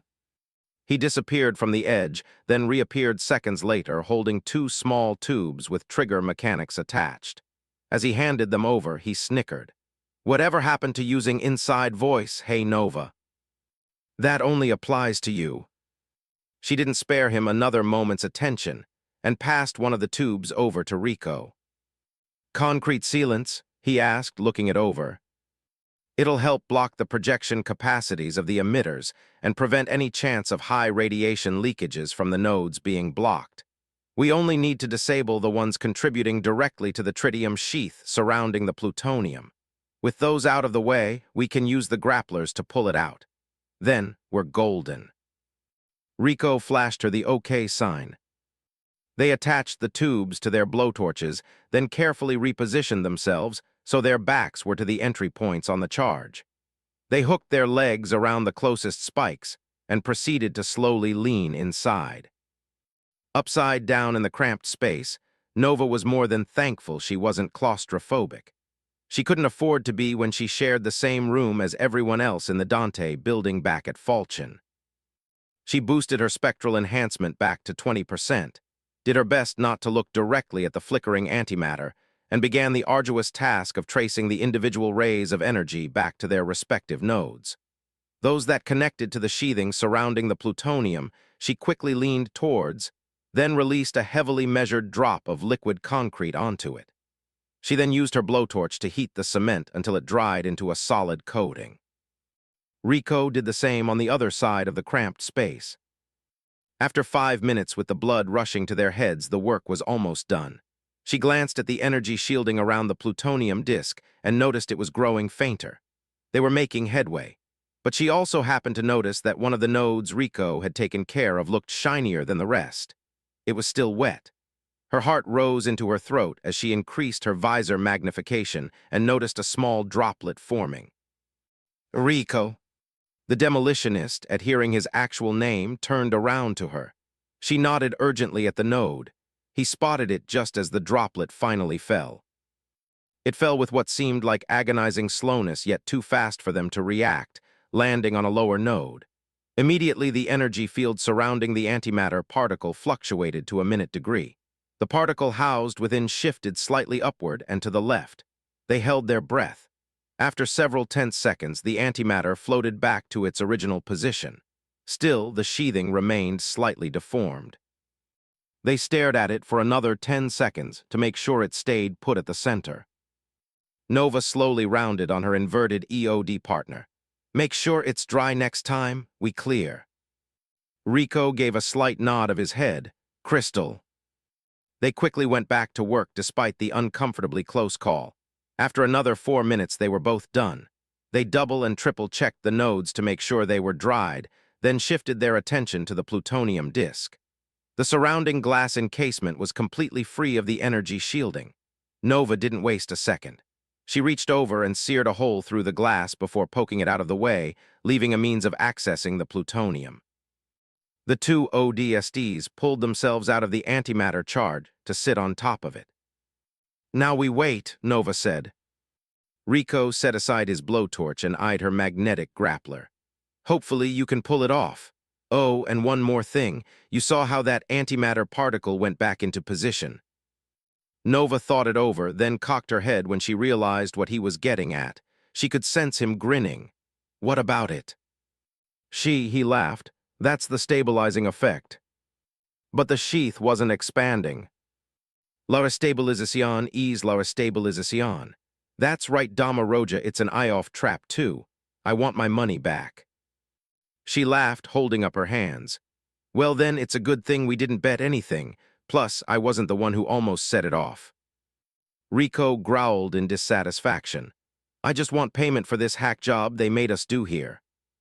"The staff said he is on way to Terminal E," Yuri said, stepping back over to the abscess again. "They've found 3 more of bombs already." Nova considered the info as a sign of progress. "That means we've got 1 more left to go. Keep your ears open. Once they give the signal, we've got to be in place to defuse this pin cushion." She patted the charge's surface. "However comfy it may be." Asterisk. If Duncan saw another antimatter charge in the next 10 years, it would have been too soon. One was already one too many. With 4, he was so far over the line that he couldn't even see it anymore. Even so, the EOD team was already on its way down the darkened halls leading to the south wing, following the tritium pulse of the M field generated from what had to be the last charge. After the one they found in Terminal A, they discovered the second in the ceiling above a balcony in Terminal B. The third was hidden inside of one of the support pillars in Terminal C. The fourth in D was sealed away within a maintenance room floor. The EOD experts amongst the Marines were left behind to contend with them while the rest of the team carried on. Duncan was at the forefront of the operation with his mineral scanner. While he was quietly regretting his decision to ask Hector for the device, he accepted it as a necessary risk. They needed the starport. There was no getting around that fact. Right now, with the scanner in hand, he was also carrying the weight of innumerable lives. Performance pressure wasn't the right word for it. It was more like a broken record in his mind screaming at him with each step he took. "Don't screw up or we're all dead." Duncan was safe at the center of 1st and 2nd platoons advanced down the lengthy passage. The staff who had taken point with Captain Ortega peered back at him. "Anything? EP8. He checked his scanner display. "Take a left at the intersection 50 meters up. It's another 110 meters after that." "Copy." "Got some updates if anyone's interested," Zach said. It was no small thing to say that everyone was grateful his hearing was back to normal. The staff gave him the go-ahead. "Shoot." All right, local news first. I'm your Waypoint host, Private Zachary Matthews, and today. No theatrics, the staff said, just the rundown. Zach sighed. Nova and Rico are ready to defuse the first charge we found back in Terminal A. Those EOD guys back in Terminals B through D are saying the same thing. We only need to hit the last one, then we're ready. Yuha, what else? As for international news, Zach laughed. Words come down the grapevine from SATCOM. Everyone's pulling back to New Memphis. When I say everyone, I mean everyone that's left. The Covies are really pressing in hard into the west, so the Navy's doing a tactical withdrawal. The first civilian transports are gonna be here in about an hour. That's not much time. Oh, Zach perked up. How about a special edition? There's reports coming in from across Miradum, a lot of chatter about some new special forces that have been going around helping people out. They had this really cool name too, but I can't remember what it was. I hope they could help us out, Duncan said. 'Cause if this doesn't work, we'll need all the help we can get. Amen and amen, the staff said. The two platoons reached the intersection and took a left. After another 90 meters, they entered into the central concourse of Terminal E. They quickly spread out across the space, rifles up. Duncan saw the familiar shape of a blue ovular object on the floor beneath them. He called it out, and they headed down a floor using a dormant escalator. The pulse led them over to a row of chairs. One of them looked slightly out of place. A pull from Hector allowed him to yank 4 of the adjoined seats out of the ground with ease, more ease than should have been normal. Whoever planted these charges really knew what they were doing, Hector said, pointing down to an area of tight seams not so obviously cut out in the floor. They repeated the process they had done in the baggage claim below Terminal A and every terminal afterwards. Once the troopers blowtorched out a slab of paneling, they found another abscess and another antimatter charge. 2 actual to Razor 3 and 5, get to it. At Ortega's orders, 2 ODSTs from Squad Razor climbed down into the abscess with the help of other squad mates. They took out tools from their rucksacks and started getting to work. For another 10 minutes, everyone else took up a defensive posture around them. The troopers quickly got through the exterior and started messing with the bomb's innards. At the end of the 10 minutes, they successfully got themselves in position for the plutonium disk removal. The staff passed the info along to Garrison, who proceeded to coordinate the effort over a private comlink to the EOD teams. We only get one chance at this, people. On my mark, 3, 2, 1, mark. The EOD crews across the starport used their magnetic grapplers to simultaneously pull the plutonium disks from the release mechanisms. Duncan watched Razor 3 stand up with the disk attached to his grappler. A moment later, the lieutenant colonel called in with each team to ensure the disarming was successful. Across the board, all 5 were confirmed deactivated. In a second, the tension that had pervaded across the last hour dissipated completely. The ceiling lights turned on around them, bathing the concourse in light, as the starport's local AI reactivated its primary functions. The de Gaulle was finally up and running. There was a collective sigh of relief and a few congratulatory high-fives.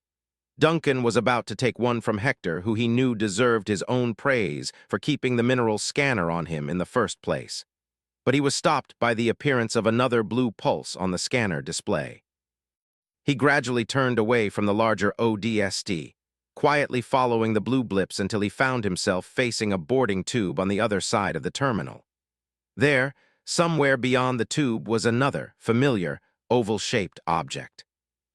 Duncan felt his mouth go dry. It made it a challenge to force words out. EP8 to EP1, Duncan said, licking his lips. We've got a 6th one over.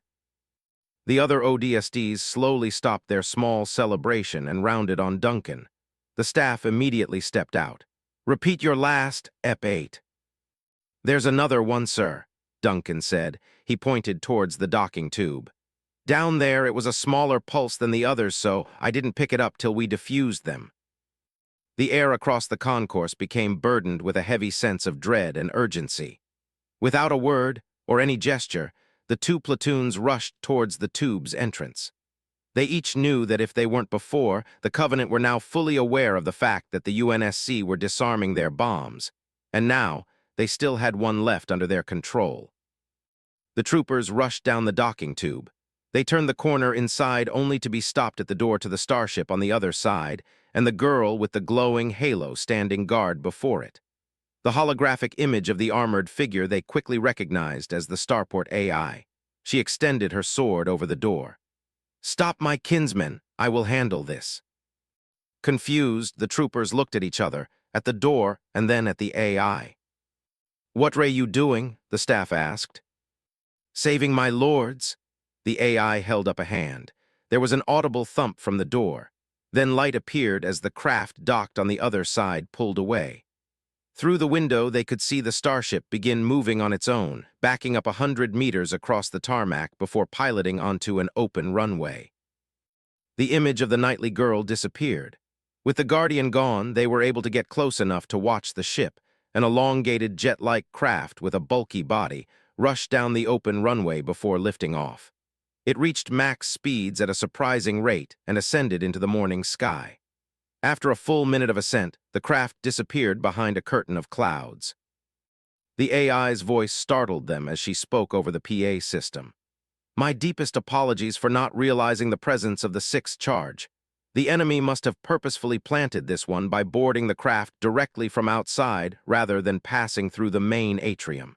It may have been a backup in case anything happened to the others. Either way, it is no longer within range.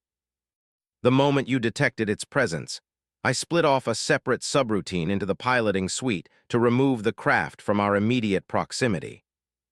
"So then the de Gaulle's safe?" Duncan asked. "Indeed, my lord, the castle is secured." Duncan's knees suddenly gave out and he collapsed onto all fours. He released a breath he hadn't realized he was holding. In truth, he felt more mentally drained than physically tired. Surviving the entire ordeal had taken its toll. The staff rested a hand on his shoulder, still focused on the skies. "Good work, EP8. Keep that up and we just might win this war." Even despite the confidence in his tone, Duncan could pick up on the faint traces of shakiness. "Sure, sir," he said between deep breaths. "If I don't go out first, I'll do what I can." "That's the right attitude, trooper." Zach stepped up. "Does that mean we're not gonna die then?" The staff shook his head. "No, just means we're alive for a little longer."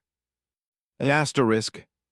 From the top floor of a structure bordering the large western highway around the starport, Artaz observed the human forces setting up positions amongst the vehicle wreckages. His gaze flickered between them and the dialed device in the palm of his four-digited hand. As the trigger for the antimatter charges he and his team had planted inside the starport, it was checked and double-checked to ensure its functionality. Yet this was no malfunction. His eyes weren't failing him either. 5 of the 6 icon projections signifying the connection to the charges suddenly went dark at the same time, meaning they had been disarmed.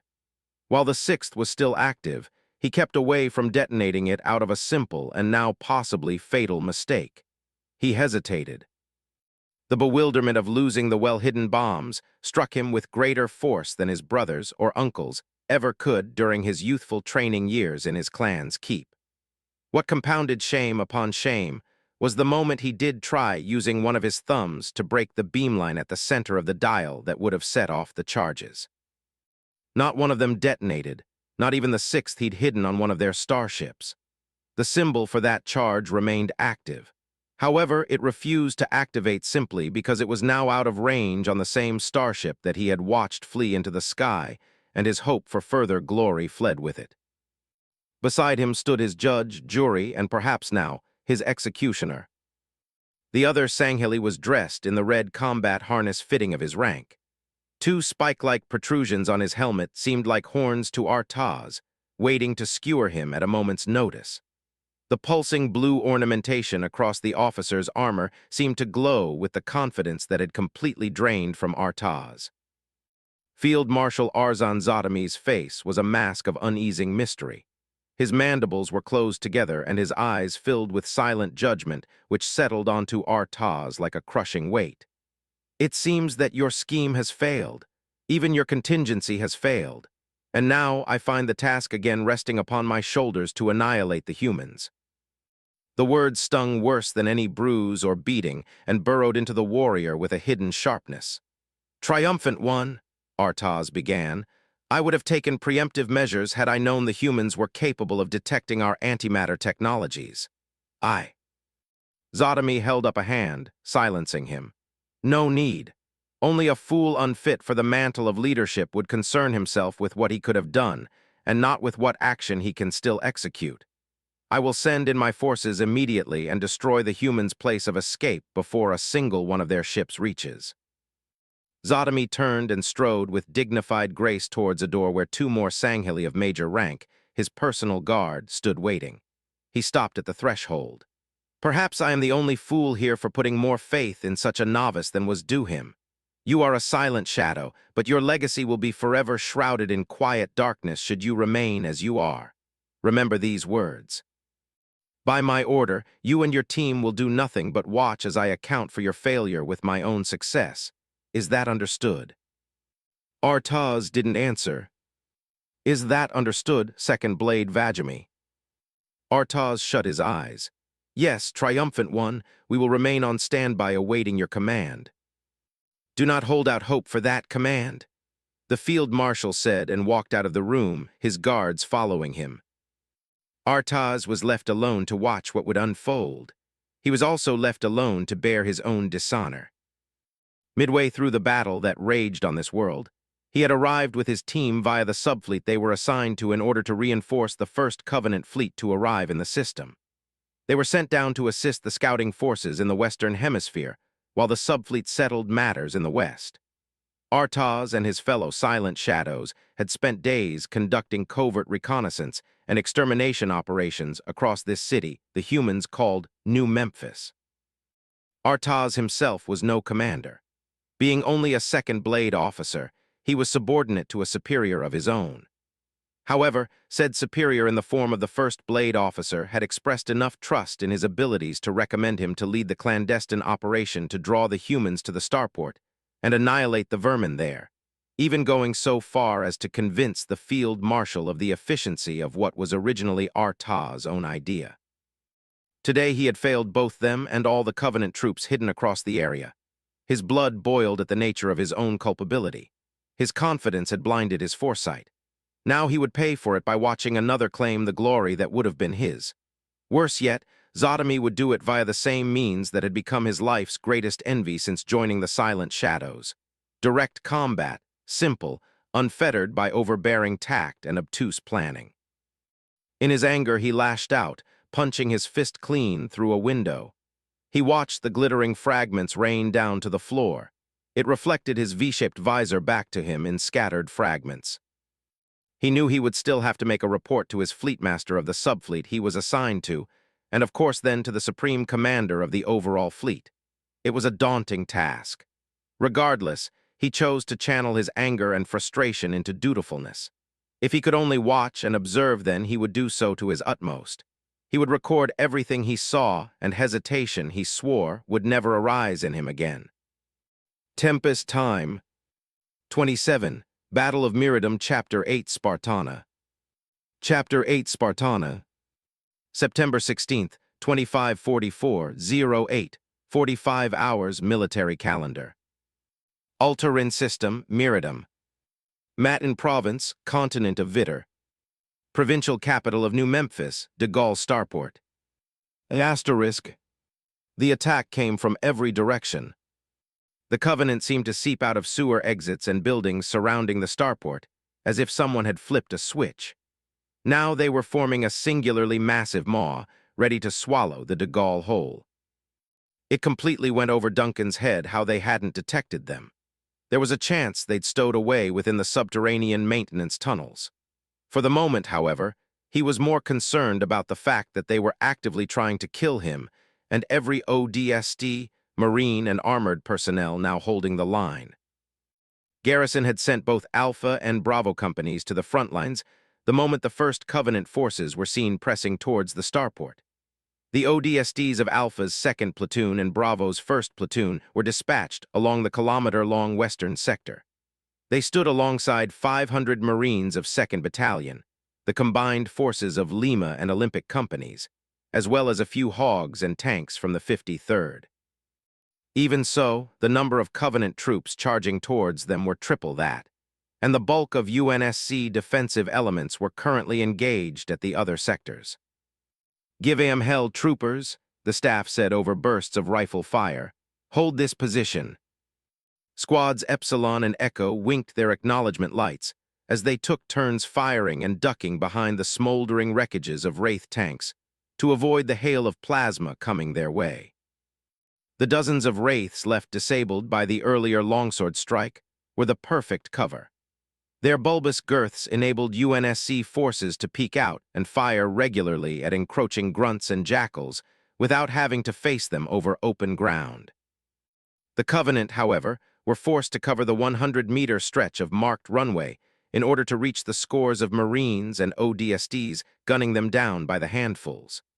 They were willing to face the suicidal odds anyway, especially the elites who yelled out eloquent lines of unintelligible bravado as they charged and fired.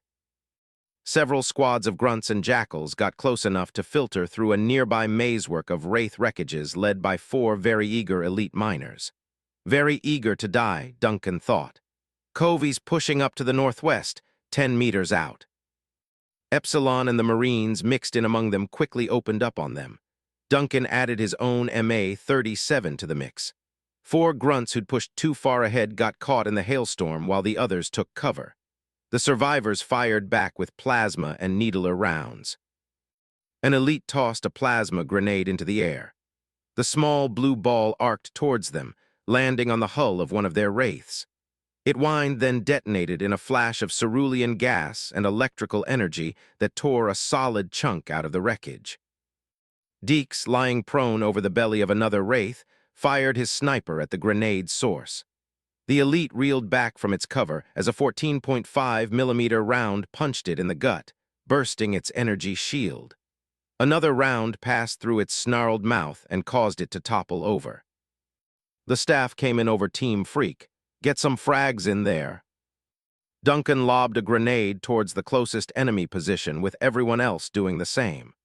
A heartbeat later came a cacophony of alien screams as successive grenade detonations sent grunts, jackals, and elites flying into the air. 2 surviving jackals and an elite charged out, firing and sprinting towards them.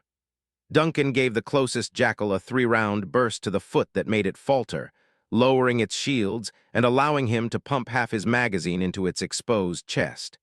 Its next of kin fell under a similar salvo. The elite forged on regardless and became the epicenter of a small solar system of bullets. Duncan was about to join in when he spotted a trio of grunts leaping out from behind a Wraith 5 meters away. One was about to throw a plasma grenade. He targeted that one and drilled 10 rounds into its stomach. The alien flinched and squealed as its torso was torn apart. It fell forward with the grenade in hand, which whined then exploded, sending the other 2 airborne. He dispensed his dry clip and slapped in a new one just as the elite's shield dissipated. He lent his own help in causing it to almost dance to the tune of bullets ripping through armor and flesh. After 2 seconds of sustained fire, it slumped limply to the ground. There was a flash of light and blood spray spattered Duncan's visor. He crouched, trying to wipe it off. When he did, he saw the Marine that had been standing next to him now on his back, staring up at the morning sky with an angry red hole in his head that steamed and crackled. "Sniper!" The others heard him and swiftly got down. "EP1 to EP8, which direction?" Duncan glanced back at the fallen Marine. He looked at the hole in his forehead, saw his empty eyes, and for a moment wondered if that was how Cosmo looked when he died. "EP8, which direction?" the staff called more hastily. Duncan snapped out of it and took note of the entry angle of the hole in the man's head. He peeked back over the Wraith cover to glance at the distant buildings of New Memphis. "I'm thinking those rooftops 30 degrees to our northeast."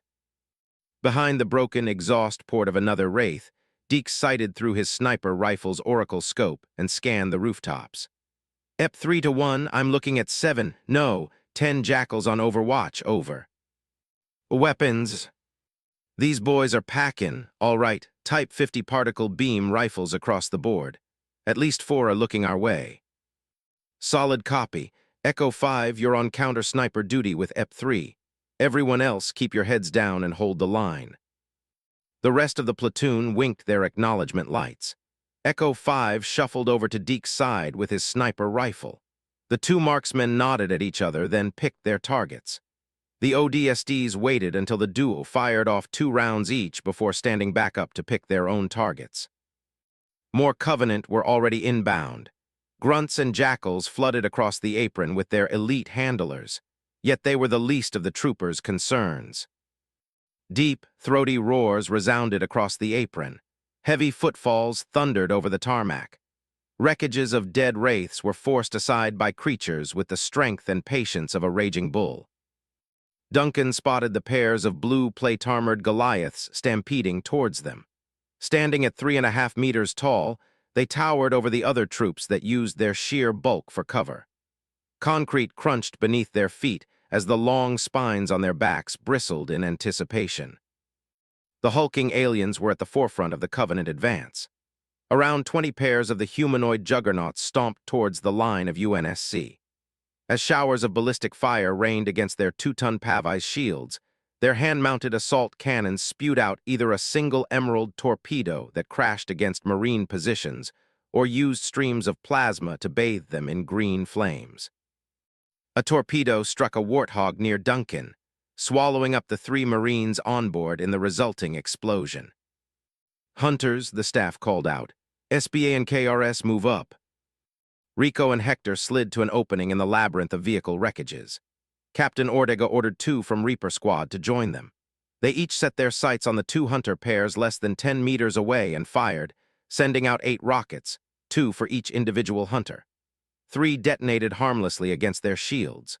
2 slammed into one's exposed midsection, causing part of the Gestalt colony of orange-colored worms housed within to spill out from the fiery wound. It lurched forward but remained upright, unlike the dozen grunts, jackals, and several elites behind it as the last 3 rockets plowed into their ranks. The 2 pairs answered with streams of searing plasma that forced the ODSTs and Marines to duck back behind cover. One of the hunters broke rank. Taking advantage of the situation, it charged towards them, bellowing a kind of muffled battle cry. It managed to reach their lines, barreling through a roasted warthog and breaking it in half. A fire team of Marines and ODSTs fired into it. It grunted under the pressure but went after a Marine that had the grave misfortune of being the closest. The hunter leapt at the man and swatted him away with its shield, sending his broken corpse sailing through the air. His 2 squad mates were now firing and screaming at the alien's exposed back, eliciting gouts of orange blood. The hunter pivoted on one armored foot, wielded its shield like a club and swung it down onto the second Marine, crushing him and nearly splitting him in half. The force threw the last Marine back against the blackened remains of the hog, winding her. She got back on her feet, firing her DMR into the slit of its helmet. The hunter ducked its head beneath the shield and leaped again, this time impaling the soldier on 2 of the pointed spines adorning its back. She coughed up blood, struggling to get free as the alien stood back up, ignoring her skewered form still hanging on its back to charge after a retreating ODST. Its hive-minded focus blocked out the heavy concentration of bullets spraying over its body to pursue the trooper. It proved faster, pushed the ODST onto his stomach, raised its foot high, and stamped down in an eruption of gore. Another Marine trying to retreat turned around and fired on the creature's midsection. The staff jumped out from cover carrying his M90 shotgun. He joined the Marine in firing buckshot into its worm-riddled torso. The hive-mind amalgamation turned to them and roared in anger. It reached them in 2 titanic steps and swiped at them with its shield. The staff managed to duck, but slipped onto his back while the jarhead proved too slow and was decapitated for his trouble. As the Marine's body spiraled away, the staff pumped another shell into the chamber, fired again and again, earning one multivocal grunt of pain and liter of amber blood with each pull of the trigger. The hunter raised its foot, ready to stamp down when a sniper round splashed through its head, knocking it back. A follow-up 40mm grenade bounced near the staff, then up into the alien's midsection before detonating. The blast pushed it further back. It fell onto its knees as slithering worms fell from its torso like living intestines. The staff saw his chance. He dashed past the creature, slid behind it, and fired 2 more bursts of buckshot into its back. The hunter released a final cry of agony and collapsed forward. The staff didn't risk getting up right away, not until he was certain it was dead. A few other Marines, probably squad mates, ran over to the fallen behemoth, not to finish it off, but to try and dislodge the wounded Marine impaled on its back. They slowly pried her body off the spines and laid her down. The staff saw the look of pure agony frozen on her face and could tell she was already beyond saving. Across the western sector, the Marines of Lima and Olympic companies and the ODST platoons sprinkled between them were facing increasing pressure from the line of advancing hunters. While 7 had been taken out individually, enough pairs had got close enough to start wreaking havoc. Close quarters combat broke out as hunters crushed UNSC forces one by one or incinerated them with plasma. They punched holes through the first line of defense for other Covenant to stream through. Grunts discharged plasma pistols into Marines at point-blank range. Jackals withstood rifle fire with blue and red energy shields. Elites leaped over the wreckages of wraiths and blasted any human within sight with bursts of plasma. Those armed with energy swords summarily cut down anyone within reach. First and second platoons were forced to contend with the advances of 3 more hunters and the various species coming behind them. It was obvious to anyone with eyes and the ability to turn their head from one side of the battlefield to the other that the outer western defense was crumbling. The order to retreat came over SATCOM. This is Major General Horvath to all UNSC forces on the western approach. Fall back to the second defensive line immediately. Fall back now. Every Marine and Orbital drop shock trooper alive to hear it was keen to obey. "You heard him, people," the staff shouted. "Get back to the second line, let's go." With the closest hunter less than 10 meters away, first platoon broke from their positions and ran, retreating through the maze of wraith wrecks that were being set ablaze at their backs. They coordinated with second platoon, stopping every 20 meters to cover the retreat of the other in a tactical withdrawal. They ritualistically cut down the persistent grunt or jackal pursuing their sister platoon. After a minute, they came across a stretch of open tarmac, at least 100 meters to the other side. If they had been fighting in a maze of wraith tanks before, they were about to find themselves in a forest of vehicles soon. Not only wraiths, but warthogs and scorpions, both burning husks and their living counterparts, formed the second and final line of defense. Scores of Marines were already desperately sprinting to the other side, some carrying wounded or lifeless comrades. First platoon went first and made it safely to the other side to set up defensive positions behind several warthogs and 2 active scorpions. They covered second platoon as they made their run for it. With only 10 meters left to go, Razor 4 was singled out and received a beam of concentrated plasma through the thigh. "EP3, the staff called. "On it," Deke said and got a beamline through his scope on a distant rooftop. He fired once, then twice. "Clear." Razor 2 picked up Razor 4 and dragged him the rest of the way, resting him behind the same scorpion that Duncan was using for cover. He glanced over at the trooper as he was laid against one of the treads. Razor 2 sprayed a canister of biofoam into the steaming wound. Razor 4 sounded like he was holding back a few screams throughout the process. Once the muscular regenerative polymer dried, his squadmate patted him on the shoulder and dashed over to a better position. The wounded trooper slowly turned to see Duncan, who gave him a thumbs up. Razor 4 gave a tired nod in reply. He pulled out his M6 and held it close. "Check weapons and ammo," the staff ordered. "Make sure you have enough. If you run dry, call it out so someone can pass you a mag. This is our last chance, people. We'll be fighting inside if we don't stop them here." Duncan winked his acknowledgement light. He had 6 more magazines left. He set his attention on his crosshairs and hoped it would be enough as the first Covenant forces began to appear. At first, they oozed from the Wraith labyrinth like a leaking pipe. Then the leak turned into a rupture of hundreds of elites, jackals, and grunts. Led by a dozen pairs of hunters, they sprinted across the open ground and at the last line of humans standing between them and the de Gaulle. This time they were greeted with the devastating wrath of 10 scorpions standing guard along the line, while LAAG fire from twice as many hogs began skimming their numbers. Asterisk. Lieutenant Colonel Garrison was having a hard time keeping the southern defensive line in order. He found himself barking orders to his own troopers and Marines one moment, then pulling the trigger on grunts that had waddled too close to the hog he was using for cover the next. Menteith was taking care of things on the opposite side of the starport with Alpha's company commander.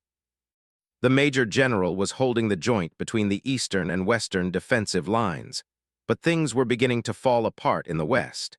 If even one part of the line collapsed then, there was a high chance that the entire formation would fold. As he finished off a charging elite, he was thankful that the majority of Covenant air forces over New Memphis were already eliminated. The last thing they needed at this point were Seraph fighters doing a bombing run. However, the problem also applied in reverse. The longswords who'd helped out earlier had been redeployed about an hour ago to assist Vice Admiral Tursk against the advancing Covenant fleet. A few well-coordinated ASGM payload deliveries around the starport could have easily turned the fight in their favor. He would have given anything to have Delta and Echo companies back groundside. That way he'd have the full weight of the 7th Battalion to bring to bear against the Covenant. But that wasn't an option anymore. After their evacuation from Miridom's eastern hemisphere, they were mostly kept on board their evac ships, which were too preoccupied with action in the western exosphere to redeploy them. Garrison was busy treating a grunt wielding an overloaded plasma pistol with an overdose of hot lead when the Major General came in on his private comlink. "This is Horvath to Garrison and Menteith. How's the situation on your ends?" "We're holding in the south, sir." Garrison stopped to crouch and reload before exchanging fire with a shielded jackal. He got the better of it by shooting it in the heel, then put it down with a 3-round burst to the skull. "Could use some backup if there's any to spare." "The situation's the same here," Menteith said. There was an audible crack of thunder on the colonel's end as a nearby Scorpion fired its cannon. "We're holding, but reinforcements would be appreciated." "Copy," Horvath said. "I'd spare you some if I weren't in need myself. The east is taking a beating, but it's holding. That said, we're already on our last legs on the west. If we're broken there, the Covenant will storm the starport. If that happens, I'll need your sides to fall back and maintain control over the north and south wings to try and corral the Covenant in the main atrium. We either keep them away from the refueling stations or it's over for us. As you can imagine, my tanks won't be very useful in room-to-room fighting," Menteith said. "We'll figure it out as we go, Colonel. In the end, we may not have a choice." "What about reinforcements from the fleet?" Garrison asked.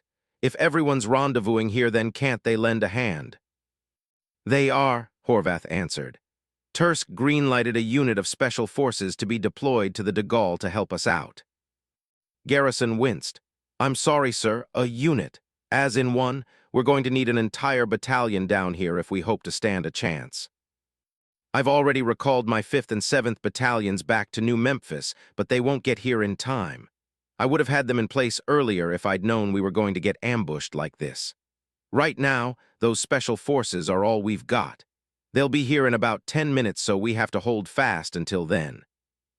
There was another roar of cannon fire on Menteith's comms. "I hope those special forces are enough, sir." "I can only hope so too, Colonel," Horvath said and signed off the comms. Garrison didn't like the idea that they were only sending in a single unit to help. What use would one be against so many? He couldn't find any good answers to the question, as pink needler rounds glanced against his position, prompting him to repay the sender. Asterisk. Twin jet streams of green plasma splashed against the Scorpion tank that Duncan was hiding behind, melting the armor and setting it ablaze. He could tell it was about to blow. As the tank thundered a reply, he ran over to Razor 4, grabbed him by the shoulders and started dragging him away. 2 follow-up torpedoes struck the main gun. The entire Scorpion erupted into a fireworks show of flame and metal, taking the crew out with it. The cannon, blown free of its housing, arced through the air and descended. Duncan barely dragged Razor 4 out of the way in time as the massive weapon crashed down less than a meter from them. He brought them into an artificial alleyway formed between 4 dead tanks from either side. His charge fired his pistol at a grunt and jackal that came racing in after them. While Razor 4 put a slug through the grunt's eye, Duncan held his rifle one-handed and shot at the jackal's feet. The avian entity lowered its shield to compensate, catching the bullets, then quickly repositioned for a better shot. Duncan felt his rifle click, empty.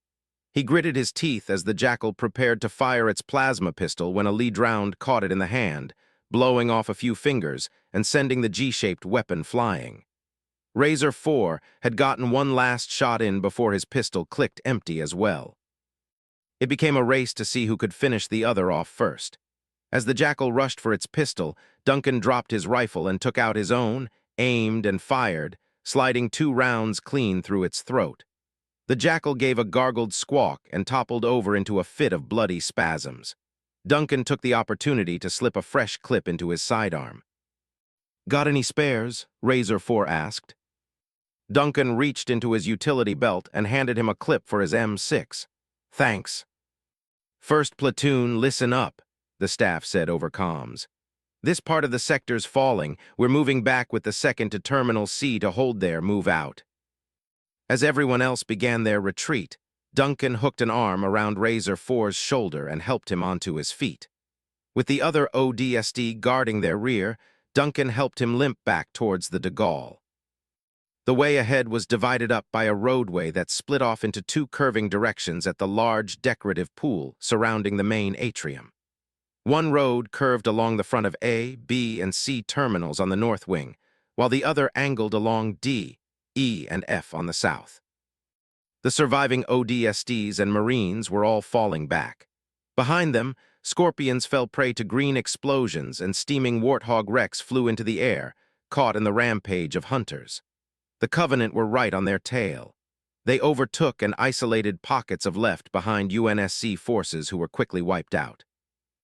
Duncan pushed past the dead Scorpion near the intersection. He spotted several squads of Marines heading up the inclines of either roadway. Waving hands caught his attention. He saw Nova and Zack waving to him further up the left road. He quickly winked his acknowledgement light and started over, weaving through abandoned cars along the way while Razor 4 fired behind them. They were moving slower than everyone else. Duncan knew it couldn't be helped. He wasn't about to leave a man behind. Midway up the road, there was an explosion at their backs.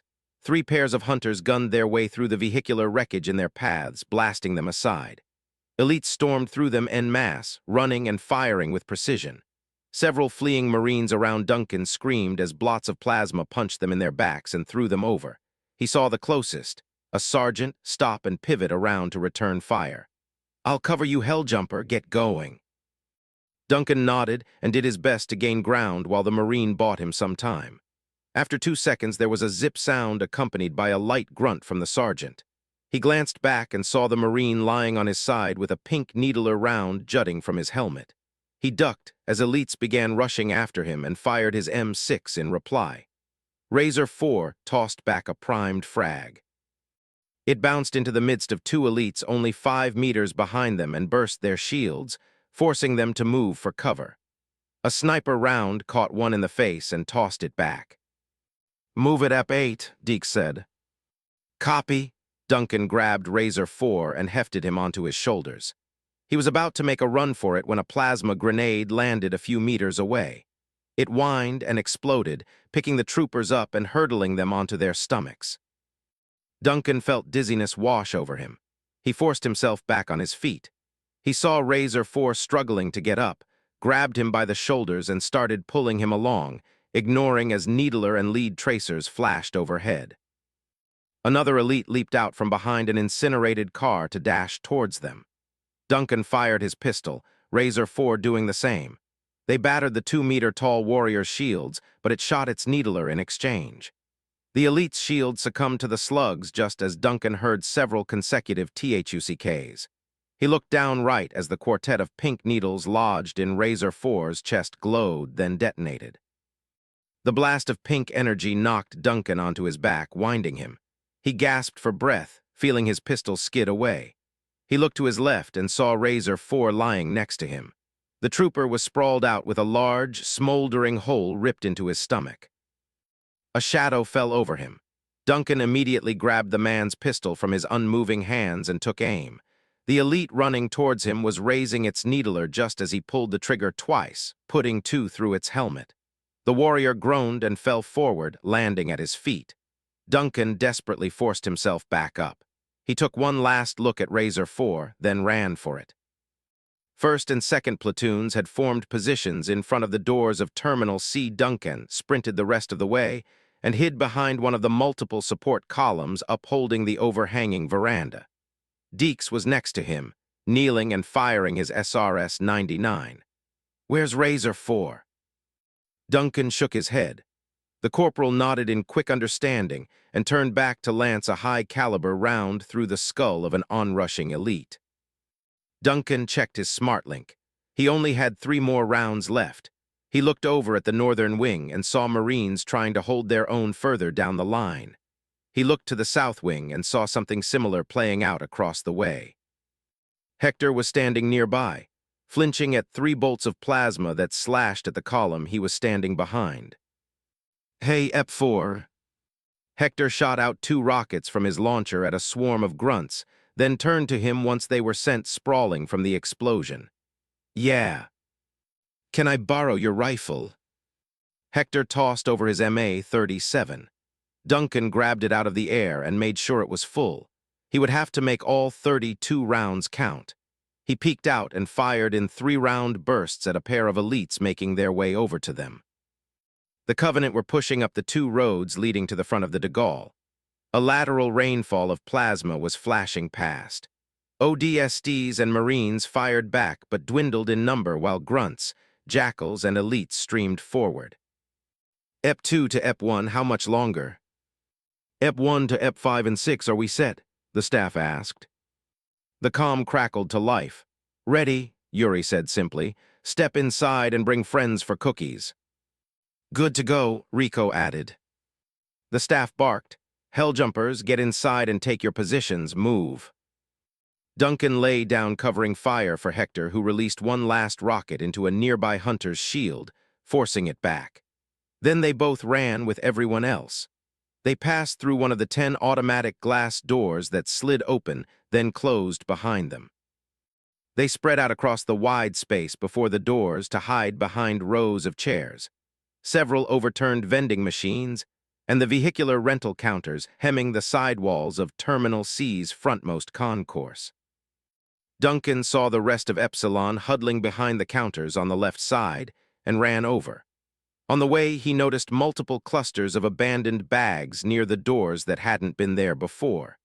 He put the pieces together just as he vaulted over a counter and landed next to Nova. "Are those what I think they are?" he asked. Nova gave a subtle nod of her head. "A little gift for our guests, yes." The staff spoke over comms. "Here's the plan, people. We let them inside, give him a bloody nose, and cut them down before they can regroup." Captain Ortega, stationed with the rest of 2nd Platoon on the upper concourse, spoke. "Retreat up here if you have to, but don't take the escalators. Use the stairwells in the maintenance rooms off to the sides. Our reinforcements will be here in 5 minutes, so we have to hold out until then." The ODSTs used their HUDs to wink their acknowledgement lights. The Marines gave their thumbs up or shouted determined quips. "We got you, Cap." "Bloody nose and broken bones, hey AJ." "Copy, let's give the hunters a 1-2 to the balls, if they've got any." "Doubt it. I bet they've got more than you, Sarge." "Shut up and get that launcher up, Briggs." Asterisk. 2 of the doors to Terminal C slid open. A single grunt peeked inside. It took one hesitant step forward, looked around, and saw only the wide, empty space. It didn't notice the 50 or so rifle muzzles staring back at it from the shadows. It walked inside, leading another 5 grunts into the interior with it. Duncan watched them disperse across the room from a small space between the counter he was hiding behind and the adjacent wall. They scattered about, investigating the chairs. One worryingly moved towards a cluster of bags. "Not yet," the staff said in a near whisper.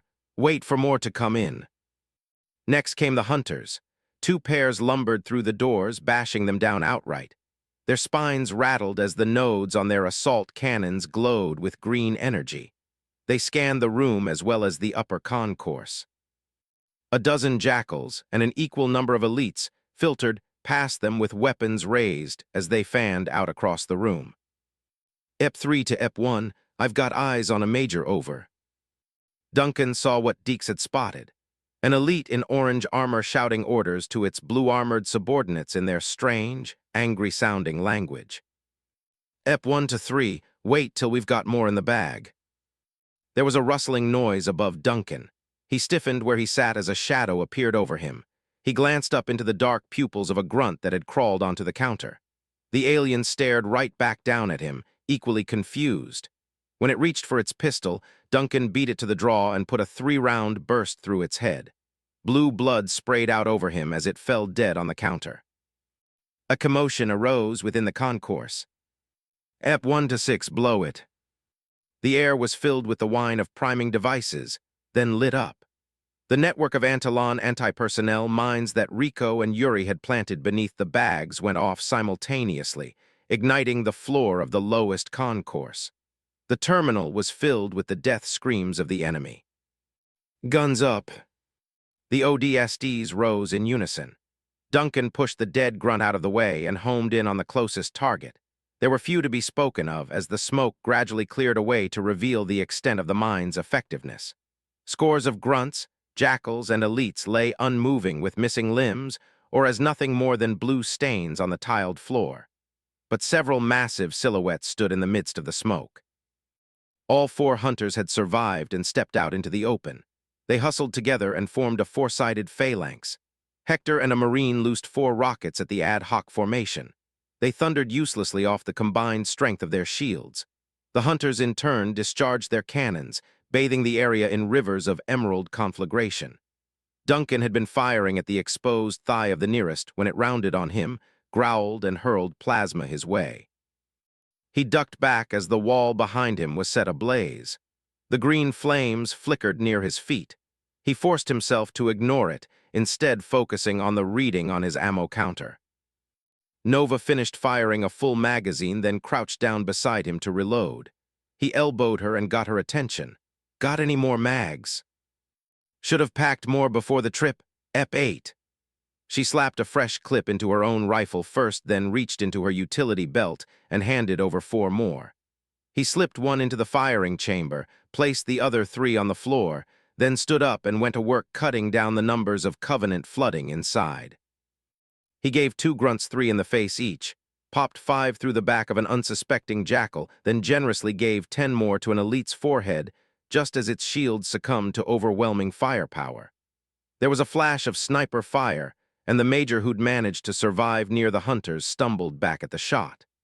Nova pumped half a magazine into its side, and it fell away in a spray of blue blood. A comet of green plasma launched from the cannon of one hunter, flying across the room to strike a very unlucky Marine square in the stomach. The man simply disappeared.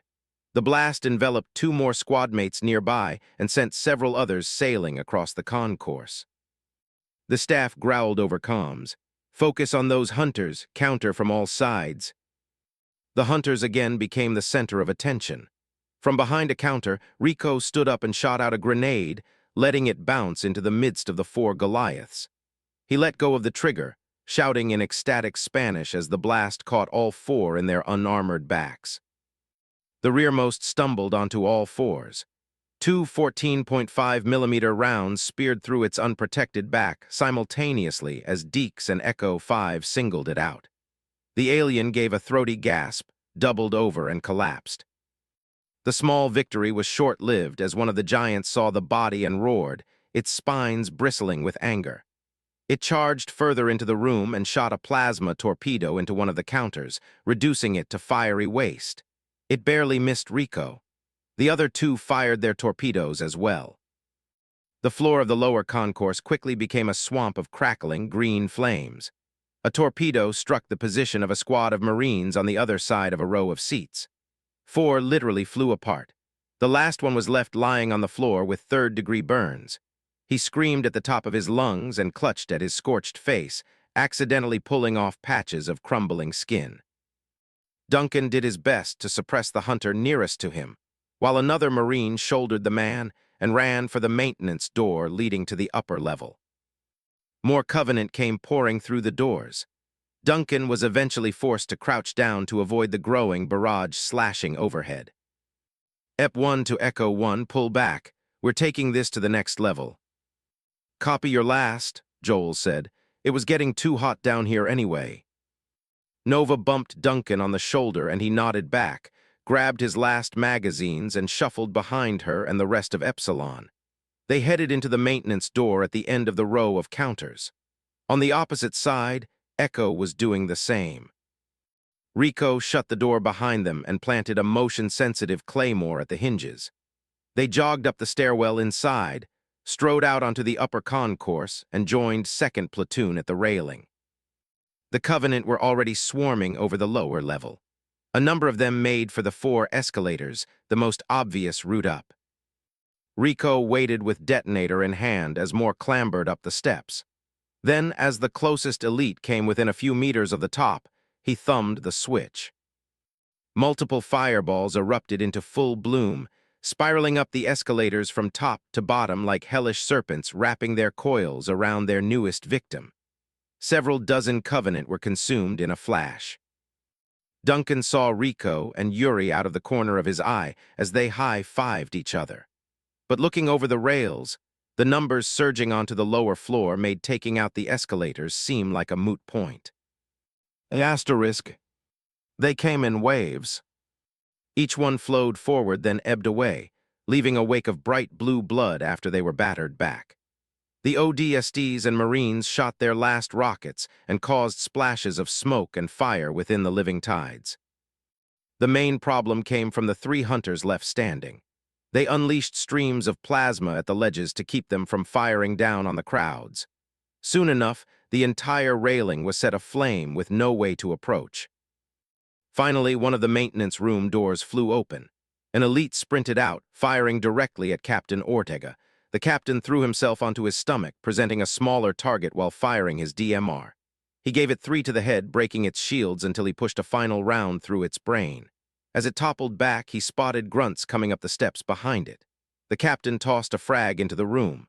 Fragmentation dismembered and disemboweled the fodder creatures inside.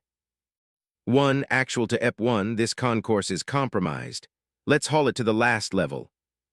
I hear you, Captain, the staff said. Everyone fall back now.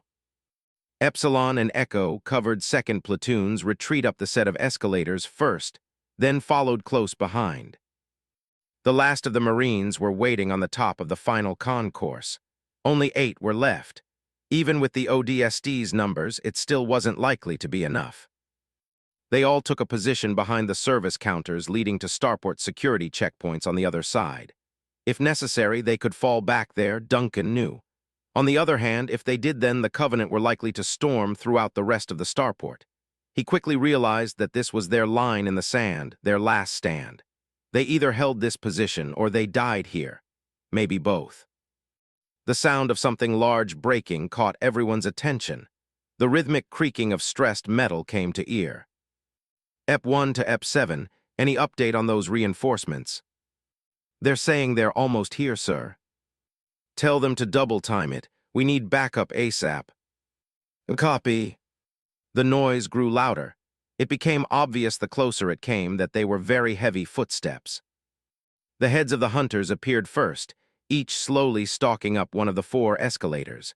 They marched up the steps, crushing the metal beneath their boots. Once they reached the top, they got out of the way for the rest of the Covenant forces coming behind them to storm out over the floor. The space quickly evolved into a light show of plasma and needles that whined past their ballistic cousins. Duncan heard shouting and saw 2 grunts making a break for his counter, both carrying plasma grenades primed in either hand. Terrified, he shot one in the face.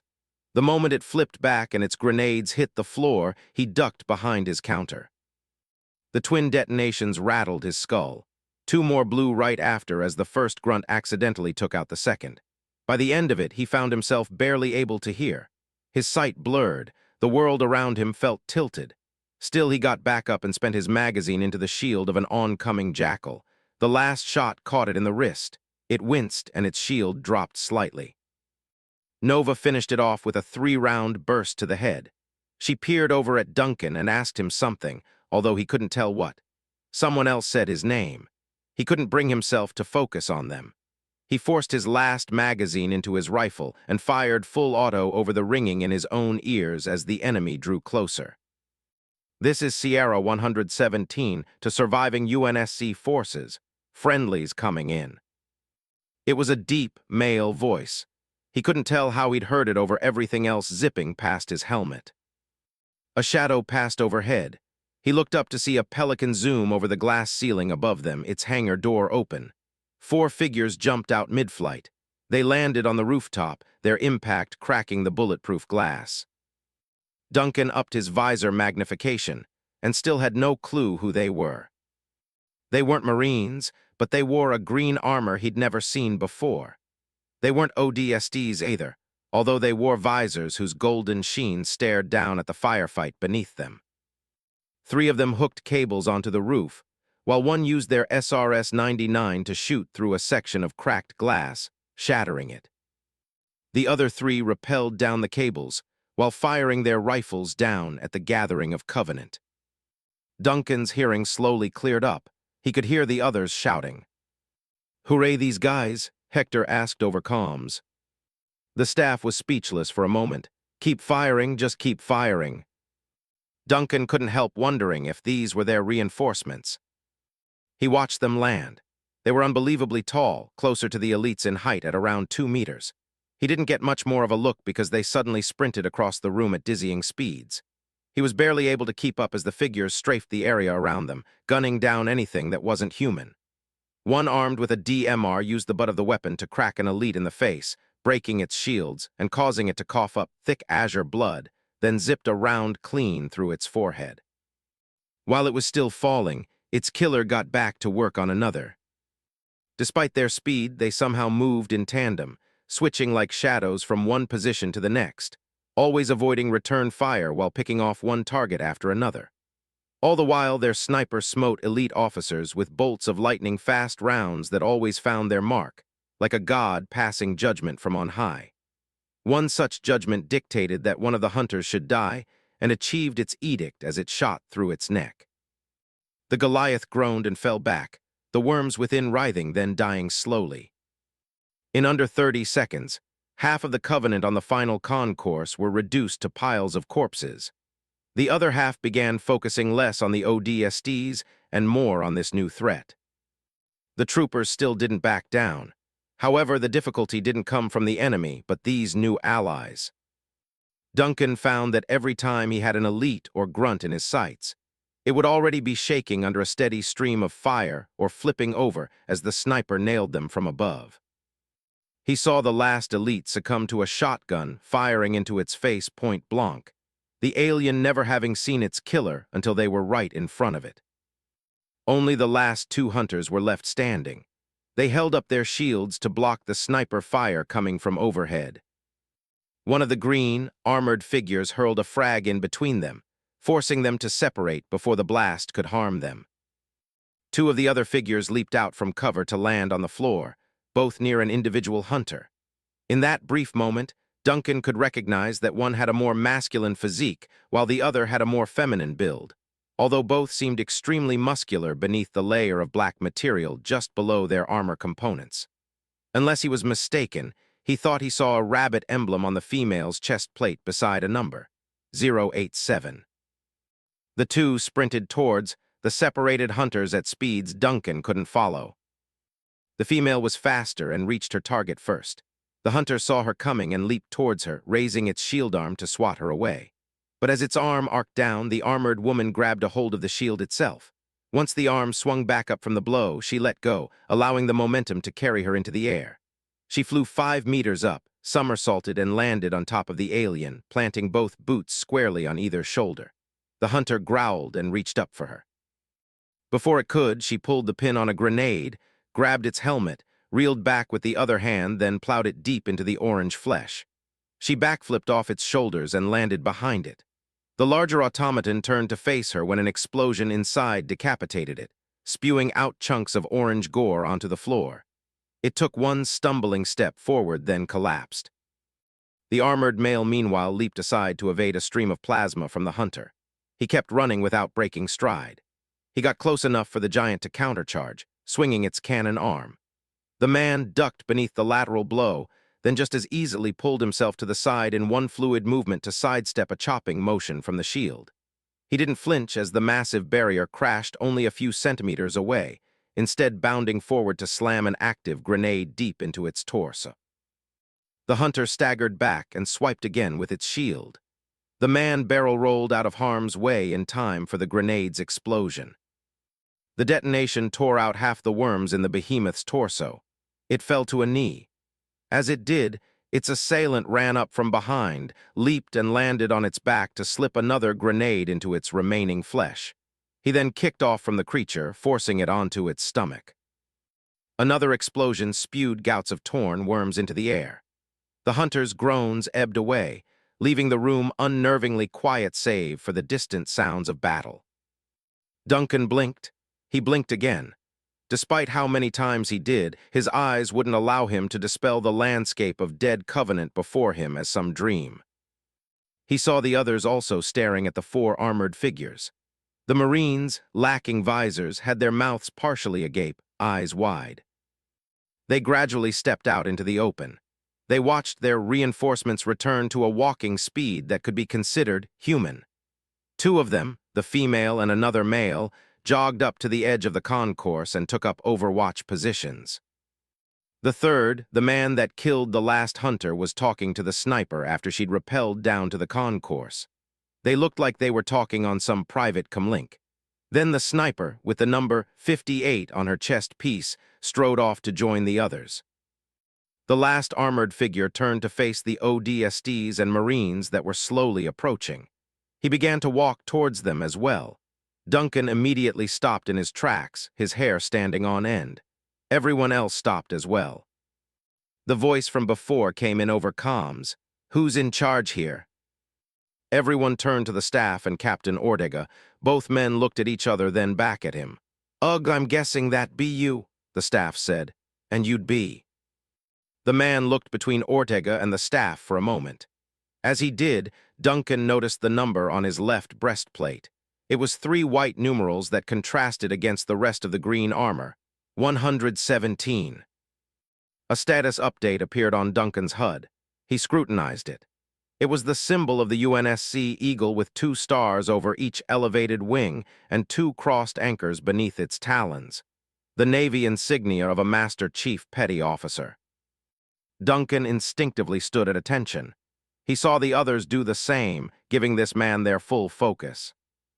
Yet Duncan caught sight of something beneath the rank designation.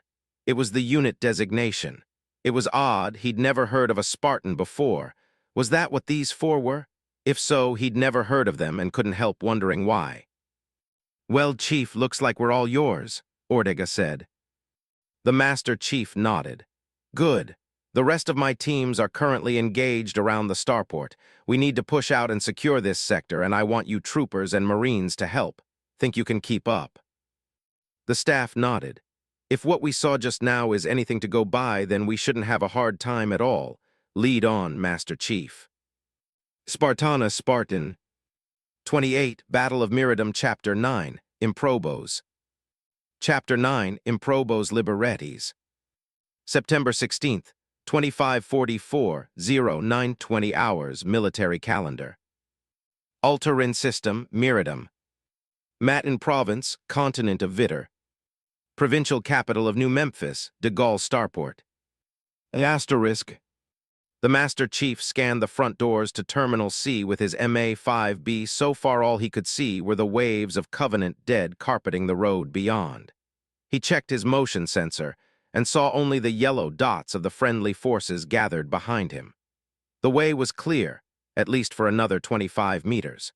There was no guarantee past that point what would be waiting for them. There was still fighting going on across the apron, since not all of the UNSC forces had retreated into the de Gaulle. The gunfire was a good sign. It meant that the Western defense still had a pulse. Inside the de Gaulle was an even better story. Thanks to the other teams, UNSC forces were rallying across the starport. Green 1 reported that his team was working with Helljumpers to push back the enemy from Terminals E and F, while Red 1 was ready to launch a breakout from Terminal D. It was best to launch Blue Team's breakout in conjunction with the others. That way, the remaining Covenant would face a fight on both sides of the starport, a two-sided pincer maneuver. One of his Spartans crouched down at the door next to him to look outside. He saw the familiar number 104 on his breastplate, not that he needed it to know who it was. His willingness to step up beside him with his DMR reflected his natural tendency to lead, to take point and jump into the fray with a clear head, making him perfect as his second in command and the de facto leader of Blue Team in his stead. "We ready for the push yet, Chief?" Fred asked, sounding confident and a little eager behind the visor of his commando helmet. "We're just waiting on Green Team to move into position. Then we'll make our move." Another of his Spartans stood against the opposite side of the room and started slotting fresh shells into her shotgun. Kelly still had a splash of hunter blood on the visor of her EVA helmet. Knowing Will, he's probably taking his time hunting down grunts. Leave no gas tank unturned, that's what I say. She pumped a round into the chamber. If they didn't like playing dead so much, then there wouldn't be a problem. The Master Chief switched to a private comlink. "How's the weather up there, Blue 4? "Sunny with a chance of plasma bombardment," replied a cool, tranced voice. The chief could tell right away that Blue 4 had gone through the mental freezer that locked her into a steely-eyed focus through her rifle scope. He'd sent her back on top of the de Gaulle after learning more about the situation outside with Captain Ortega. "How many are we looking at?" he asked. "By my count, 150 grunts, 80 shield jackals, 55 elites, and 6 hunters. I'm guessing they're just the backup. They're holding near the pool in front of the atrium. Snipers, about 4 between 2 and 3 kilometers away. Prioritize. I'm giving Green 1 another minute, then we're moving in." "Copy." There was the crack of sniper fire, then another followed by a protracted silence. "I only heard 2, Chief said." "You know how I am with ricochets, Chief," Linda replied. "Enemy overwatch is out of commission. On your go, Blue 1. "Roger." The chief looked back at the others. The ODSTs and Marines were finishing up collecting extra ammo from the dead on the lower level. The chief knew that had his team arrived even a minute later, then there might not have been anyone left alive at all. That didn't spare him from the sight of the dead Marines, whose bodies were burned almost beyond recognition. Their comrades refused to look at their faces as they scrounged magazines off their scorched BDUs. The chief also knew that had they arrived sooner, more of them would still be alive. Worse yet, and as much as he hated to admit it, he wasn't as focused on the current mission as he otherwise should be. In the weeks since the Spartans' arrival on Miradum, they had been constantly on the move from one engagement between the UNSC and Covenant to another. Their efforts culminated in the most recent civilian HVI extraction operation in the Eastern Hemisphere, a mission to rescue someone from Miradum whose importance to the Spartans couldn't be understated. She was the very reason that the Master Chief and his team were Spartans to begin with, and now she was in enemy hands. Only a week ago, when UNSC forces officially began their evacuation to the Western Hemisphere, the Spartans were riding roughshod from one evac site to the next to assist in the mass migration of civilians and military personnel. Their efforts mainly revolved around the elevated cities in the highly populated Crête de la Neige mountain ranges lining the interior of Vitter's continental neighbor, Urbay. They had been holding off Covenant at the last evac point of New Bordeaux when the call came in that a high-priority individual needed immediate extraction, one by the name of Dr. Catherine Halsey. The strain of that moment was, and would likely always be, unbearable. He kept it to himself, however, so the others wouldn't worry about him, although he knew there was a good chance that they felt it too. But they couldn't simply abandon the mission to risk losing tens of thousands to save one. Yet it was the doctor, and it was that kind of reasoning that made him hesitate. He made the judgment call to send out just one Spartan, Green 4, to assist. Sheila was an apt fighter and an even more efficient butcher when it came to close-quarters combat. So the news stabbed him like a knife to the stomach when he found out later that she'd been killed by an elite major with an energy sword while trying to evacuate Dr. Halsey. He'd made the call. Whether it was the right or wrong one he couldn't tell, but in the end, it had allowed him to save thousands of lives at the cost of the two he'd known personally. Since then, he'd contended with a pang of regret that wouldn't leave him alone. The best he could do was push it aside for the sake of the next mission. So he did, and left it in a compartmentalized part of his mind that he'd reserved for such moments, like what had happened to his friend Sam back at Kai Seti IV. There would either be time to address it later, or there wouldn't. Right now, as had been the case for the last 19 years, it would have to be the latter. Green 1 to Blue 1, terminals E and F are secured. We're ready. The voice on his comms stirred him from his thoughts. Copy, on my go, Spartans. The chief nodded to the others in the concourse and held up a gauntleted hand. He counted down on his fingers from 3. At 1, he balled it into a tight fist. Go. In half a second, he'd cleared the doors and come out onto the curving road. Fred was right behind him while Kelly was already sprinting ahead. The nearest Covenant were a squad of 4 elites and twice as many grunts. The Spartans trained their fire on the former. By the time the grunts realized what was happening, 3 of the elites were already lying dead on the ground. Kelly cannonballed into the 4th, using the full weight of her MJOLNR armor to break its shields on impact. She pumped a shotgun shell into its stunned face, painting the ground beneath with blue blood. As she reloaded, the chief and Fred sprinted past, firing into the throngs of grunts who only now were starting to run away in panic. Demons, one shouted in discernibly frantic English before it was cut down in a hail of assault rifle fire. The rest of the grunts shared a similar fate. The chief used the stock of his rifle to cave in the last one's skull, then turned his attention to the way ahead. More Covenant were stationed along the curving road, with the bulk of their forces coalesced near the large pool in front of the atrium. Gunfire started up at the south wing. He upped his visor magnification and spotted Red Team. 5 of his Spartans were engaged with a hunter pair at the entrance to Terminal D further along. Green 1 through 6 punched through a marching band of shield jackals with grenades. Multiple Marines and ODSTs were pushing up just behind them. The chief glanced back and saw the Marines on his end were only just beginning to stream outside. The ODSTs were already behind him, however. They really were keeping up. It was a good sign. Blots of green and blue plasma flashed past. The chief ducked, rolled towards cover, and returned fire, dropping 2 jackals that had leaped out from behind a nearby truck. More were still on their way up. A platoon's worth of jackals was on the move and held up their shields to form an indomitable phalanx. More grunts and elites fired from behind their energy barriers. Frags, Fred asked. No, the chief said. He could tell by their numbers that grenades wouldn't be of any use. He spotted 2 heavy-duty trucks on either side of the road. He pointed to them then to Fred and himself. Fred nodded in understanding, and they both ran over to them. They grabbed a hold of the vehicles and power-lifted them onto their sides. They gripped their undercarriages and slid the trucks together to form a shield wall of their own. The chief waved over to Kelly and the others. Move up. We'll advance using the trucks to disrupt their formation. Everyone stood back, stunned at first, except for Kelly, who got into a firing position between Fred's truck and the guard rail. They quickly followed her example and ran over, using the small amounts of space between the 2 trucks as fields of fire while the vehicles' sizes acted as cover, making them both the perfect offensive and defensive tools. The chief and Fred pushed forward despite the counterpush of plasma fire that poured against the trucks and seared their frames. The ODSTs and Marines returned the favor twofold. The ODSTs focused on the elites whose energy shields crackled under the coordinated bursts.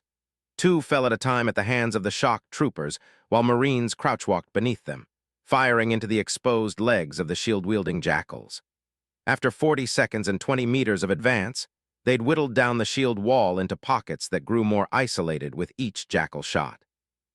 And with each meter taken, the enemy formation was forced further back.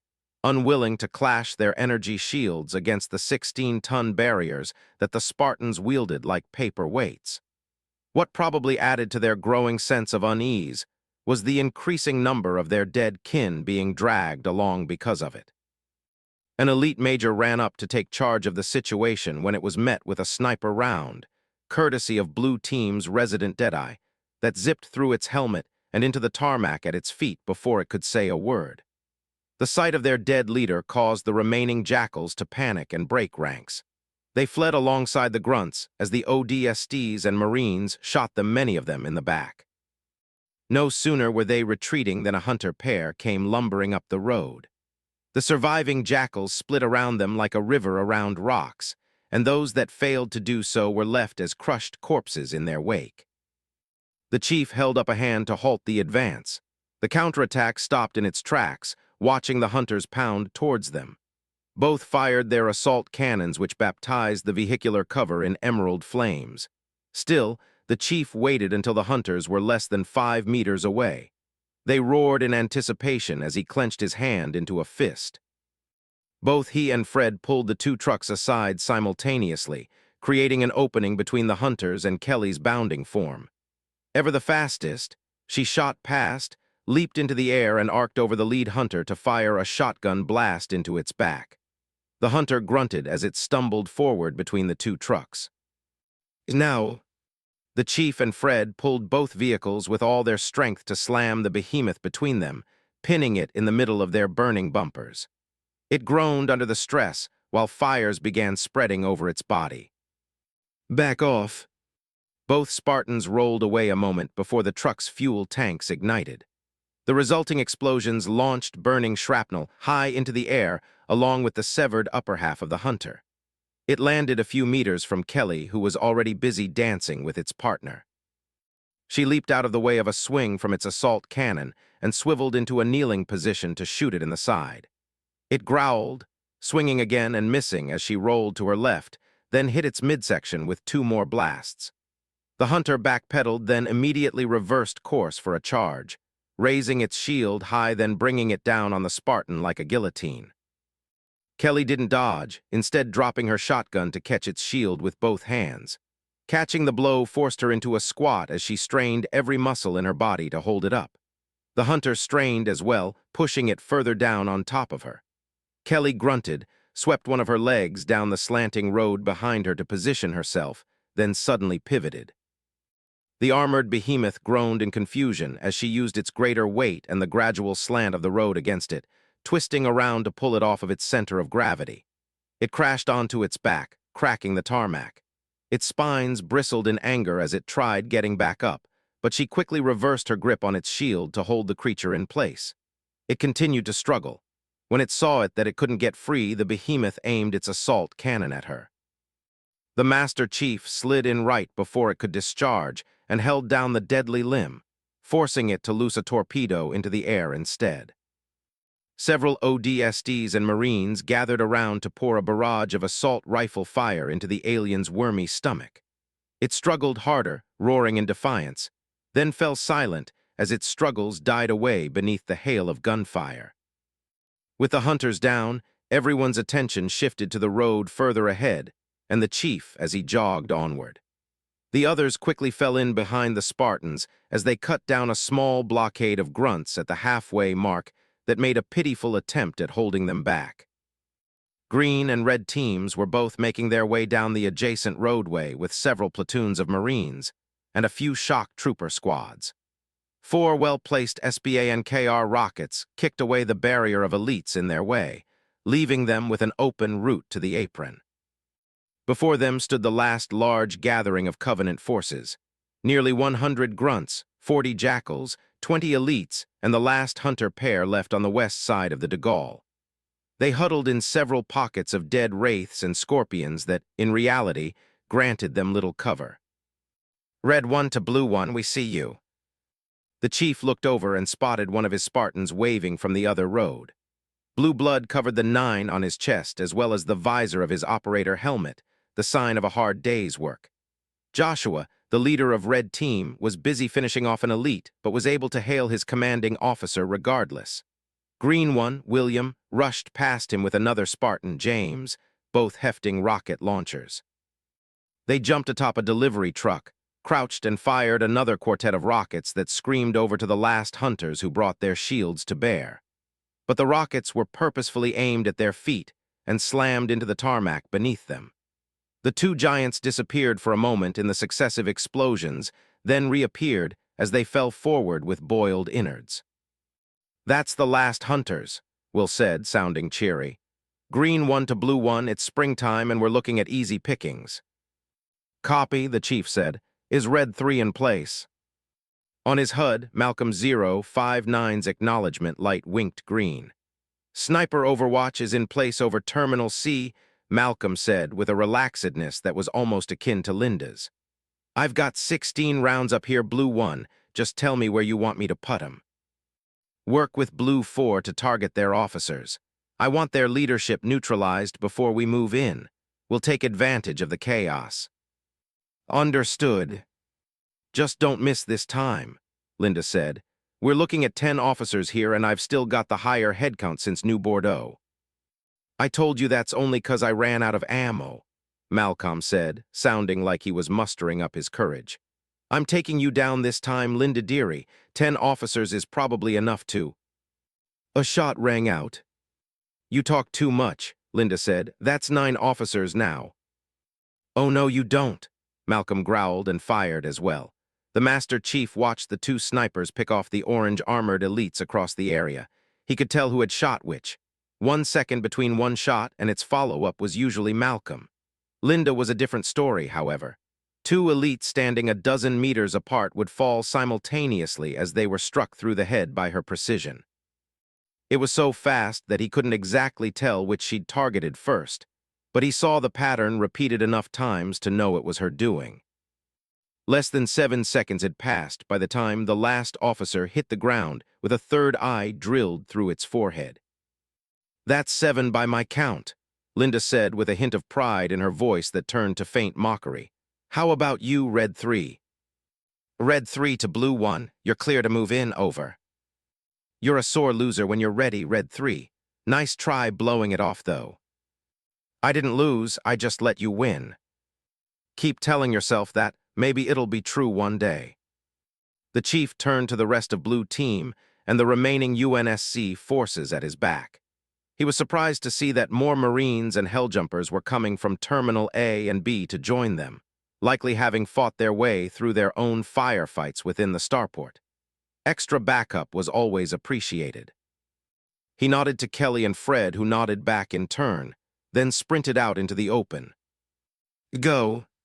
The Spartans of Blue, Red, and Green teams dashed out to tango with the last of the Covenant forces. Some 200 surviving Marines, half as many displaced armored personnel with rifles, and 50 Helljumpers itching for a fight joined them in battering a decapitated force less than half their number. Will and James fired a third quartet of rockets ahead of them to add to the mixture of tracers, needles, and plasma that created a cascade of flying death. A dozen grunts were caught in the blasts. Their high-pitched squeals rang out as UNSC forces swept back across the battlefield, rolling elites and jackals under a tidal wave of gunfire. Some fired back, managing to catch a few Marines in the gut with bursts of plasma and the occasional detonation of needlers. The Spartans moved from cover to cover, shifting in tandem to gun down the holdouts across the area. All the while, Linda and Malcolm kept targeting troublemakers armed with fuel rod cannons to mitigate casualties. The chief ran, shooting through 3 jackals, then tossing a frag into the midst of another trio along the way. There was an explosion and death screeches thereafter. Fred and Kelly were right behind him, covering him at speeds of 80 kilometers per hour as they circumvented the pocket of enemy forces. In another 20 meters, they would reach their rear position and make sure that none escaped. The way he understood it, in a war of extermination, the only real way to win was to make sure you wiped out the other side completely, and they were about to do just that. They were 5 meters away when he spotted 4 red blips on his HUD. They were close, too close. He snapped his rifle to his left as an elite leaped at him from the shadow of an upturned wraith. It proved faster and arced its energy dagger through his rifle, slicing it clean in half. The chief quickly coiled his own arm around its sword arm with the speed of a cobra, grabbed its wrist, and swept out its left leg with his own. He twisted, using the elite's own momentum to slam it into the tarmac head first, bursting its shields on impact. He swiftly whipped out his M6 and put 2 rounds clean through the back of its head. As his first assailant fell away, 3 more elites rushed out to face them. "Fred, on it." Fred tossed out a flashbang. There was a flash of light and a crack of thunder. The Spartans picked their targets and fired. Asterisk. The de Gaulle was secured. With the help of the Spartans, the last Covenant forces were routed across the starport, making New Memphis the last city left on Miradum under human control, a city which the UNSC were currently in the process of abandoning. What followed over the course of the next 7 hours was the largest gathering of human beings Duncan had ever witnessed. Around 30% of the planet's remaining citizenry were brought in either by foot, ground transportation, or starship. The surviving UNSC forces didn't even have the time to clear out the bodies of the last battle as the first civilian ship arrived from the east. Then one was coming in every 5 minutes from any given direction. There were Star Charter and Odyssey-class colony ships as well as Parabola and Mariner-class freighters now occupying the refueling stations. By 1600 hours, over 140 transport ships of various girths and lengths occupied the apron in addition to those 20 already at the de Gaulle. The local populations of New Memphis were also drained from shelters and marine fobs across the city. They were being bussed to the starport in preparation to send them on a one-way trip to anywhere but here. While the Spartans and Marines held the outer perimeter of the de Gaulle, 1st Platoon was redeployed to supervise civilians inside Terminal D. As Duncan walked with Zach along the lanes that divided up the crowds within the waiting areas, he couldn't help noticing one thing: the smell. The throngs of men, women, and children sitting around him likely hadn't showered in the last several days. The reason why there were only 30% of the remaining population here now, compared to the 70% earlier in the morning, was because while UNSC forces in New Memphis were occupied with the de Gaulle, in space, more than half the number of survivors were being hunted down.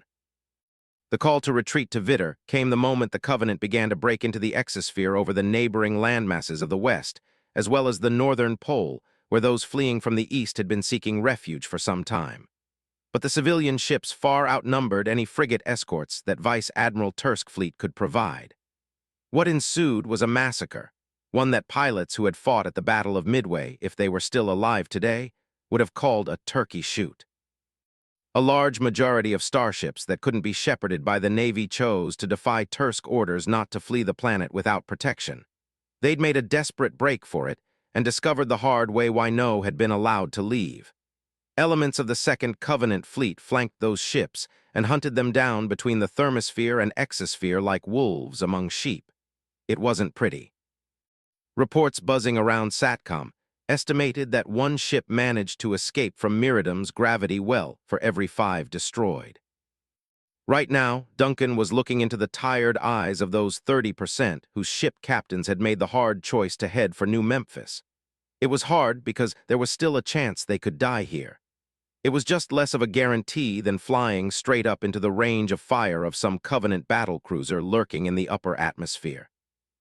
He didn't want to think about what the destruction actually entailed in terms of sheer numbers, but it had to be in the millions, and millions more if they didn't get the evacuation underway. And even that would have to be sooner than expected. Due to the Navy's worsening plight, Tursk's fleet had been reduced to several battle groups holding a loose perimetral orbit of 3,000 square kilometers over the city. Everything else beyond that was in Covenant hands now, and there was no telling when the final push would come. For that reason, Tursk ordered the evacuation to begin in 3 hours, prompting ships to refuel and temporarily offload a few thousand of their nearly 2 million passengers while they conducted necessary maintenance.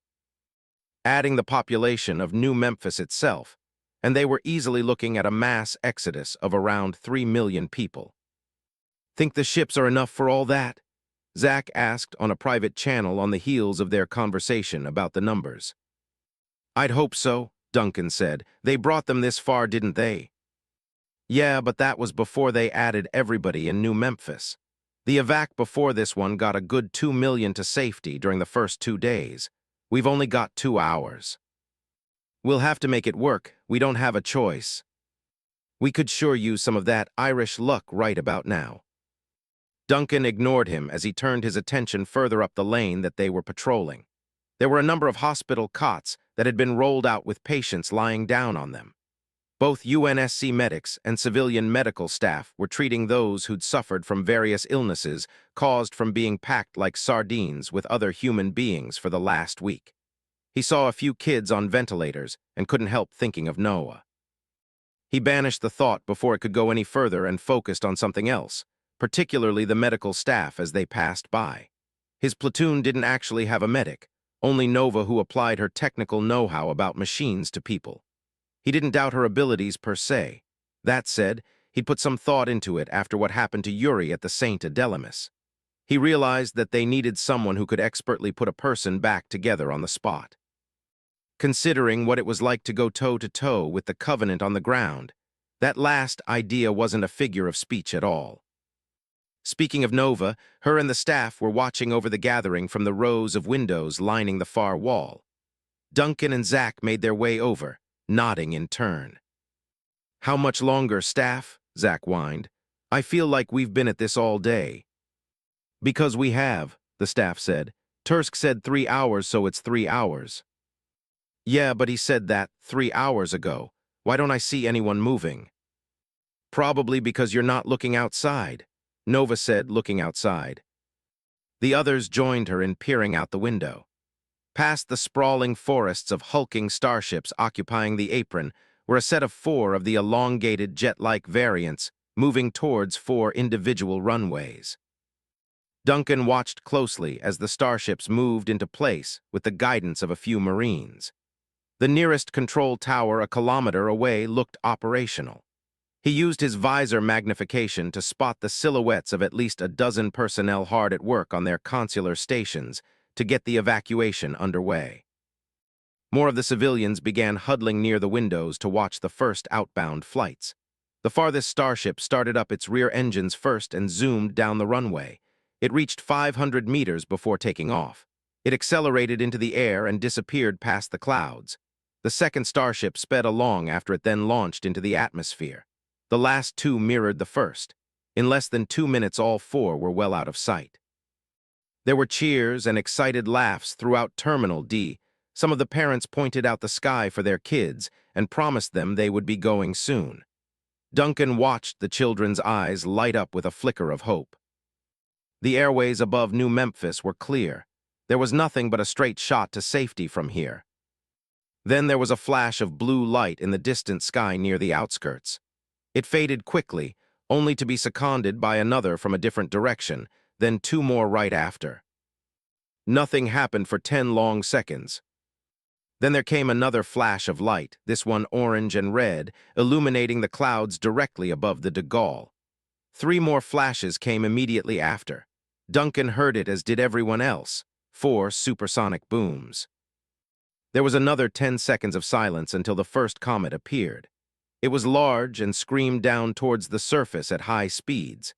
They watched it crash several blocks away, leveling an entire skyscraper and leaving behind a smoky cloud of debris.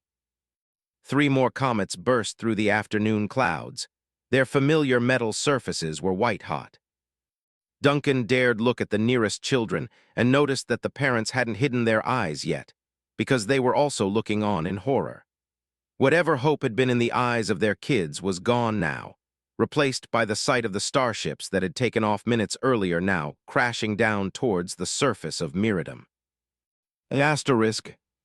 For that second time today, Lieutenant Colonel Garrison found himself standing in the de Gaulle's command room, although this time with the other 5 most consequential people left in the solar system. Major General Horvath and Colonel Mentieth were both present. Then there was a woman Garrison had met before and knew well enough to recognize her resigned face and Mediterranean features. Lieutenant Commander Riot Cordova stood amongst the lineup of officers. She was dressed in the ONI-sanctioned version of the Helljumper BDU and held her recon helmet against her hip as she listened to the conversation. She'd been on Miradum for the last week doing God knows what. Garrison still wasn't sure how he felt about her being here, either, given what her presence implied as a result. Then there was the man in the room whose features he couldn't read at all thanks to his golden visor. Garrison couldn't help feeling a modicum of unease towards the green-armored demigod that had the official UNSC designation of a Spartan. The Master Chief, the leader of the special forces that acted as their reinforcements earlier, stood at ramrod attention. He garnered more than a few curious glances from everyone else in the room, everyone except the man at the heart of the conversation. His two-dimensional image was displayed over the holotank. The hair peeking out from beneath his navy cap was graying just like his salt and pepper mustache. His gray-colored eyes had circles around them. Yet Garrison felt that they failed to convey how tired the man probably was as he explained the situation to them from the bridge of his ship, the UNSC Swifter. Vice Admiral Berlin M. Tursk sighed with a depth of strain and exhaustion that spoke volumes. "There's no way around it. We can only keep sending more ships up and hope that some of them make it. That's our best option going forward." The judgment of the man with the highest authority in Ulterin was enough to shock everyone else into silence for a moment. Mentieth spoke first. "Sir, what about a coordinated Archer missile strike? That could at least level the playing field somewhat." "We tried that," Tursk said. "The moment the first starships were shot down, I had the Churchill, Magellan, and even my own ship launch a barrage on all 8 of those AAs. When the smoke cleared, the guns were still there." "Long swords?" Garrison asked, stepping up. "You could spare a few of the squadrons down here to deliver a precision bombardment. Isn't that still on the table?" Tursk shook his head. An image appeared next to him showing the city of New Memphis from satellite view, including the surrounding forestry up to 5 kilometers away. Pinpoints of light highlighted 8 dots in the outskirts, a pair in the north, south, east, and west more than 5 kilometers from the city limits. The image magnified on one of the pinpoints. Its resolution cleared to show 2 structures within an open area of forest. Garrison recognized it by its sleek, purple beak-like barrel and rounded base as the Covenant's Type 38 anti-aircraft cannon. Nicknamed the Tyrant, its lengthy barrel was pointed towards the city. The gun was encompassed by a large energy shield being emitted from a nearby pylon. "Those shields are too strong, even for Archer missiles," Tusk said. "ASGMs wouldn't fare any better. I'd give anything for a few Shivas right now, but we ran dry on those a few days ago." Horvath stepped up. "What if I sent in a few of my Marine companies? I can still spare 700 from my 1st and 5th battalions alone. We can conduct search and destroy in less than an hour." Tursk seemed to consider it. The Spartan took a step forward as well. "With your permission, sir, my Spartans and I can accompany the Marines on the search and destroy mission to boost their chances of success." Horvath looked at the armored man and nodded in genuine gratitude. "It's feasible," Tursk said, "just not doable." The image beside the Vice Admiral expanded outward, and likely due to Jones' handiwork, highlighted large swaths of the areas surrounding the AA guns. There were multiple red pinpoints of light more plentiful than the first. As it so happens, the Covenant fleet deployed a sizable ground force around the outskirts of the city via dropship about 3 hours ago, likely in response to the failure of the advance forces sent to retake the de Gaulle.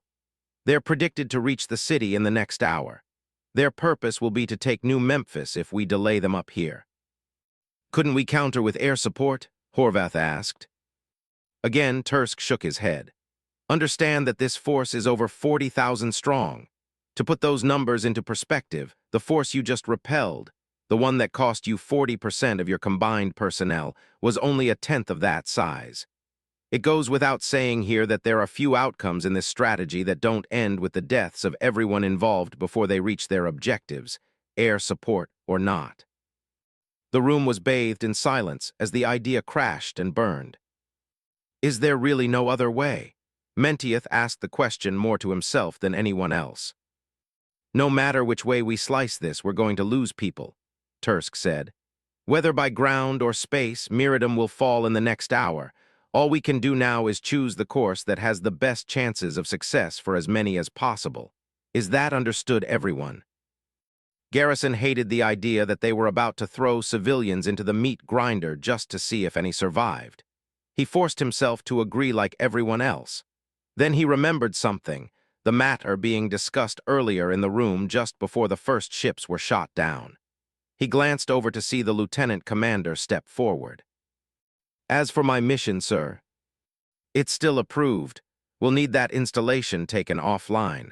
Just understand that your team will have to move in quickly. 1 hour is an extremely small window of opportunity. You've decided, sir? The chief asked. I have. Your Spartans won't be sent on this mission. They'll remain here as ground security. And yes, Master Chief, that is my final decision.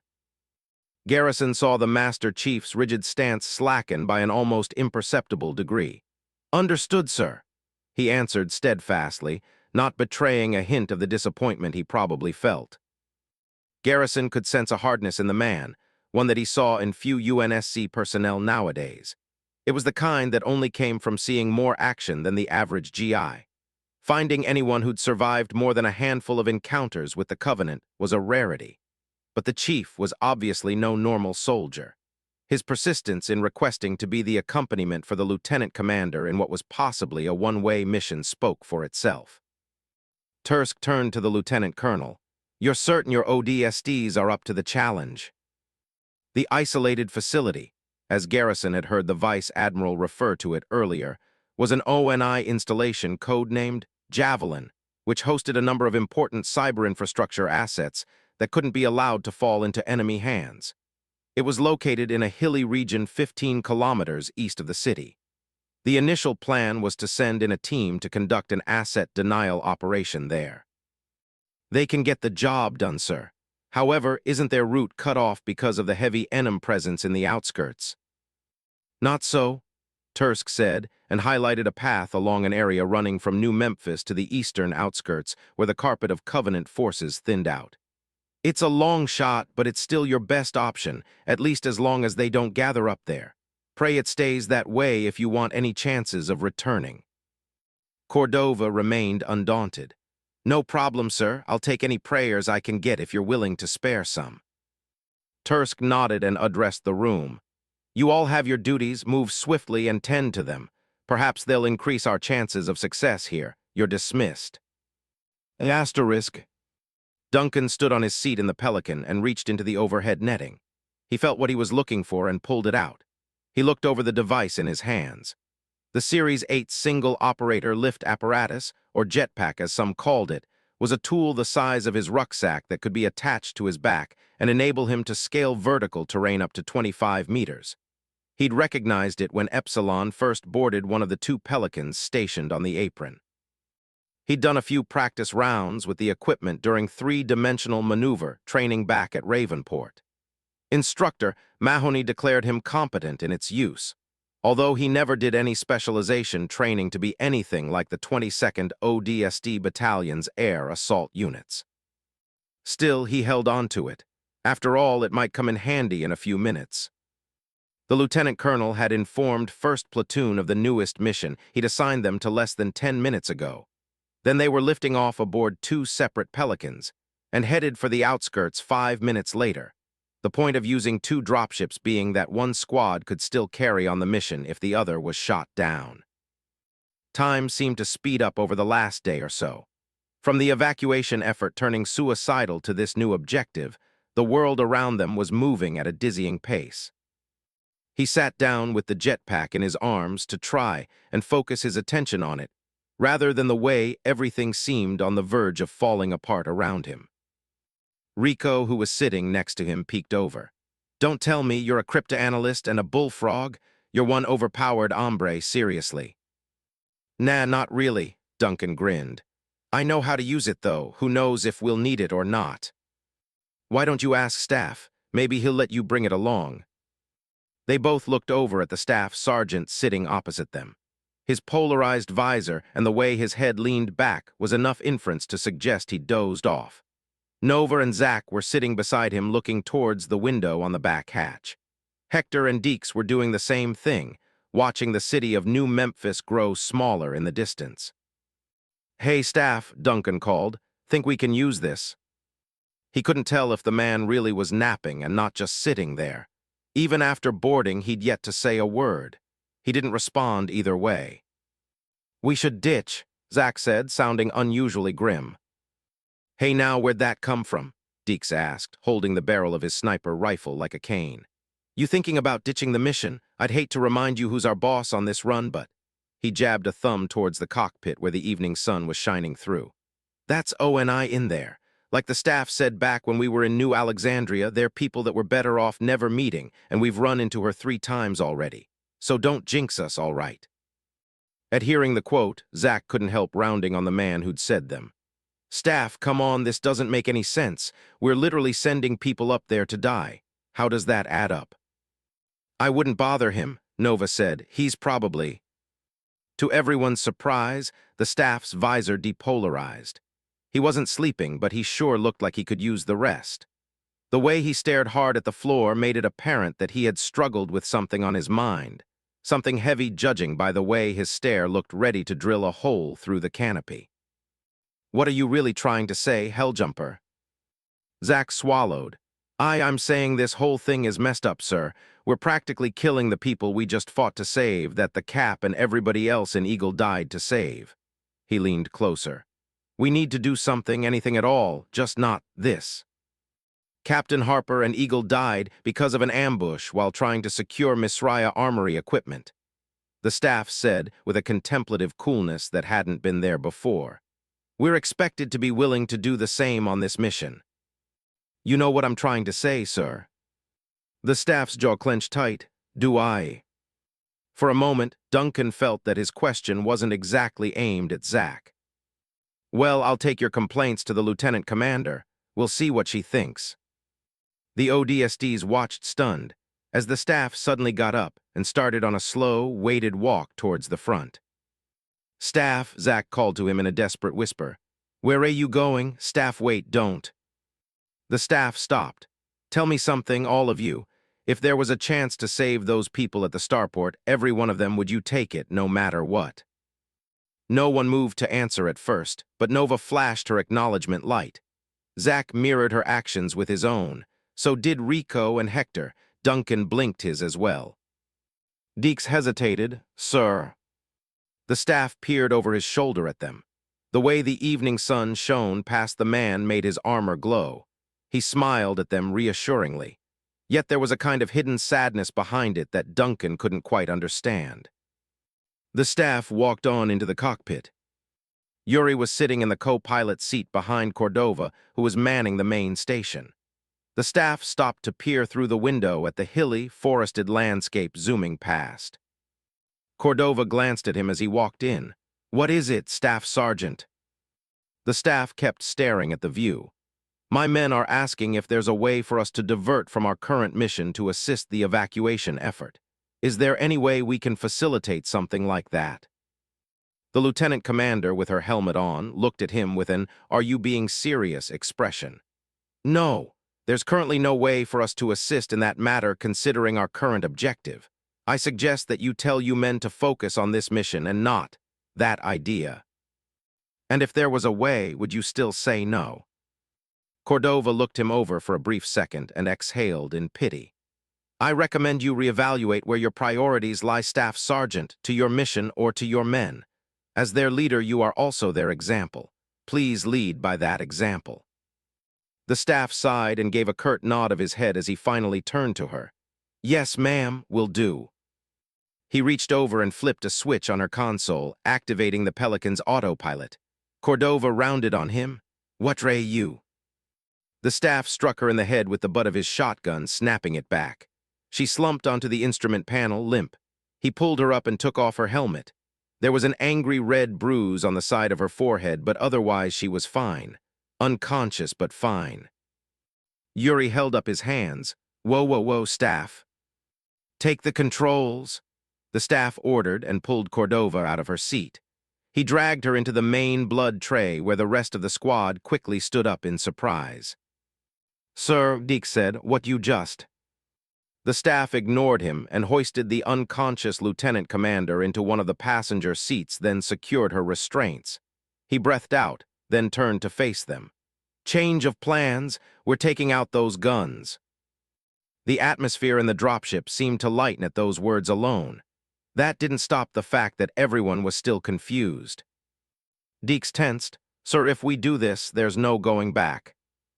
"We're already too far gone, Corporal," the staff said and shrugged.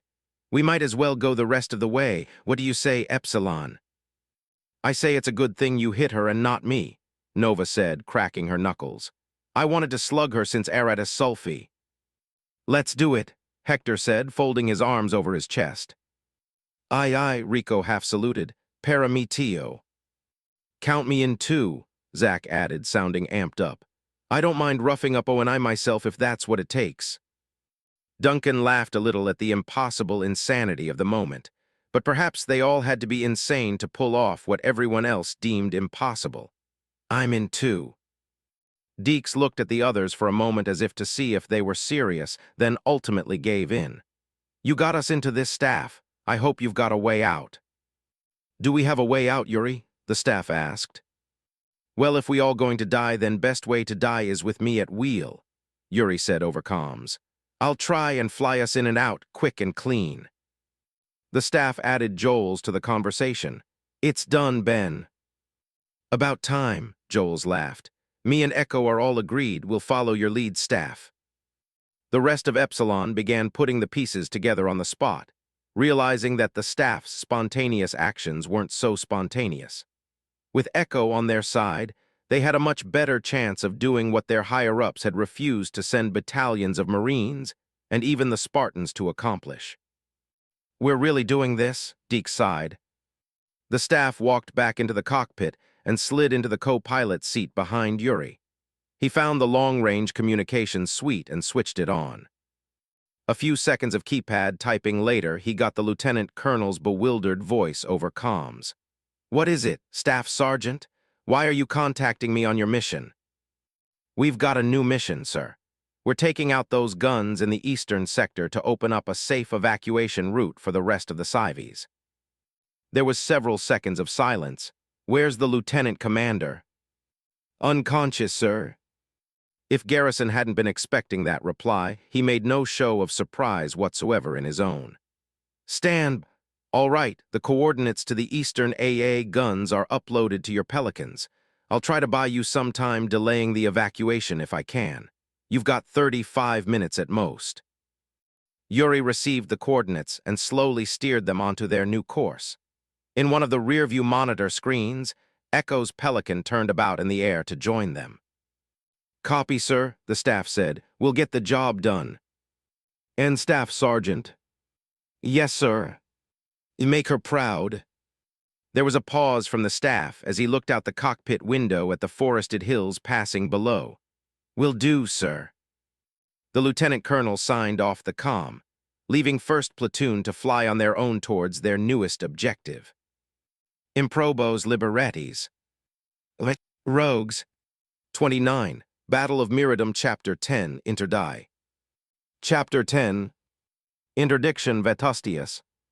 September 16th, 2544, 17:32 hours military calendar. Altarin System, Miradum. Matin Province, continent of Vitter. 3 kilometers east of New Memphis.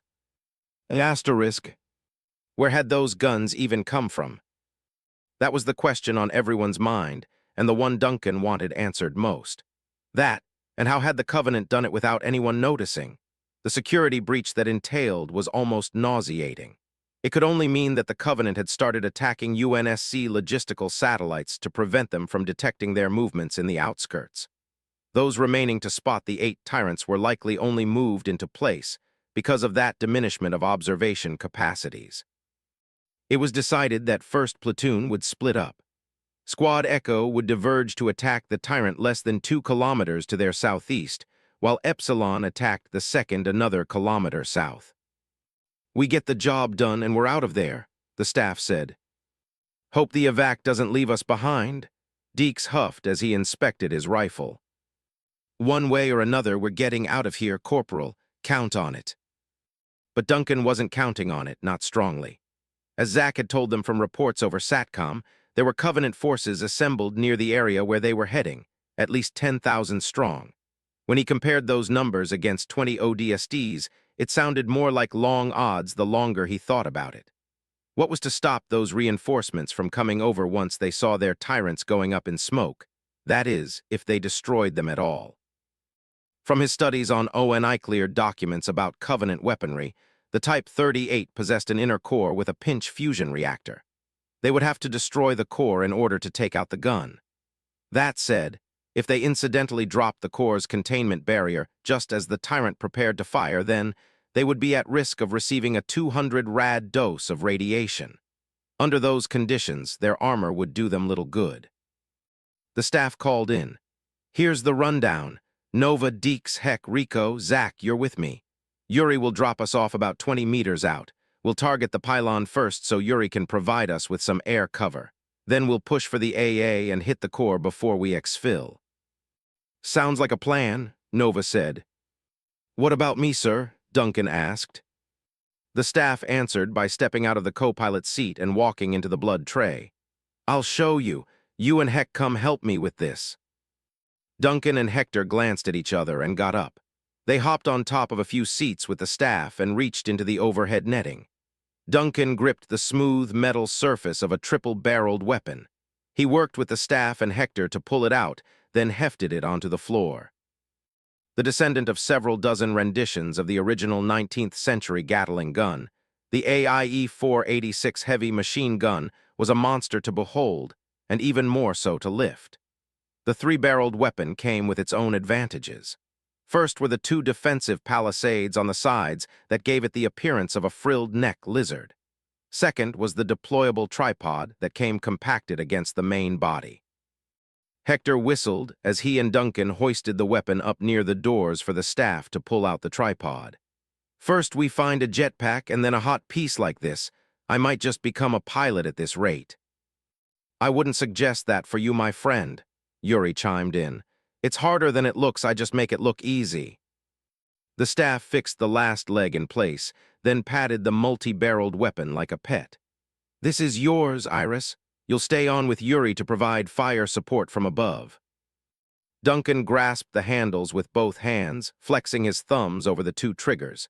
It was a comfortable, reassuring kind of feeling, and it reminded him of the last time he'd used a machine gun back during the escort mission on Reach. This time he'd actually get the chance to fire it. Understood, sir. Hey, staff, can I call dibs after him? Hector asked. Focus on your own job, Heck. The staff replied and walked back into the cockpit. Beyond the window, the hills gave way to natural lanes of forested escarpments that formed deep valleys with running rivers. It was hard to spot anything other than that through the dense, deciduous forestry. How're we looking, match? Yuri shrugged as he steered them along.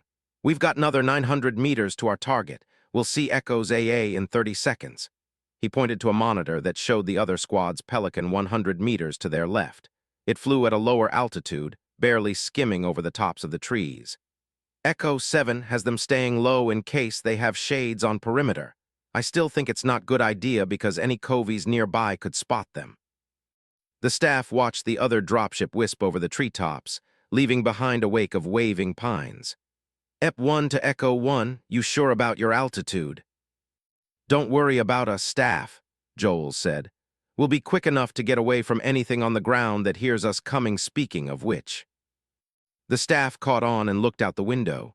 Sure enough, about 300 meters to their left, he saw the silhouette of a tyrant. It sat in an open area of the forest.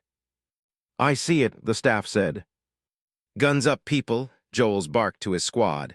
Boots on the ground in. The world, for a moment, seemed inverted as rain began to fall from the ground below to the sky above.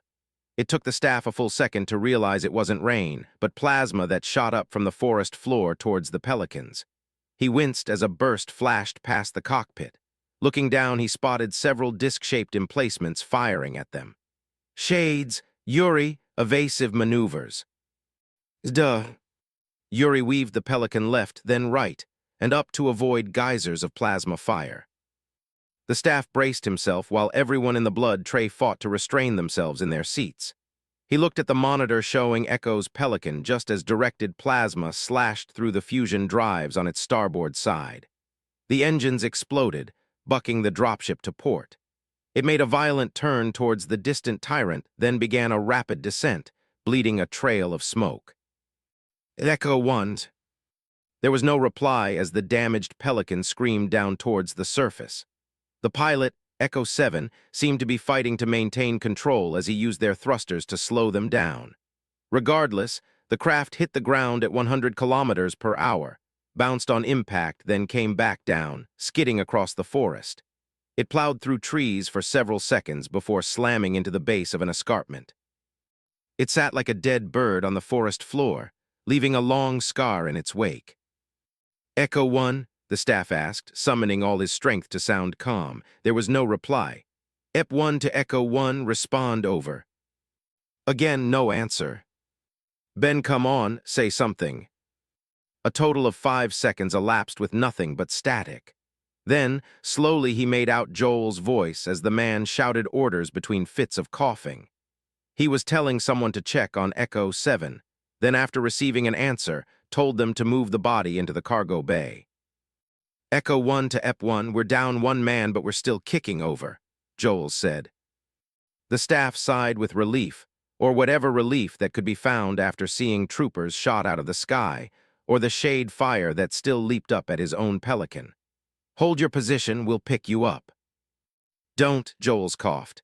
No time, we're only a jog away from the gun. You keep on going, just pick us up after we're done, over. The staff considered it for a moment. He exhaled again, although this time with concern. Is that the sound of you doubting my squad, staff? Joel's asked with a hint of a challenge. Not a chance, Sergeant. We'll be back for dust-off in 20 minutes. Hit 'em hard and hit 'em fast. We don't know any other way, staff, Joel said as the sound of moving hydraulics indicated that the cargo bay door had opened. Move out, Echo. Staff says we've got 20 minutes. Let's go. Asterisk. Duncan couldn't see as they neared the Tyrant, but felt it in the way that the Pelican stopped moving evasively. He felt little relief, however, especially knowing what happened to Echo. The thought that they might still get shot down made him tighten his grip on the machine gun. We hit pay dirt in 20 seconds, the staff said. Get ready. Once we're done here, then we head back for Echo. Duncan could hear the rest of the squad reloading their weapons. He felt it through his feet as they started to descend and counted off the seconds. 15, 10, 5. He took a steadying breath as the Pelican's descent stopped and the door opened. Evening sunlight streamed in, illuminating the cargo bay. Duncan took in the sight of the slightly sloped ground they were hovering over that led up to another rocky escarpment about 100 meters away. Sitting in a small plateau at less than half that distance was the towering purple structure that was their target, its image slightly distorted behind the blue dome of an energy shield. Move out. The others streamed past him and dropped a meter to the ground. They fanned out and made for the labyrinth of scattered tree cover and boulders leading towards the AA from the encompassing forest. Yuri rose the Pelican another 30 meters into the air, then fell into a holding pattern around the target area. Look out for Banshees, Yuri said. We didn't see any on way in, but doesn't mean they're not out there. Roger. Duncan swept his weapon's circular targeting reticle across the ground while occasionally glancing up at the horizon. The skies were clear. The same couldn't be said for the ground. He pulled down the triggers and spooled up the gun. Half a second later, he was spewing armor-piercing rounds at the several squads of grunts, jackals, and elites emerging from the energy shield to face the rest of Epsilon. They quickly fell out of his sight as Yuri kept on the patrol route. Yuri. I see them. Yuri swiveled back around to strafe the ground. The Pelican's rotary cannon spat high-caliber rounds into Covenant forces nearest to the squad. Bloodied gas masks and dismembered jackal limbs flew. Once they passed over, Duncan gained a clear line of sight and pressed 2 of the elites still fighting. Their shields fell quickly before they succumbed to the rain of fire, leaving them in splattered ponds of blue blood. A few fired at the dropship, prompting Duncan to dip his head to avoid the occasional needler round. Yuri turned for another strafing run, and the rotary cannon belched out a second barrage. Once they passed over, Duncan spotted a trio of jackals trying to flank around a boulder where Zach and Rico were taking cover. He wasted them in several seconds of continuous fire. He swiveled the gun sights onto the two elites holding off Nova and the staff as they pushed for the shield. The elites' personal shields shattered under the heavy concentration of fire, and their bodies flew apart under the onslaught. Without a moment's reprieve, a ghost sped out from the domed shield. 3 more raced out behind it to stop the ODST's advance. "Cover," the staff said. The rest of Epsilon quickly slipped behind more of the boulders before the ghosts opened up, spitting out lanes of plasma across the area. Duncan was about to help out when an all-too-familiar whirring noise came to ear. He glanced at the shield in time to see 2 banshees emerging from either side. They quickly turned towards the Pelican. "Banshees," Duncan said. "Focus on ghosts," Yuri said. "I take care of banshees." Yuri turned about to face the flyers head-on, stuttering out 40mm responses against the streams of plasma fire that flew past, and cutting down one of the banshees in turn. Duncan held on as the dropship swerved to the right to let a plasma torpedo sail past, all the while shooting down at the enemy vehicles moving below. One ghost had already been taken out and sat as a burning wreck. He focused on another driving past it and got a clear shot on the driver, throwing the grunt pilot clear of the craft. He followed the exhaust trails of the third ghost that was speeding along. He focused on the front of the craft.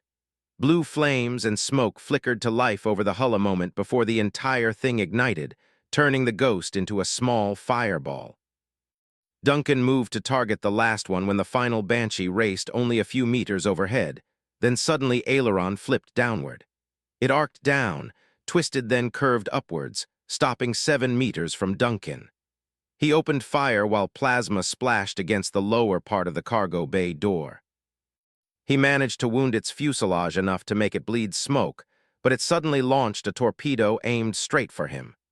Duncan's visor brightened at the approaching green comet. There was seemingly an angel on his shoulder that day, his name being Yuri, who suddenly cut out the Pelican's engines, sending them falling towards the ground and allowing the torpedo to fly past. In the 2 seconds before the engines shut back on, Duncan kneeled with the machine gun and stabbed 2 seconds of continuous fire into the Banshee's underbelly, finishing it off in an explosion of purple flames. As the dropship settled back into a proper holding pattern, he breathed a sigh of relief. "Hey, EP5. Duh. Thanks, man, seriously. Pajalaista, it's what I do." Duncan peered out again at the ground. The 4th ghost had already been finished off, probably by Rico's grenade launcher. The squad was at the edge of the energy shield. They waited until Zach hustled up alongside them. "On my mark," the staff said, 3-2 mark. The troopers dashed through the barrier and were immediately met with resistance from 3 grunts manning plasma cannons on the pylon's observation deck, a short stretch away. They sprinted for cover behind nearby boulders. "EP3, staff said."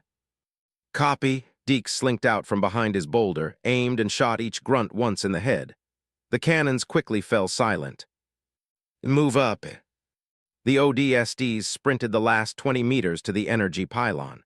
While the others took up defensive positions behind its tripodal support struts, Rico moved to each strut individually to plant C7 charges along the pylon's energy supply systems. He planted the last one, hit the timer, and gave the staff a thumbs up. "Fall back," the staff ordered. "EP5, get ready for open skies, over." "Matchstick copies," Yuri said. They retreated to a safe distance. After 10 seconds, the charges detonated. The explosion channeled up the pylon's energy supply chain into the central tower, consuming it in a flash of blue flames that chimneyed into the sky. The energy shield flickered, then dissipated, leaving the tyrant fully exposed. The ODSTs moved for the final target. The Pelican's shadow overtook them as Yuri flew in. The dropship turned around so Duncan could get a better view. He swept his gun across the 2nd floor and the base structure beneath. Nothing moved save for the architecture's pulsating turquoise lights. He'd been checking the base entrances when several figures bounded out of the opposite side. He tried to track them, but found it nearly impossible. They appeared as three white flashes shifting cover from dead trees to boulders, sprinting or rolling away, always staying out of sight. EP8 to EP1, I'm seeing several enemy contacts setting up positions ahead of you. Classification, the staff asked. Can't tell, they're moving too. He froze as his targeting reticle settled on an elite in white armor, aiming a fuel rod cannon right back at him. Its glowing, eye-like visor stared him down, its crimson accents giving him the impression of freshly drawn blood. The Ultra fired. Incoming, Duncan shouted. Yuri swerved to the left, barely dodging the twin fireballs of emerald energy that whisked past. The elite kept firing, forcing them to jet further left in a desperate bid to evade while Duncan poured down return fire. By then, the other two Ultras were also revealing themselves. One of them shot a concussion rifle at Epsilon, forcing them to slide behind what cover they could find across the craggy ground. The pink explosive blasts slammed into their positions, blowing out pieces of dead bark and boiling rock.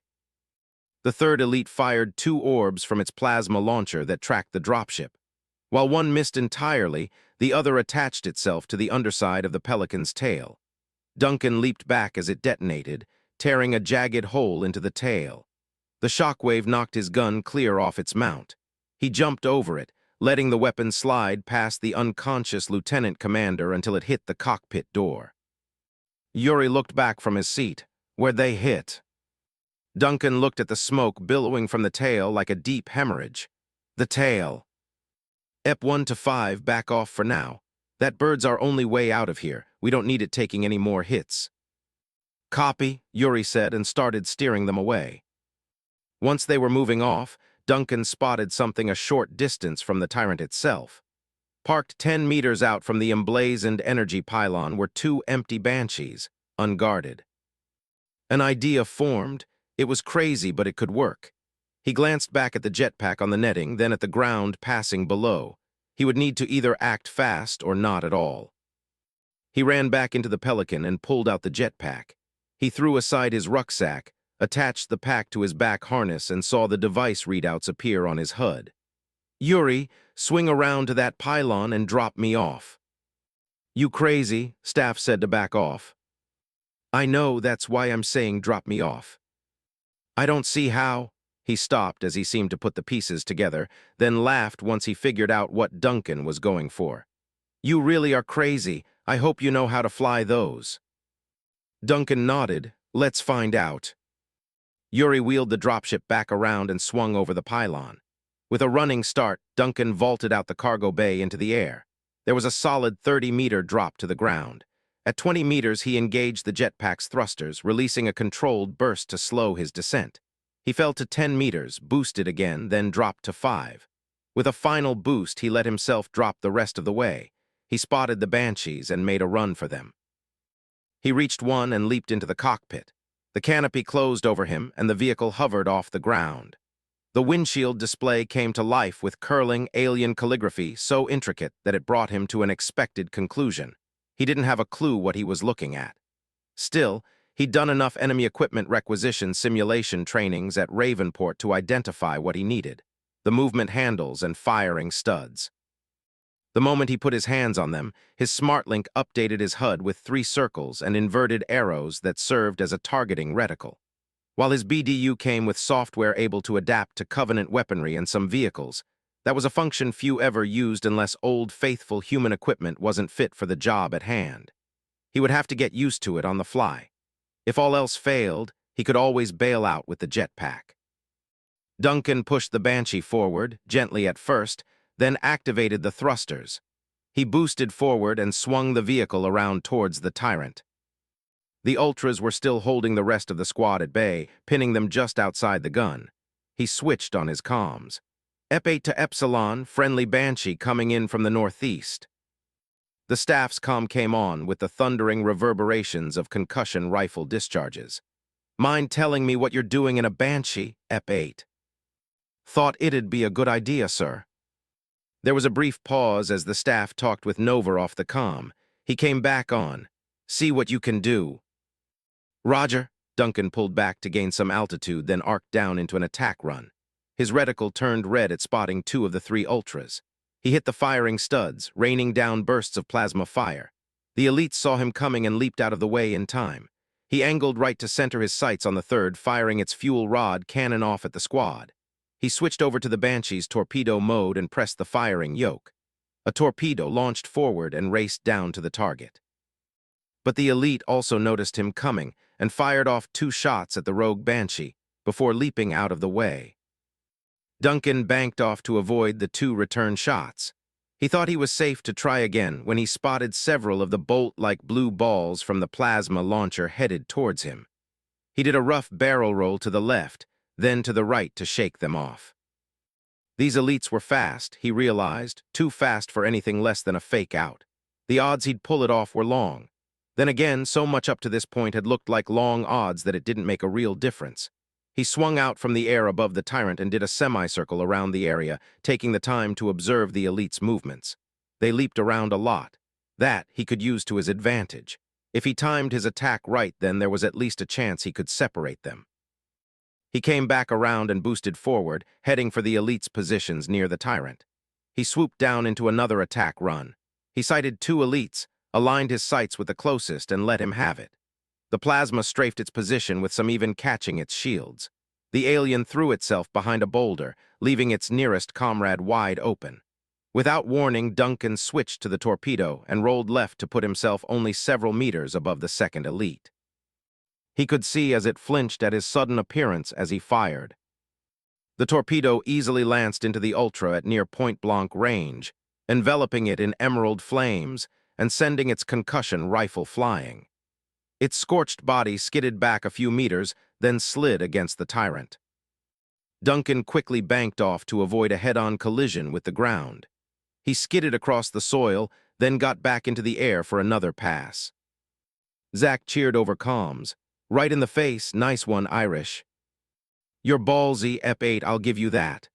The staff said, then addressed the rest of the squad. EP2 and 6 hit that one on the left. Everyone else target the one on the right. Keep them separated. The squad returned fire. A grenade from Rico bounced between the feet of one of the ultras. It detonated, bursting its shields. Deeks scored the kill shot. The elite toppled over, shooting its fuel rod cannon once into the air before collapsing. Duncan turned his attention to the last ultra standing in one of the entrances to the tyrant's base. The staff, Hector and Zach, were already hard at work on its shields. Duncan helped strafe it with his plasma cannons. The moment they popped its shields, the ultra leaped out of the way. Zach tossed a frag after it. A second later, the explosion sent the elite flying past the entrance. It landed in a heap, its plasma launcher tumbling behind it. The ODSTs, save for Nova, moved up the ramp. They cautiously stepped inside and cleared the interior. Their attention settled on the reactor at the chamber's center. The glowing ball of plasma energy housed inside rippled with electricity, brightening the entire room. The fact it wasn't firing was a good sign. It meant that there were no targets and, by extension, that the lieutenant colonel had somehow managed to delay the evacuation. EP6, get to work, the staff said. Rico took out a C7 charge from his rucksack, primed it, and nodded to the others. The staff tossed a frag against the reactor's energy barrier, blowing it out of the way. The squad's demolitionist tossed the C7 through the entrance. The explosive went off, instantly creating a secondary detonation as the fusion reactor ruptured. Emergency sirens activated and blared rhythmically. The troopers jogged back down the ramp and took cover behind a few boulders. The tyrant's emergency sirens continued to blare for another several seconds as blue flames and smoke bloomed across its surface. The reactor gave a final high-pitched whine before the entire structure went up in a fiery blossom. Burning debris streaked from the destroyed gun like inflamed pollen, showering the area. The staff walked out to take in the sight. We're done here. EP5, bring the Pelican. Korosho. EP8 and EP2, bring those Banshees. They'll come in handy if we run into any trouble. Duncan, who'd been circling around the burning tyrant, was a little confused. He'd thought he was the only one with a Banshee when he spotted a second one ascending into the air, bearing a friendly IFF. "We copy," Nova said. "I figured we could use these on the return trip. They're not so bad once you get past the hieroglyphics, right, Ep8? "Yeah, copy." Yuri brought the Pelican down outside the ruined AA cannon for them to jog on board, then returned to the air. "We'll pick up Echo first, then return to New Memphis," the staff said. "Let's get moving." The dropship headed out, though not along the way they'd come. Duncan thought that was for the best in case the Covenant laid any traps for them along the way. He tagged along with his Banshee on the Pelican's port side while Nova guarded the starboard side. They arced over an escarpment, then moved in the direction of Echo's target. Asterisk. Sergeant Joles stared at the reactor before him and took the momentary reprieve, as well as the elation of having made it this far, to cough up the blood pooling in the back of his throat. Some of it splattered over his visor, although he had to admit that it was the least troubling thing he'd seen all day. The two smoldering holes in his left breastplate was one thing. They were given to him courtesy of a well-aimed plasma burst from an elite, one of the squad's worth that Echo ran into on the way here. Echo had taken on a defensive force 4 times their size and won. The only cost was Echo 5, and himself being the only ones left alive to actually make it to the Tyrant. He wasn't sure how long even that would last given his own wounds. The biofoam stung where he'd applied it in the spots where the heated metal of the armor melted then, according to Echo 5, fused to the carbonized flesh just above his heart. In a way, he'd become one with his armor. He glanced over at Echo 5, who was crouched at one of the nearby doors, surveying the body-strewn area outside with his sniper rifle. Joles felt his mind grow hazy. He thought about the staff sergeant and Epsilon who were coming to pick them up. His thoughts drifted further to Captain Harper and Squad Eagle who, he felt, would have cheered them on if they were still around. He fired 3-round bursts into the energy barrier in his way, changing its surface from a strong blue to a weak red with each pull of the trigger as he thought of when he was just a recruit shipping off to Camp Lincoln to become an ODST. He thought of the days when he was just a private. The staff was just a PFC, when the captain was a sergeant and life was simpler. Now here he was, straining to breath and trying to destroy an AA cannon ready to shoot civilians out of the sky. It wasn't a bad way to go, at least, not for a Helljumper. He knew Echo 5 could still make it, but even if he himself got out of here on Epsilon's Pelican, he'd probably bleed out internally long before they ever reached New Memphis. So he settled for giving the enemy as much hell as he could while he was still on his feet. No sooner did the barrier finally dissipate, and he reached for a frag that Echo 5 started firing. Where'd he come from? Joles looked back to see him shooting through the entrance at an elite ultra rushing up the ramp. It evaded the high-caliber rounds and pounced at Echo 5. It was close enough for the ODST to shoot a round into its stomach that flared its shields. It carried on regardless to slash its energy sword through his rifle, across his chest, and clean through his visor in one swift arc of blood and energy. Echo 5 toppled back, motionless. The Ultra immediately came at Joles. The sergeant fired, then ducked under a lateral slash, then cracked it in the chin with the stock of his BR, breaking its shields. The elite staggered back but quickly recovered and yanked the rifle aside. The sergeant grabbed its arms before it could swing the sword, and the two grappled with each other. Even while strong for a human, he could tell the alien was in a weight class all its own. Still, he resisted, straining to push it back. His comm crackled to life. Ep1 to Echo 1, our guns out. We're on our way. Get your squad ready for pickup. Joles couldn't find the strength to answer for more reasons than one, though mostly because the elite kept trying to get the upper hand. He focused his attention on trying to keep the hand with the energy sword under control. He wasn't in any position to move. If he reached for something with his right, then the elite would snap his neck. If he reached with his left, then it would cut him in half. But he spotted the plasma grenade on its belt and caught a thought. It was a suicidal idea which, for a Helljumper, meant it was a good one. He glanced back at the reactor's energy barrier, which had already reactivated. Ep1 to Echo 1, respond. We are on our way, over. Don't, it took almost everything out of him to say. Echo's gone, don't, come, I'm taking out the gun, get out of here. Echo 1, what's your situation? The staff said, sounding more worried. Echo. Joel's roared through the blood pooling in his throat. Get going. The sergeant pushed with renewed vigor against the elite, flexing every muscle to successfully force it back. It grunted in surprise as he slammed its back against the barrier with enough force to dissipate the energy, winding the elite in the process. He put everything he had into a final push, yet the elite held him at a stalemate. Joel's felt himself weakening under the alien's grasp. He refused to back down and headbutted the Ultra over and over until his own blood streamed into his eyes. His opponent's grip slackened, giving him the chance to free his right hand. The elite seized its own chance to grab his helmet and roughly pulled it free, slicing his face in doing so. He ignored the pain and quickly grabbed the plasma grenade off its belt, activated it, and was about to plant it on its owner's chest when the alien warrior grabbed his arm again. The luminous blue orb became the center of a reverse tug-o-war between them. Joel's heard the staff calling him, although his voice was more distant now. He gritted his teeth and held his head over the elite's grip on his right arm. Enough of his blood dripped onto the limb for him to slip free. He punched the grenade onto its chest, raised a boot and kicked the alien full force into the reactor. Yet its arms were also free, and as it fell, the elite lashed out with its energy sword. Joel's felt only a slight sting, a burning in his neck as the world around him spun end over end until it exploded in light. Asterisk. Duncan fired a torpedo into the shade turret below, finishing it off in an explosion of green flame. He angled back up beside Epsilon's Pelican. Nova did as well after finishing off another of the 4 shades that had been guarding the pass they were using to reach Echo. With the way clear, they emerged out of the pass unscathed. The second Tyrant appeared less than 500 meters off to their right. Even at this distance, Duncan could see the smoke and flame bubbling up from the weapon.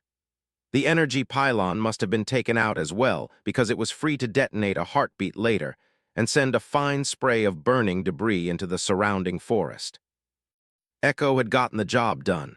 Now they just had to pick them up. Sure, they might get confused at seeing 2 Banshees escorting the Pelican, but as long as nobody fired a SBANKR, they would all be fine. Looks like Echo did it, Nova cheered.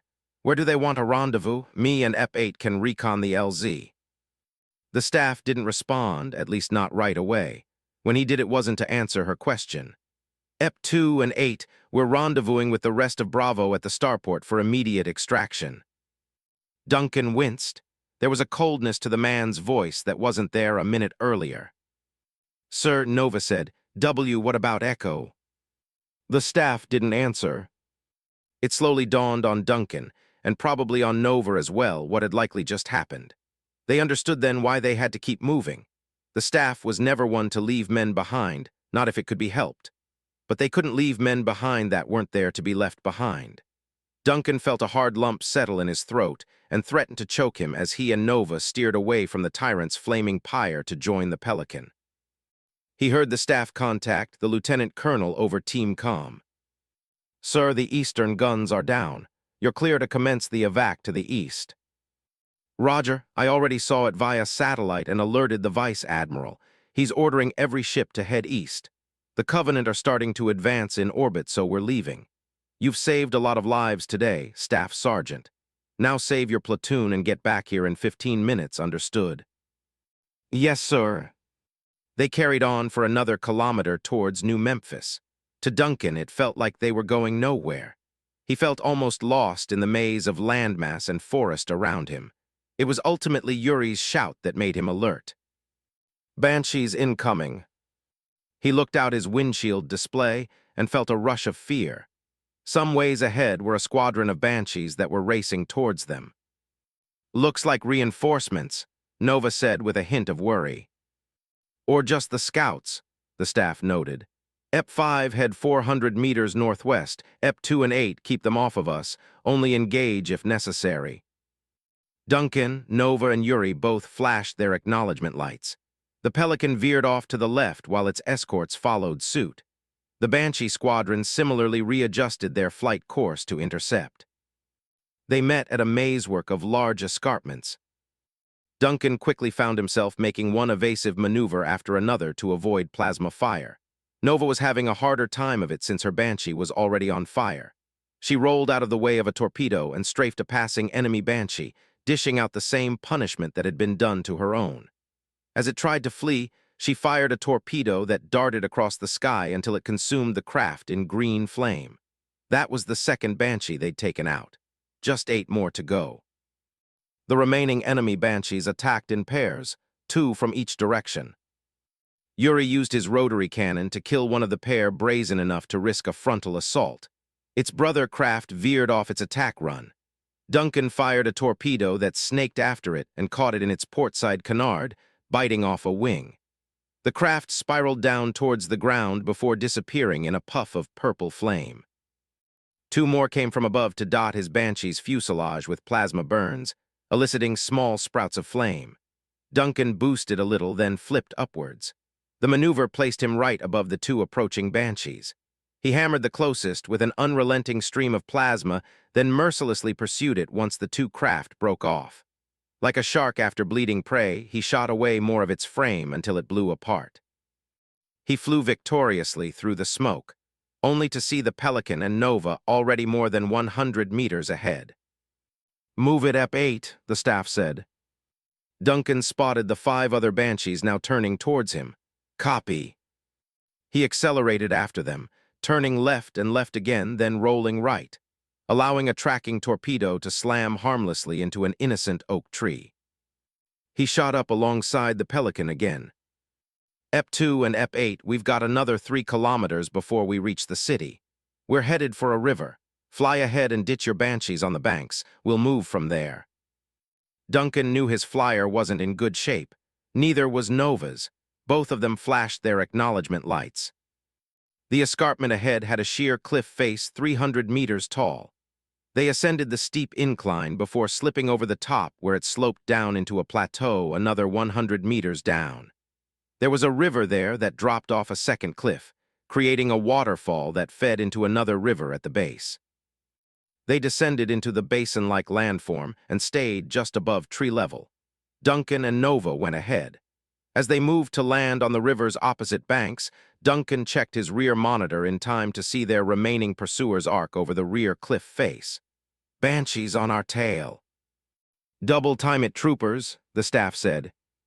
While Nova chose to land further up the bank, Duncan ditched his own a meter above the ground, leaving the craft to crash land. He hit the ground running. Yuri brought the Pelican overhead with the cargo bay doors already open. He hovered above the river, close enough for Nova to leap aboard. Duncan sprinted across the bank, pumping his legs with the will of a man knowing death was at his back. He threw himself onto his stomach as a Banshee flew right overhead. He figured the pilot meant to run him over. He took to the skies once it passed. The evening shadows of the Banshees appeared over him. He quickly found that he wasn't their focus, however, as they pockmarked the dropship with plasma, forcing Yuri to move further off to the waterfall's edge. Before Duncan realized it, he was falling out of the sky as his jetpack's engines recycled. He got a final burst to break his fall and plunged into the water. He gave thanks that it was only knee-deep. He sensed the Banshees practically right on top of him. The Pelican was ahead, waiting with its cargo bay open and the others calling out to him. He heard several torpedoes behind him discharged simultaneously. There was no time. He used his jetpack and soared over the river's surface. The Pelican's engines suddenly cut out and it fell. Duncan sped down past the waterfall's edge towards the open cargo bay. Above him, 4 plasma torpedoes hissed past. Nova was near the edge, reaching up to catch him. He reached as well. One last boost closed the distance. He grabbed her hand and she pulled him inside.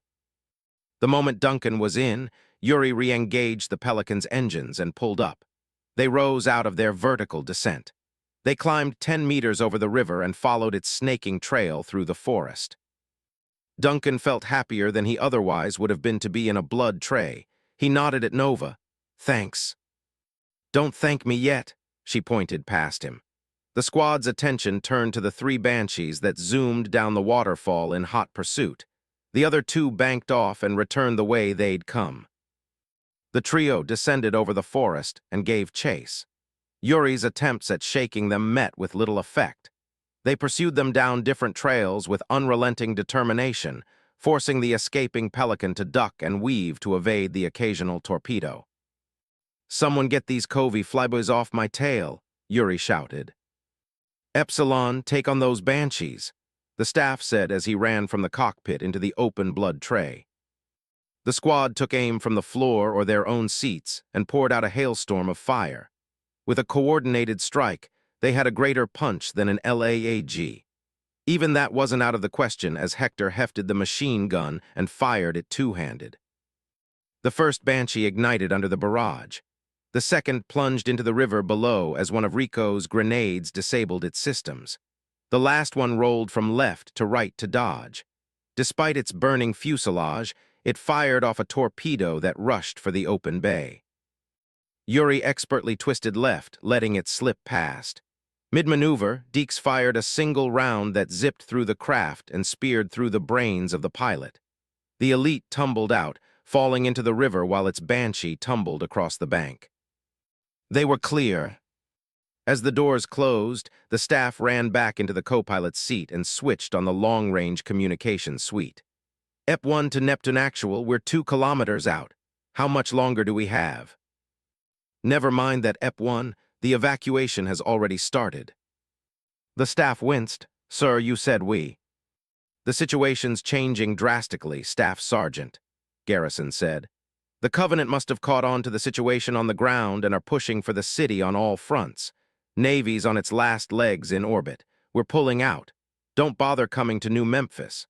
Accelerate to these coordinates immediately or you will be left behind. Do you copy?" The staff saw the coordinates stream over his and Yuri's consular displays. "I copy, sir. We'll be there." "We're out of time here, Staff. Move it." Garrison signed off the comm. The staff turned to Yuri, who nodded in reply.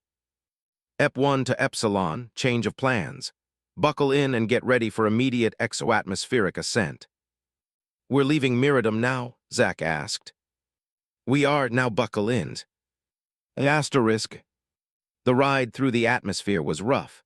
The air inside the dropship grew hotter as Yuri pushed them through towards the stars. Duncan sat inside the otherwise dark cargo bay. Although Miradum's gravity made him aware that he was technically horizontal, the encroaching vastness of space was about to make that a moot point. He wished it would make it a moot point faster since the blood in his head was draining to one side, making him feel woozy. Everyone else was silent across the vertically inclined blood tray. Secured in their seats, they watched Miradum's surface grow further and further away through the rear window. They could also see the throngs of civilian ships fleeing from New Memphis into the upper atmosphere. The other ships had used the opening they'd made to flee the planet in a singularly massive, extrasolar convoy bound for the stars. Some were entering slipspace right away. Others waited until they got further out. Duncan thought about all the families on board those ships that had lived on Miradum all their lives and now had to say goodbye to it. But he also thought about Captain Harper and Sergeant Joles, about Eagle and Echo, none of whom had been from Miradum but had died there all the same. He sensed a kind of irony lurking in that fact, although he didn't want to think too hard on it. "How much longer until we reach, sir?" 2 minutes, the staff said. Ahead of them, Duncan saw a Paris-class heavy frigate silhouetted against the stars. It bore multiple rugged scars of plasma scoring, yet it wasn't enough to keep him from making out the name on the hull, Swifter. The docking bay entrance was open and waiting for them. Duncan had just started feeling at ease when emergency sirens came on. "No, no, no, no, no, not now," Yuri said in a half-whisper. "What is it?" the staff asked. "Covenant ships exiting slipspace. They're close, too close." Duncan saw them with his own eyes then. In the distant void of space, dozens of slipspace exit vectors appeared. They deposited Covenant ships out into the atmosphere over Miradum. They kept coming, pouring out of the alternate space like a flood. He held his breath as a slipspace exit vector suddenly appeared mere kilometers away from scores of escaping transports. From it came a CPV-class heavy destroyer. The manta ray-like ship was colossal at well over a kilometer long. Plasma appeared hot and ready along its lateral lines as it moved for the nearest ships. Asterisk. The civilian transport anchorage wasn't Joan's preferred ship of the line. She had her own personal qualms about its shoddy upkeep. The fact it was hardly maneuverable as well was the final nail in the coffin. Today, however, she was giving it a well-deserved second chance. While it was a poor excuse of a commercial frigate, it was more than able to serve its current purpose as a fire ship. Earlier, she had split off this subroutine to take the anchorage into the upper atmosphere and keep it in geosynchronous orbit after the last antimatter charge was discovered on board. She was honestly surprised when the bomb failed to detonate or do little else.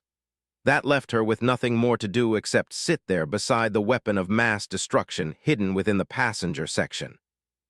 Now that the mass exodus had begun and her core self was being escorted to safety, she saw her chance to do something useful the moment the new Covenant fleet slipped into the system. She focused on the destroyer that was bearing down on her escaping human charges. In the split second it took her to think it through, she figured that the antimatter charge was still primed. She also knew just where to put it. Her nightly image appeared over the holotank on the anchorage's darkened bridge as the ship exited from a short slip-space jump less than a few kilometers from the destroyer's starboard side. It spotted the anchorage and turned to face it. Plasma heated up along its lateral lines. She watched it fire off 2 torpedoes that tracked her movements. She pushed the anchorage's engines to near critical levels, angling upwards to lengthen the time it would take for the torpedoes to reach her. She reached her destination first, coming right above the ship's bow. She turned the anchorage about to present a larger target to the oncoming torpedoes. Joan held out her sword towards them. While her core self would live on, like her predecessor, today she would find both honor and glory in the flames to come. Asterisk. Duncan saw the suicidal civilian transport disappear as 2 plasma torpedoes struck its port side. Then something happened that he wasn't expecting. The starship detonated with an explosive force far greater than it should have possessed. The destroyer's shields shimmered under the stress before giving way. The blast rippled across its hull, then turned the alien ship into a small star. The flash lasted less than a second. The CPV reappeared with its bow utterly decapitated, and the rest of the hull aglow with raging fires, leaving the last civilian ships to enter slipspace unencumbered. There wasn't any time to think on it, however, since they weren't out of danger, not until they left Ulterin. Yuri expertly slid them inside the Swifter's docking bay, which closed behind them. They immediately felt the ship shudder, the familiar jarring movement of a slipspace transition. The door to the internal hangar opened. Yuri piloted them inside and descended onto an available landing pad. A voice came in over the ship's intercom system. "This is Vice Admiral Tursk to all Swifter personnel. We're away." "We're away." The words were refreshing in and of themselves. The ODSTs quickly pulled off their restraints. Once Yuri popped the door, Epsilon poured out onto the pad. There were a few other Pelicans and hangar personnel around. That didn't stop Zack from yanking off his helmet, falling to his hands and knees and panting. That was too close. "No kidding," Rico huffed. "Where'd that other fleet come from?" "Don't know and don't care," Hector said. "We're safe and that's all that matters." The squad was starting to lighten up when they heard footsteps behind them. There was the click of a weapon's safety being flicked off. They realized that in their relief they had forgotten something, or rather, someone. They turned to face the now conscious lieutenant commander who stood on the lip of the blood tray. She looked unamused as she stared down the staff sergeant with her M6 drawn. She slowly walked down the ramp, keeping her pistol aimed at the staff. All the while, the ODSTs moved out of her way. She stopped at the pad's stairwell but refused to take her eyes off the leader of Epsilon. "Do you know what they call what you just did, Staff Sergeant?" She asked the question with a calmness that did little to disguise the venom behind the words. The ODSTs kept their hands unassumingly close to their weapons' triggers. "They call that insubordination, and in a proper textbook definition of the term, you'd be an example. You've assaulted a commanding officer and allowed an important installation with critical assets to fall into enemy hands, the result of which may lead to incalculable casualties. There's blood on your hands now, staff. How do you justify that? The staff spoke calmly. There would have been blood on our hands if my platoon did nothing but watch as civvies got shot out of the sky, one ship at a time, ma'am. Cordova shook her head and laughed slightly at what to her must have seemed like a pitiful excuse. You're not seeing the bigger picture. Do you know that I don't need to have you court-martialed, trooper? I am well within my right to shoot you where you stand. The staff accepted her words with a casual nod of his head and depolarized his visor. He looked tired, but not as much as he had earlier. You're absolutely correct. You're well within your right to shoot me right here in front of my squad. His gaze hardened. But you're also well within range. The lieutenant commander didn't appear to understand the threat at first until she saw Deeks. The corporal had his SRS-99 leveled at her head. Cordova glanced back at the staff and the rest of the squad, who stared her down with the same reserved lethality. At length, she slowly eased her stance and confidently slipped her gun back into its holster. You, Staff Sergeant, will regret this. Do what you have to, ma'am. I already did what I had to. Cordova stared him down a moment longer, then turned away, walking down the stairwell. She never turned back around as she walked across the ground floor towards a nearby door. You sure about this, boss? Deeks asked, still tracking her with his sniper. I mean, there's not that many witnesses around. It wouldn't be too hard. The staff put a hand to the barrel of his sniper and gently pushed it down, shaking his head. He turned to the rest of the squad with an exhausted yet genuinely earnest smile. He gave a long, heartfelt exhale. You did good out there, Epsilon. I'm proud of you, all of you. Well done. Interdiction Vetostius Interdiction. 30, Battle of Miradum, Chapter 11, Dubium. Chapter 11, Dubium. 7th Cycle, 53 units, Covenant Battle Calendar. Ulterin System, in orbit over human world of Miradum. Asterisk. For Fleetmaster Ruka Vorami, the hangar bay of the Ascendant Justice was a familiar sight. The elegant yet gargantuan DDS-class carrier was the pride of the fleet, and on occasion, a second home to him. But today, walking along its 3-kilometer length only served to remind him of the magnitude of his own failure. He passed some of the crew along the way. Grunts carrying plasma batteries would stop once they saw him coming, quickly scramble to the side and cower in that pitiful posture they always assumed before their betters. Jackals were less reverent. They kept at a fair distance but mostly ignored him as they went about, no doubt scavenging for loose valuables. Then there were those of his kind. Sanghaley from the ship's contingent of 40,000 strong would step aside and stand at rigid attention while the officer in golden armor passed. It was a respect Ruka knew he didn't deserve. He was walking along the far wall of the hangar bay, a titanic space large enough that it held several corvettes with room to spare, when he stopped. His attention was drawn to the nearby hangar door. Beyond the Colosseum-sized energy barrier was the turquoise-hued upper atmosphere of the fallen world the humans called Miradum. Even weeks after, there were still wrecks floating about, namely the cold and dissected hulls of the human ships that had attempted to withstand their glorious advance. One of their destroyers drifted lifelessly a few hundred kilometers from the Justice. He noticed the gaping hole left in its hull and recognized the handiwork of his ships. The subfleet of Lawful Unction had been deployed to this system more than a week ago in response to a request for reinforcements from the Supreme Commander of the Third Fleet of Glorious Consequence, Luro Taralumi. Having started out with well over 40 ships at the battle's outset, they had been reduced to 13 by the time Ruka and his ships had arrived. Together, they eventually pushed the humans back from the Eastern Hemisphere. While Taralumi focused on cleansing the East, Ruka's attention settled on the West. From the very beginning, he'd secretly sent out a team of silent shadows assigned to his subfleet to scout the situation in the West. Through their efforts, he was able to keep track of the happenings on the ground there, even approving of a proposed plan to corral the humans in one of their major cities and destroy them before they had a chance to flee. Only that plan had failed, along with the secondary contingency of one Field Marshal Arzan Zadami. According to Second Blade Officer Artaz Vajami, a Sanghili he'd known long before he became a shadow. The enemy had deployed their fabled demons to fight back against their warriors and won. That created a larger problem, the opportunity the humans now had to escape. Even this he had planned for. He'd dispatched forces to plant Tyrant AA cannons in the outskirts of the city called New Memphis. He'd gone so far as to send ultras as additional security, even dispatching a competent Ivocati delegatus, Kale Nevumi, to supervise the entire effort. Yet that too was a failure thanks to the actions of the human shock troopers. He couldn't help but wonder, if not marvel, at the outright insanity the human warriors that destroyed the Eastern tyrants had to possess.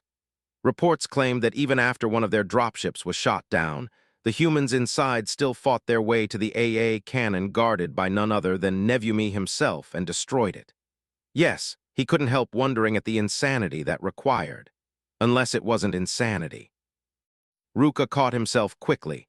Bravery was not a human trait. Desperation was that masquerade as bravery. There was no need for such false comparisons to Sanghili. Then again, it was ultimately comparisons that had cost him the final victory. After learning that the East was open for the planet's surviving population to escape, he moved quickly to stop them. Or so he thought. Then it happened again. He could still sense the hesitation of that moment that divided him between whether to face the humans head-on or wait for reinforcements. While his subfleet had been reduced to 6 ships from the original 10, he was certain they would be enough. Yet it wasn't the numbers that made him hesitate. It paralyzed him once again. He'd failed to contain a question whose depth of depravity haunted him to no end. It consumed him long enough for critical moments to pass. By the time he overcame his hesitation, it was already too late. The humans began fleeing from Miridom's gravity well where he'd managed to trap them for so long. In his alarmed haste, he foolishly ordered one of his ships, the Purity of Purpose, to make a short slip-space jump to stop them. That decision cost him another ship. For reasons still unknown to him, the Purpose was destroyed before it could begin the slaughter. After targeting a small human vessel, the resulting blast effectively decapitated the destroyer.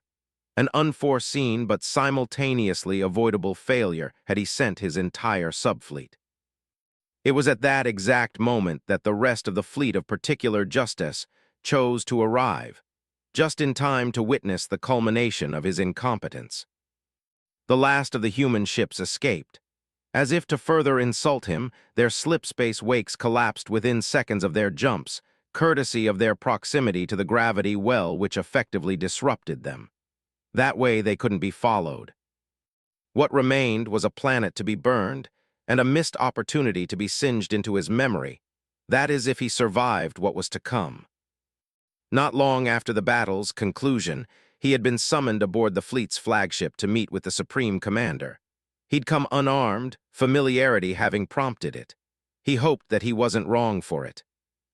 The way to the Justice's bridge was relatively straightforward. In fact, he could walk across the city-sized ship blind and still arrive on time.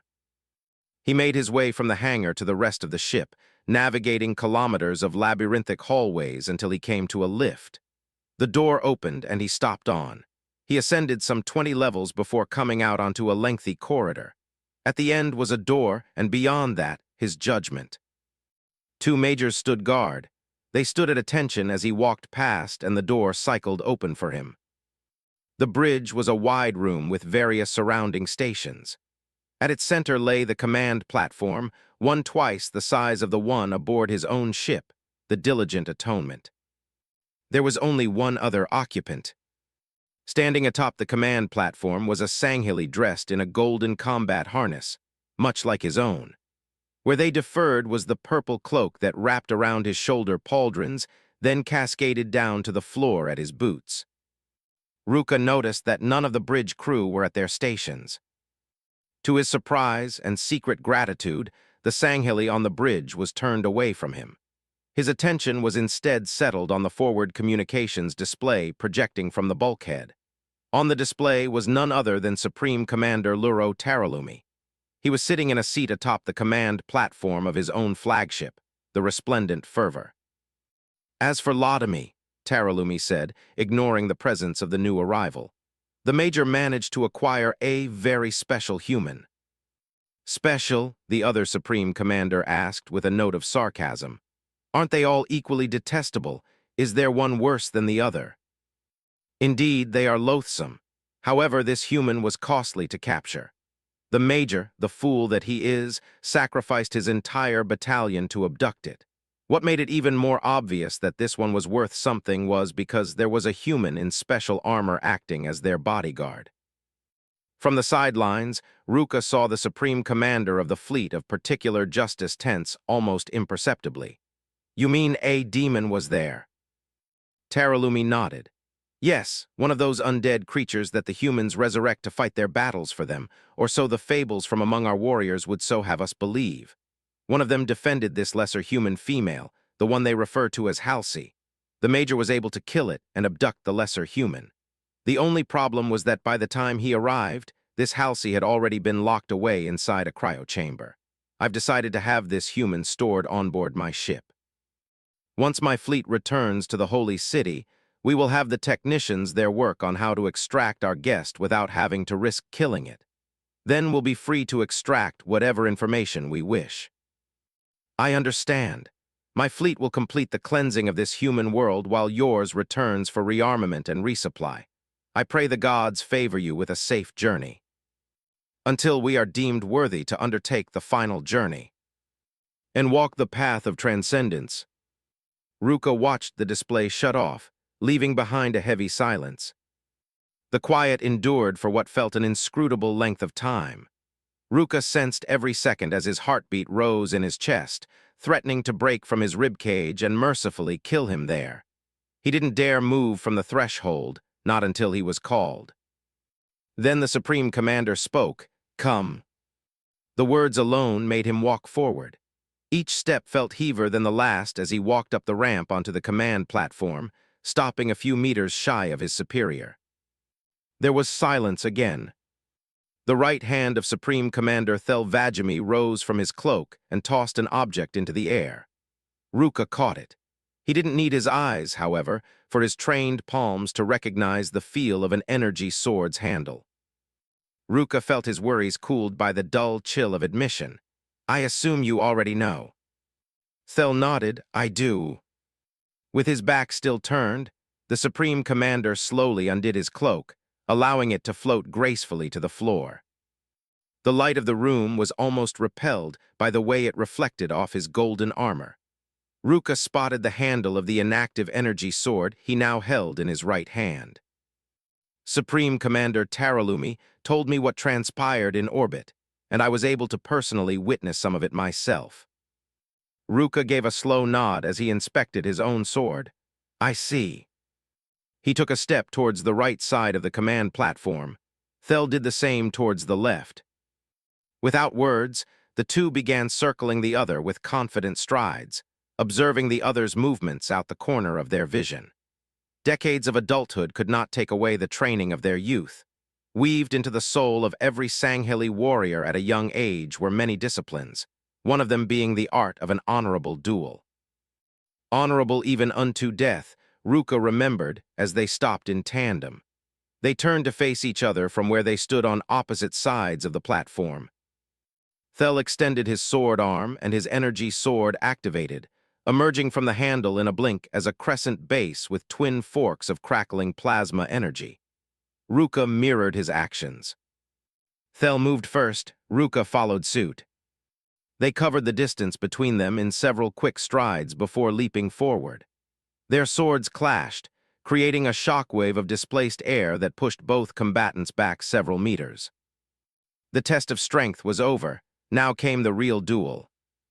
Ruka struck first, lunging with his blade aimed for the Supreme Commander's ribs. Thel sidestepped mid-lunge and span about to slice through the Fleetmaster's exposed shoulder. But Ruka dipped beneath the blow, using his footwork to slide underneath it. He quickly recovered, swinging a foot around to reposition himself as he aimed for his opponent's vulnerable back. Only it wasn't vulnerable as Thel used his earlier momentum to pivot and catch his opponent's sword with the side of his own. Plasma energy rippled down to their hilts as electrical outbursts flared from the point of contact. They stared the other down, Ruka in slight strain, Thel with a reserved patience. They broke off and re-engaged.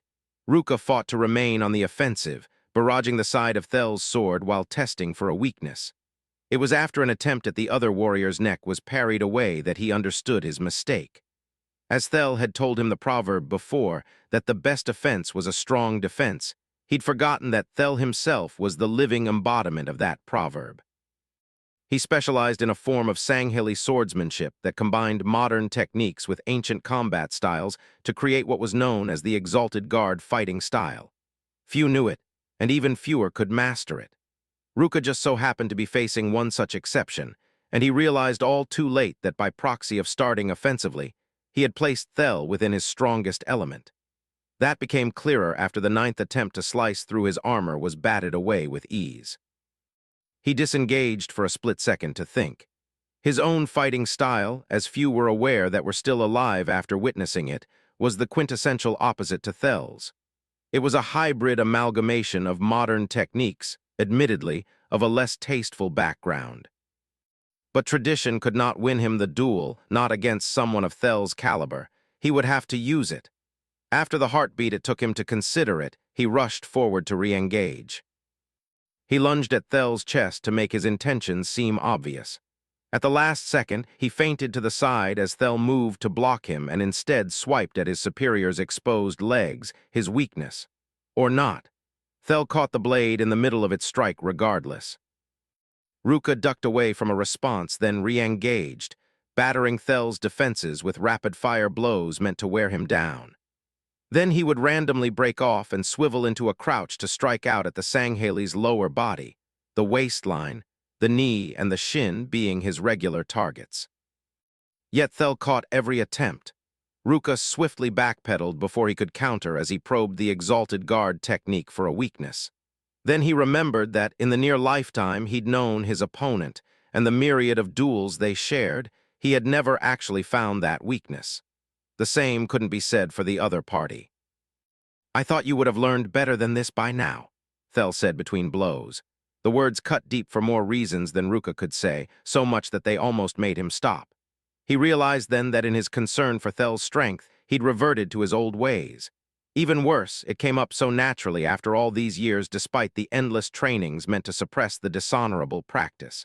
Still, he kept on the offensive, slipping deeper into those old ways. He slashed at Thel's upper guard then, quickly shifting his left foot back to resettle his weight and open a new avenue of attack on his right, exchanged the sword to his left hand and slashed down at his shoulders. Thel merely flicked his wrist to block it, but Ruka wasn't done, fluidly sliding his left foot back and seamlessly passing the blade to the corresponding hand to lash out at his midsection. Thel jabbed down, catching the blade at its arc before it could reach him. He lifted his boot, shifting his weight as he forced the other sword aside, throwing Ruka off balance while bringing his own weapon to bear like the teeth of a Doramir. It took less than a heartbeat to discern the technique, and even less for Ruka to realize Thel was going on the offensive. He stumbled away before Thel's foot slammed back down, and the downward stab could impale him through his back. Thel pressed his advantage and dashed forward with his sword leading.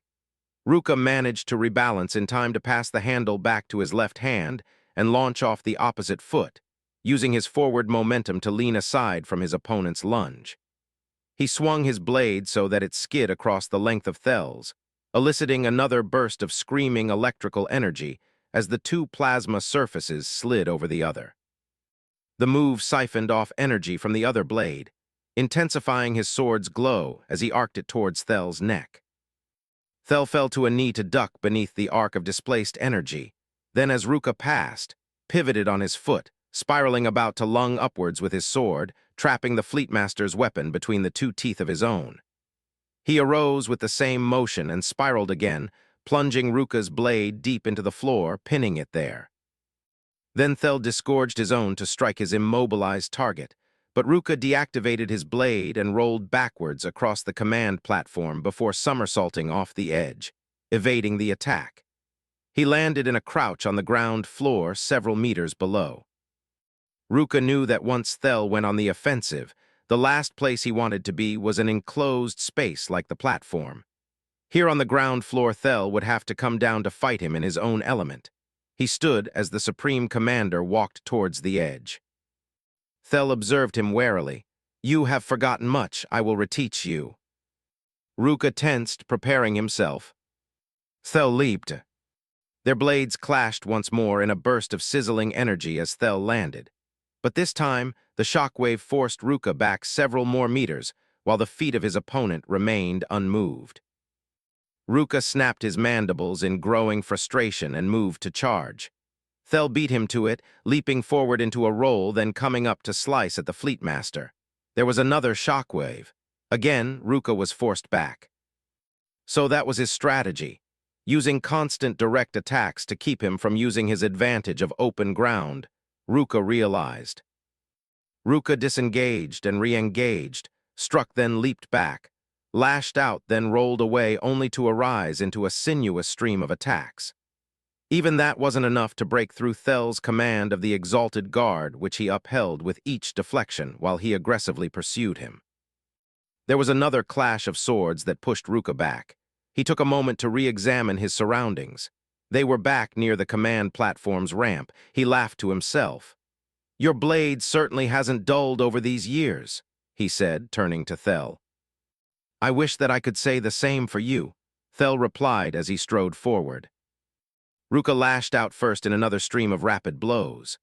Thel dodged them all as expected, but before he could press forward, Ruka fell back to sweep his legs out from under him with a kick. Thel stepped back, almost expecting the move, but Ruka continued his spiral, this time with his energy sword aimed for his adversary's approaching legs via a perfectly balanced, nearly prone form being maneuvered by one hand upholding his entire weight. The disc-like maneuver was the perfect challenge to Thel's lack of maneuverability, only it wasn't as he jumped high enough into the air to avoid it. Yet here was an opening. With Thel off the ground, Ruka had a brief opportunity. He simultaneously coiled the muscles in his arm and legs, then sprung up from the floor like the serpentine creatures of his homeworld, pulling his knees in close to his chest so that he rotated up to face his fellow warrior. Their eyes met as he whipped his sword up towards him. Thel made no show of his surprise as they clashed in midair.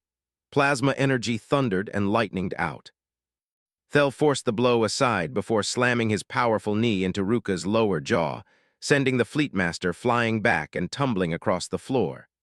As Thel landed on his feet, Ruka caught himself and swiveled into a defensive crouch.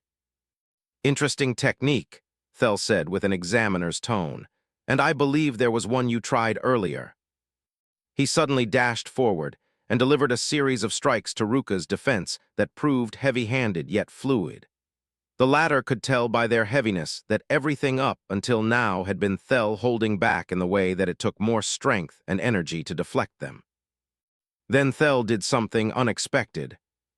He pulled back then lashed out again, although this time he twisted his wrists and leaned back slightly in balance with each blow. He hit his mark, slashing across Ruka's energy shield and draining it by a third. Ruka couldn't stop the immediate follow-up in time as Thel shifted his weight without switching the sword hand in order to slice diagonally, draining his energy shields by another third while barely missing his armor. With a final shift of his feet, Thel delivered the last swing at his waist. Ruka's shields collapsed completely. Thel never gave him the chance to react as he deactivated his own sword, spiraled about, and delivered an upward kick to his lower jaw. The Fleetmaster flew several meters, then crashed to the ground. This time he found it harder to get back up. His shields were utterly drained and slowly recharging. A shadow descended upon him. He turned as his shields flicked on.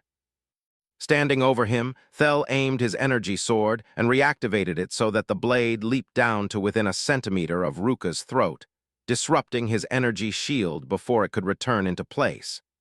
It flickered, then dissipated once more. The Fleetmaster felt the skin on his neck bristle at the heat. Still, he looked Thel in the eyes with a resolved stare. "That," Thel said, "is the correct example of what you attempted earlier by switching sword hands. Only one who is disgraced uses his left, remember that." Thel switched off his blade and held out a hand. Ruka stared at the gesture for a moment. He then switched off his own weapon, attached it to his belt, and took the hand. "I thought you were aiming to kill me."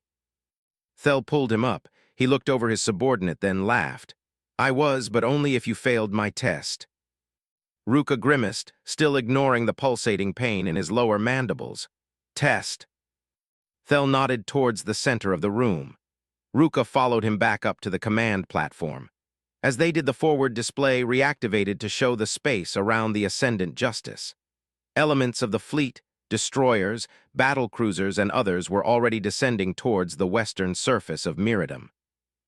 "I wanted to ensure for myself that there is still a warrior in you," Thel explained. Ruka took note of the sizzling hole in the floor and the exhaust that leaked from the partially boiled conduits below. "I know there is no excuse for." Thel held up a hand. "Like I stated before, I am fully aware of the situation in orbit. I called you here and tested you to discern if weakness was the cause. That conclusion has fallen short. What I don't know is why you hesitated to finish the work you had already started. Now then," his gaze hardened, "why did you hesitate?" "Why?" Ruka felt his blood boil at the question, though not with anger. He'd hid it from others for years, and from himself for even longer. But the Supreme Commander would only accept the truth. There was no room for lying or devious machinations within the fleet of particular justice. Thel had made that expressly clear after their original formation by a reassembling of the fleets. He took in a breath and exhaled, though he couldn't bring himself to meet the Supreme Commander's gaze. "Do you think the humans are worth destroying?"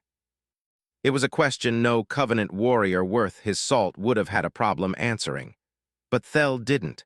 Instead, he looked him over with a modicum of intrigue and suspicion. "I have neither the time nor patience for mind games, Fleetmaster Vorami." Using his last name wasn't lost on Ruka at all. When operating in an official capacity, to call him brother would have been a breach of protocol, however true it may be. Still, in private there was no need for it. Then again, it spoke more to Thel's own firm adherence to military conduct than anything else. Ruka took in another breath as he glanced up at the screen, and the images of other Covenant ships moving down to the west to commence the orbital bombardment. "I've had some time to consider the matter." "That being the matter of the humans?" Thel asked. "Yes, in regard to their sin, the one that made them irredeemable before both the gods and the hierarchs." Asterisk. "So you believe that this is all unjustified?" Thel asked, almost daring him to suggest as much. Ruka shook his head. "No, Supreme Commander, that is not what I meant." "Explain." Thel gestured for him to go on. Ruka stopped to gather his thoughts.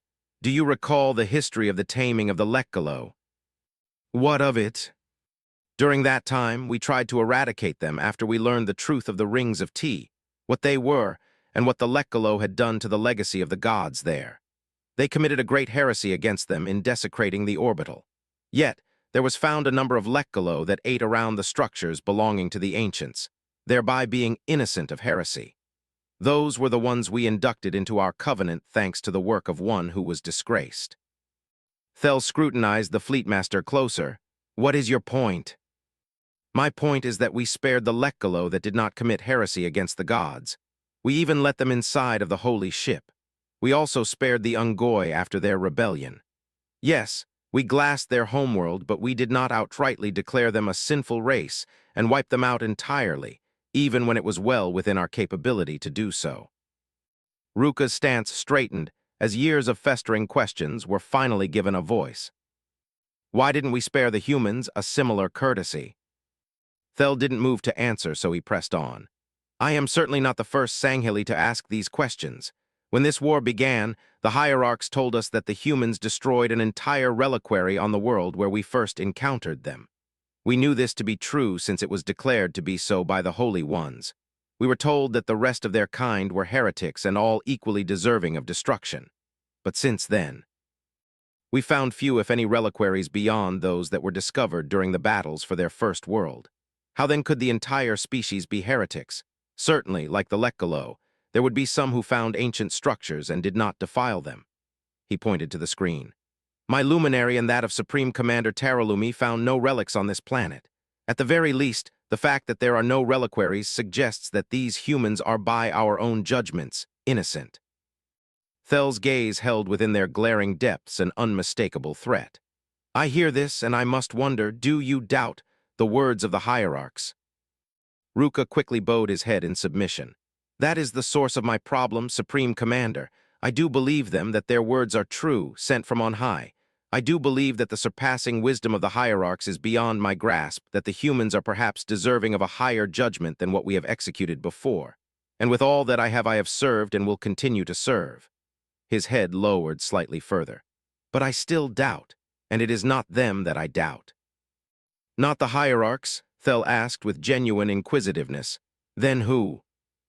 Ruka felt that they had reached the heart of his fears. He felt it weigh down his eyes so that, again, he couldn't bring himself to look at his superior. It is us. Us. Ruka spoke so low that it came out as a whisper. We Sanghili. What if a small number of us, a fraction, did something so blasphemous in its magnitude that our entire species was declared irredeemable? Ruka willed his eyes to meet Thel's, and deemed unworthy in the eyes of the gods to join the great journey. A silence unlike any other broke out between them. It was broken when Thel suddenly laughed.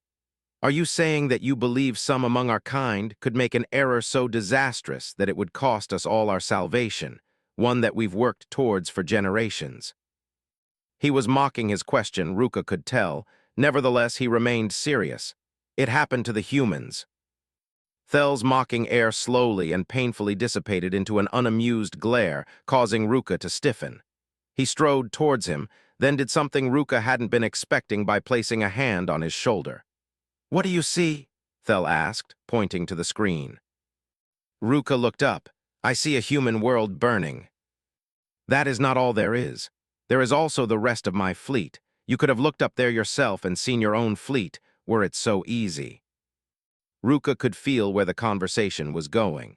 We've spoken on this matter before, Supreme Commander. I swore to myself that I would not forsake my name, not again. I understand that, Thel sighed. However, you and I both know that without it, and with the caliber of skill you possess, that you could have become a Supreme Commander by now just as I am. I will accept the cost. I will remain steadfast as long as I do not return to what that name represented. Will you really? From what I've seen, you still have some of that representation within you, and it worries me. He turned to Ruka. I knew your discipline had frayed by the way that you fought, fine at first until you began falling back into what you were taught to avoid. Arguably, that is what gave me the upper hand. Ruka remained adamant. I am still able. I know you are. However, you willingly bear a name that most would swiftly relinquish if they were able. Do not compound your situation now with doubt, especially of your own kin. Thel pointed at the screen once more. Those are our kin. They share our nature. Do you doubt that a single one of them will stand fast? Not a soul amongst my fleet would rather risk facing failure over their own demise at the hands of their own sword or mine. He removed his hand from Ruka's shoulder. However, should such a one be found among our ranks, then I will personally see to it that they are removed before their cowardice can taint the rest of my fleet. He slowly rounded on his subordinate. Is that understood, Fleetmaster Vorami? Ruka stood at attention.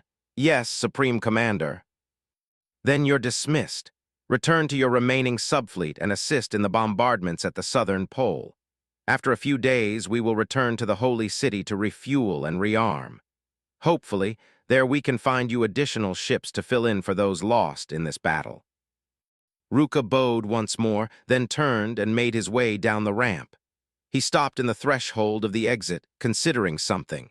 He remained quiet, however, and left the bridge without another word. Asterisk. For the first time in a long while, Thel felt uncertain. It wasn't about his own faith, but that of his fleetmaster. Their conversation had bordered on the heretical. Thankfully, Ruka expressed that his faith was still in the word of the prophets. That came as a subtle relief. That said, he couldn't ignore the doubt that the fleetmaster felt towards his own kind, a doubt that could cost lives, and in this case, costed them the lives they could have extinguished from amongst the inhabitant humans here. He hoped now that he had reached him over those doubts. Though he would never admit it to him personally, Ruka was his best officer within the fleet. He was able to think on his feet and apply himself quickly to tactically intractable situations. That trait alone had manifested in the way he'd successfully turned what could have been the defeat of the Third Fleet of glorious consequence into an absolute victory over the human fleets, and that with just 10 ships. He had potential, one that he couldn't allow to be wasted, not when the work of the gods was at stake. Thel refocused his attention on the report made by Second Blade Officer Artaz Vajami, or rather Artaz as he'd known him. He marveled at the way that even with his own mind he kept at that authoritative distance. It was one necessary for leadership, for commanding respect and cohesion. But it occasionally bothered him every so often when it came to such matters as those he knew. He held up a hand, and the display changed, showing images of the fighting that occurred in one of their cities at a structure called a starport. He ran through images taken by Artaz's silent shadow unit, which showed as Covenant forces overwhelmed human defenses. But then the situation began to change, showing how Covenant warriors were beaten back by the humans who were rallying behind figures in special armor. As he came across the first image of these special humans, he couldn't help but shiver with disgust. He remembered how, years ago, he felt a similar revulsion while on a mission for a hierarch. That mission had cost him the lives of his entire command at the time, including a subordinate whom Ruka was starting to remind him of, which was why he was so adamant to correct the Fleetmaster's course now, before it was too late for him. That distant time had brought Thel to a dire crossroads in his own faith, when he found himself at the center of a conflict of interests of unspeakable proportions. It was for that very same reason that he vowed no such conflict of interests would ever exist within his fleet. Above all, he remembered the demon. That human, no, that creature in gray armor that had assailed him on a Kigyar ship, had fought him in hand-to-hand combat and nearly won. Unholy alien, he had called it as he strained against it. He remembered seeing the human numerical symbols on its breastplate. 6. The demons in these images wore different colored armor from the one he'd fought, but possessed similar numerals. It meant that there were likely more of them. As he saw one image after another of warriors slain at their hands, Thel decided that these creatures would have to be dealt with sooner or later, and he already had in mind the perfect counter. He flicked through more images until he came to a stop at one that showed a single demon leading 2 others. It was running extremely fast and firing at something off-screen. Thel forced down his revulsion for the sake of curiosity as he looked at what might be a potential leader among these strange aliens. He found what he was looking for in the numerals on its left breastplate. 117. Dubium doubt,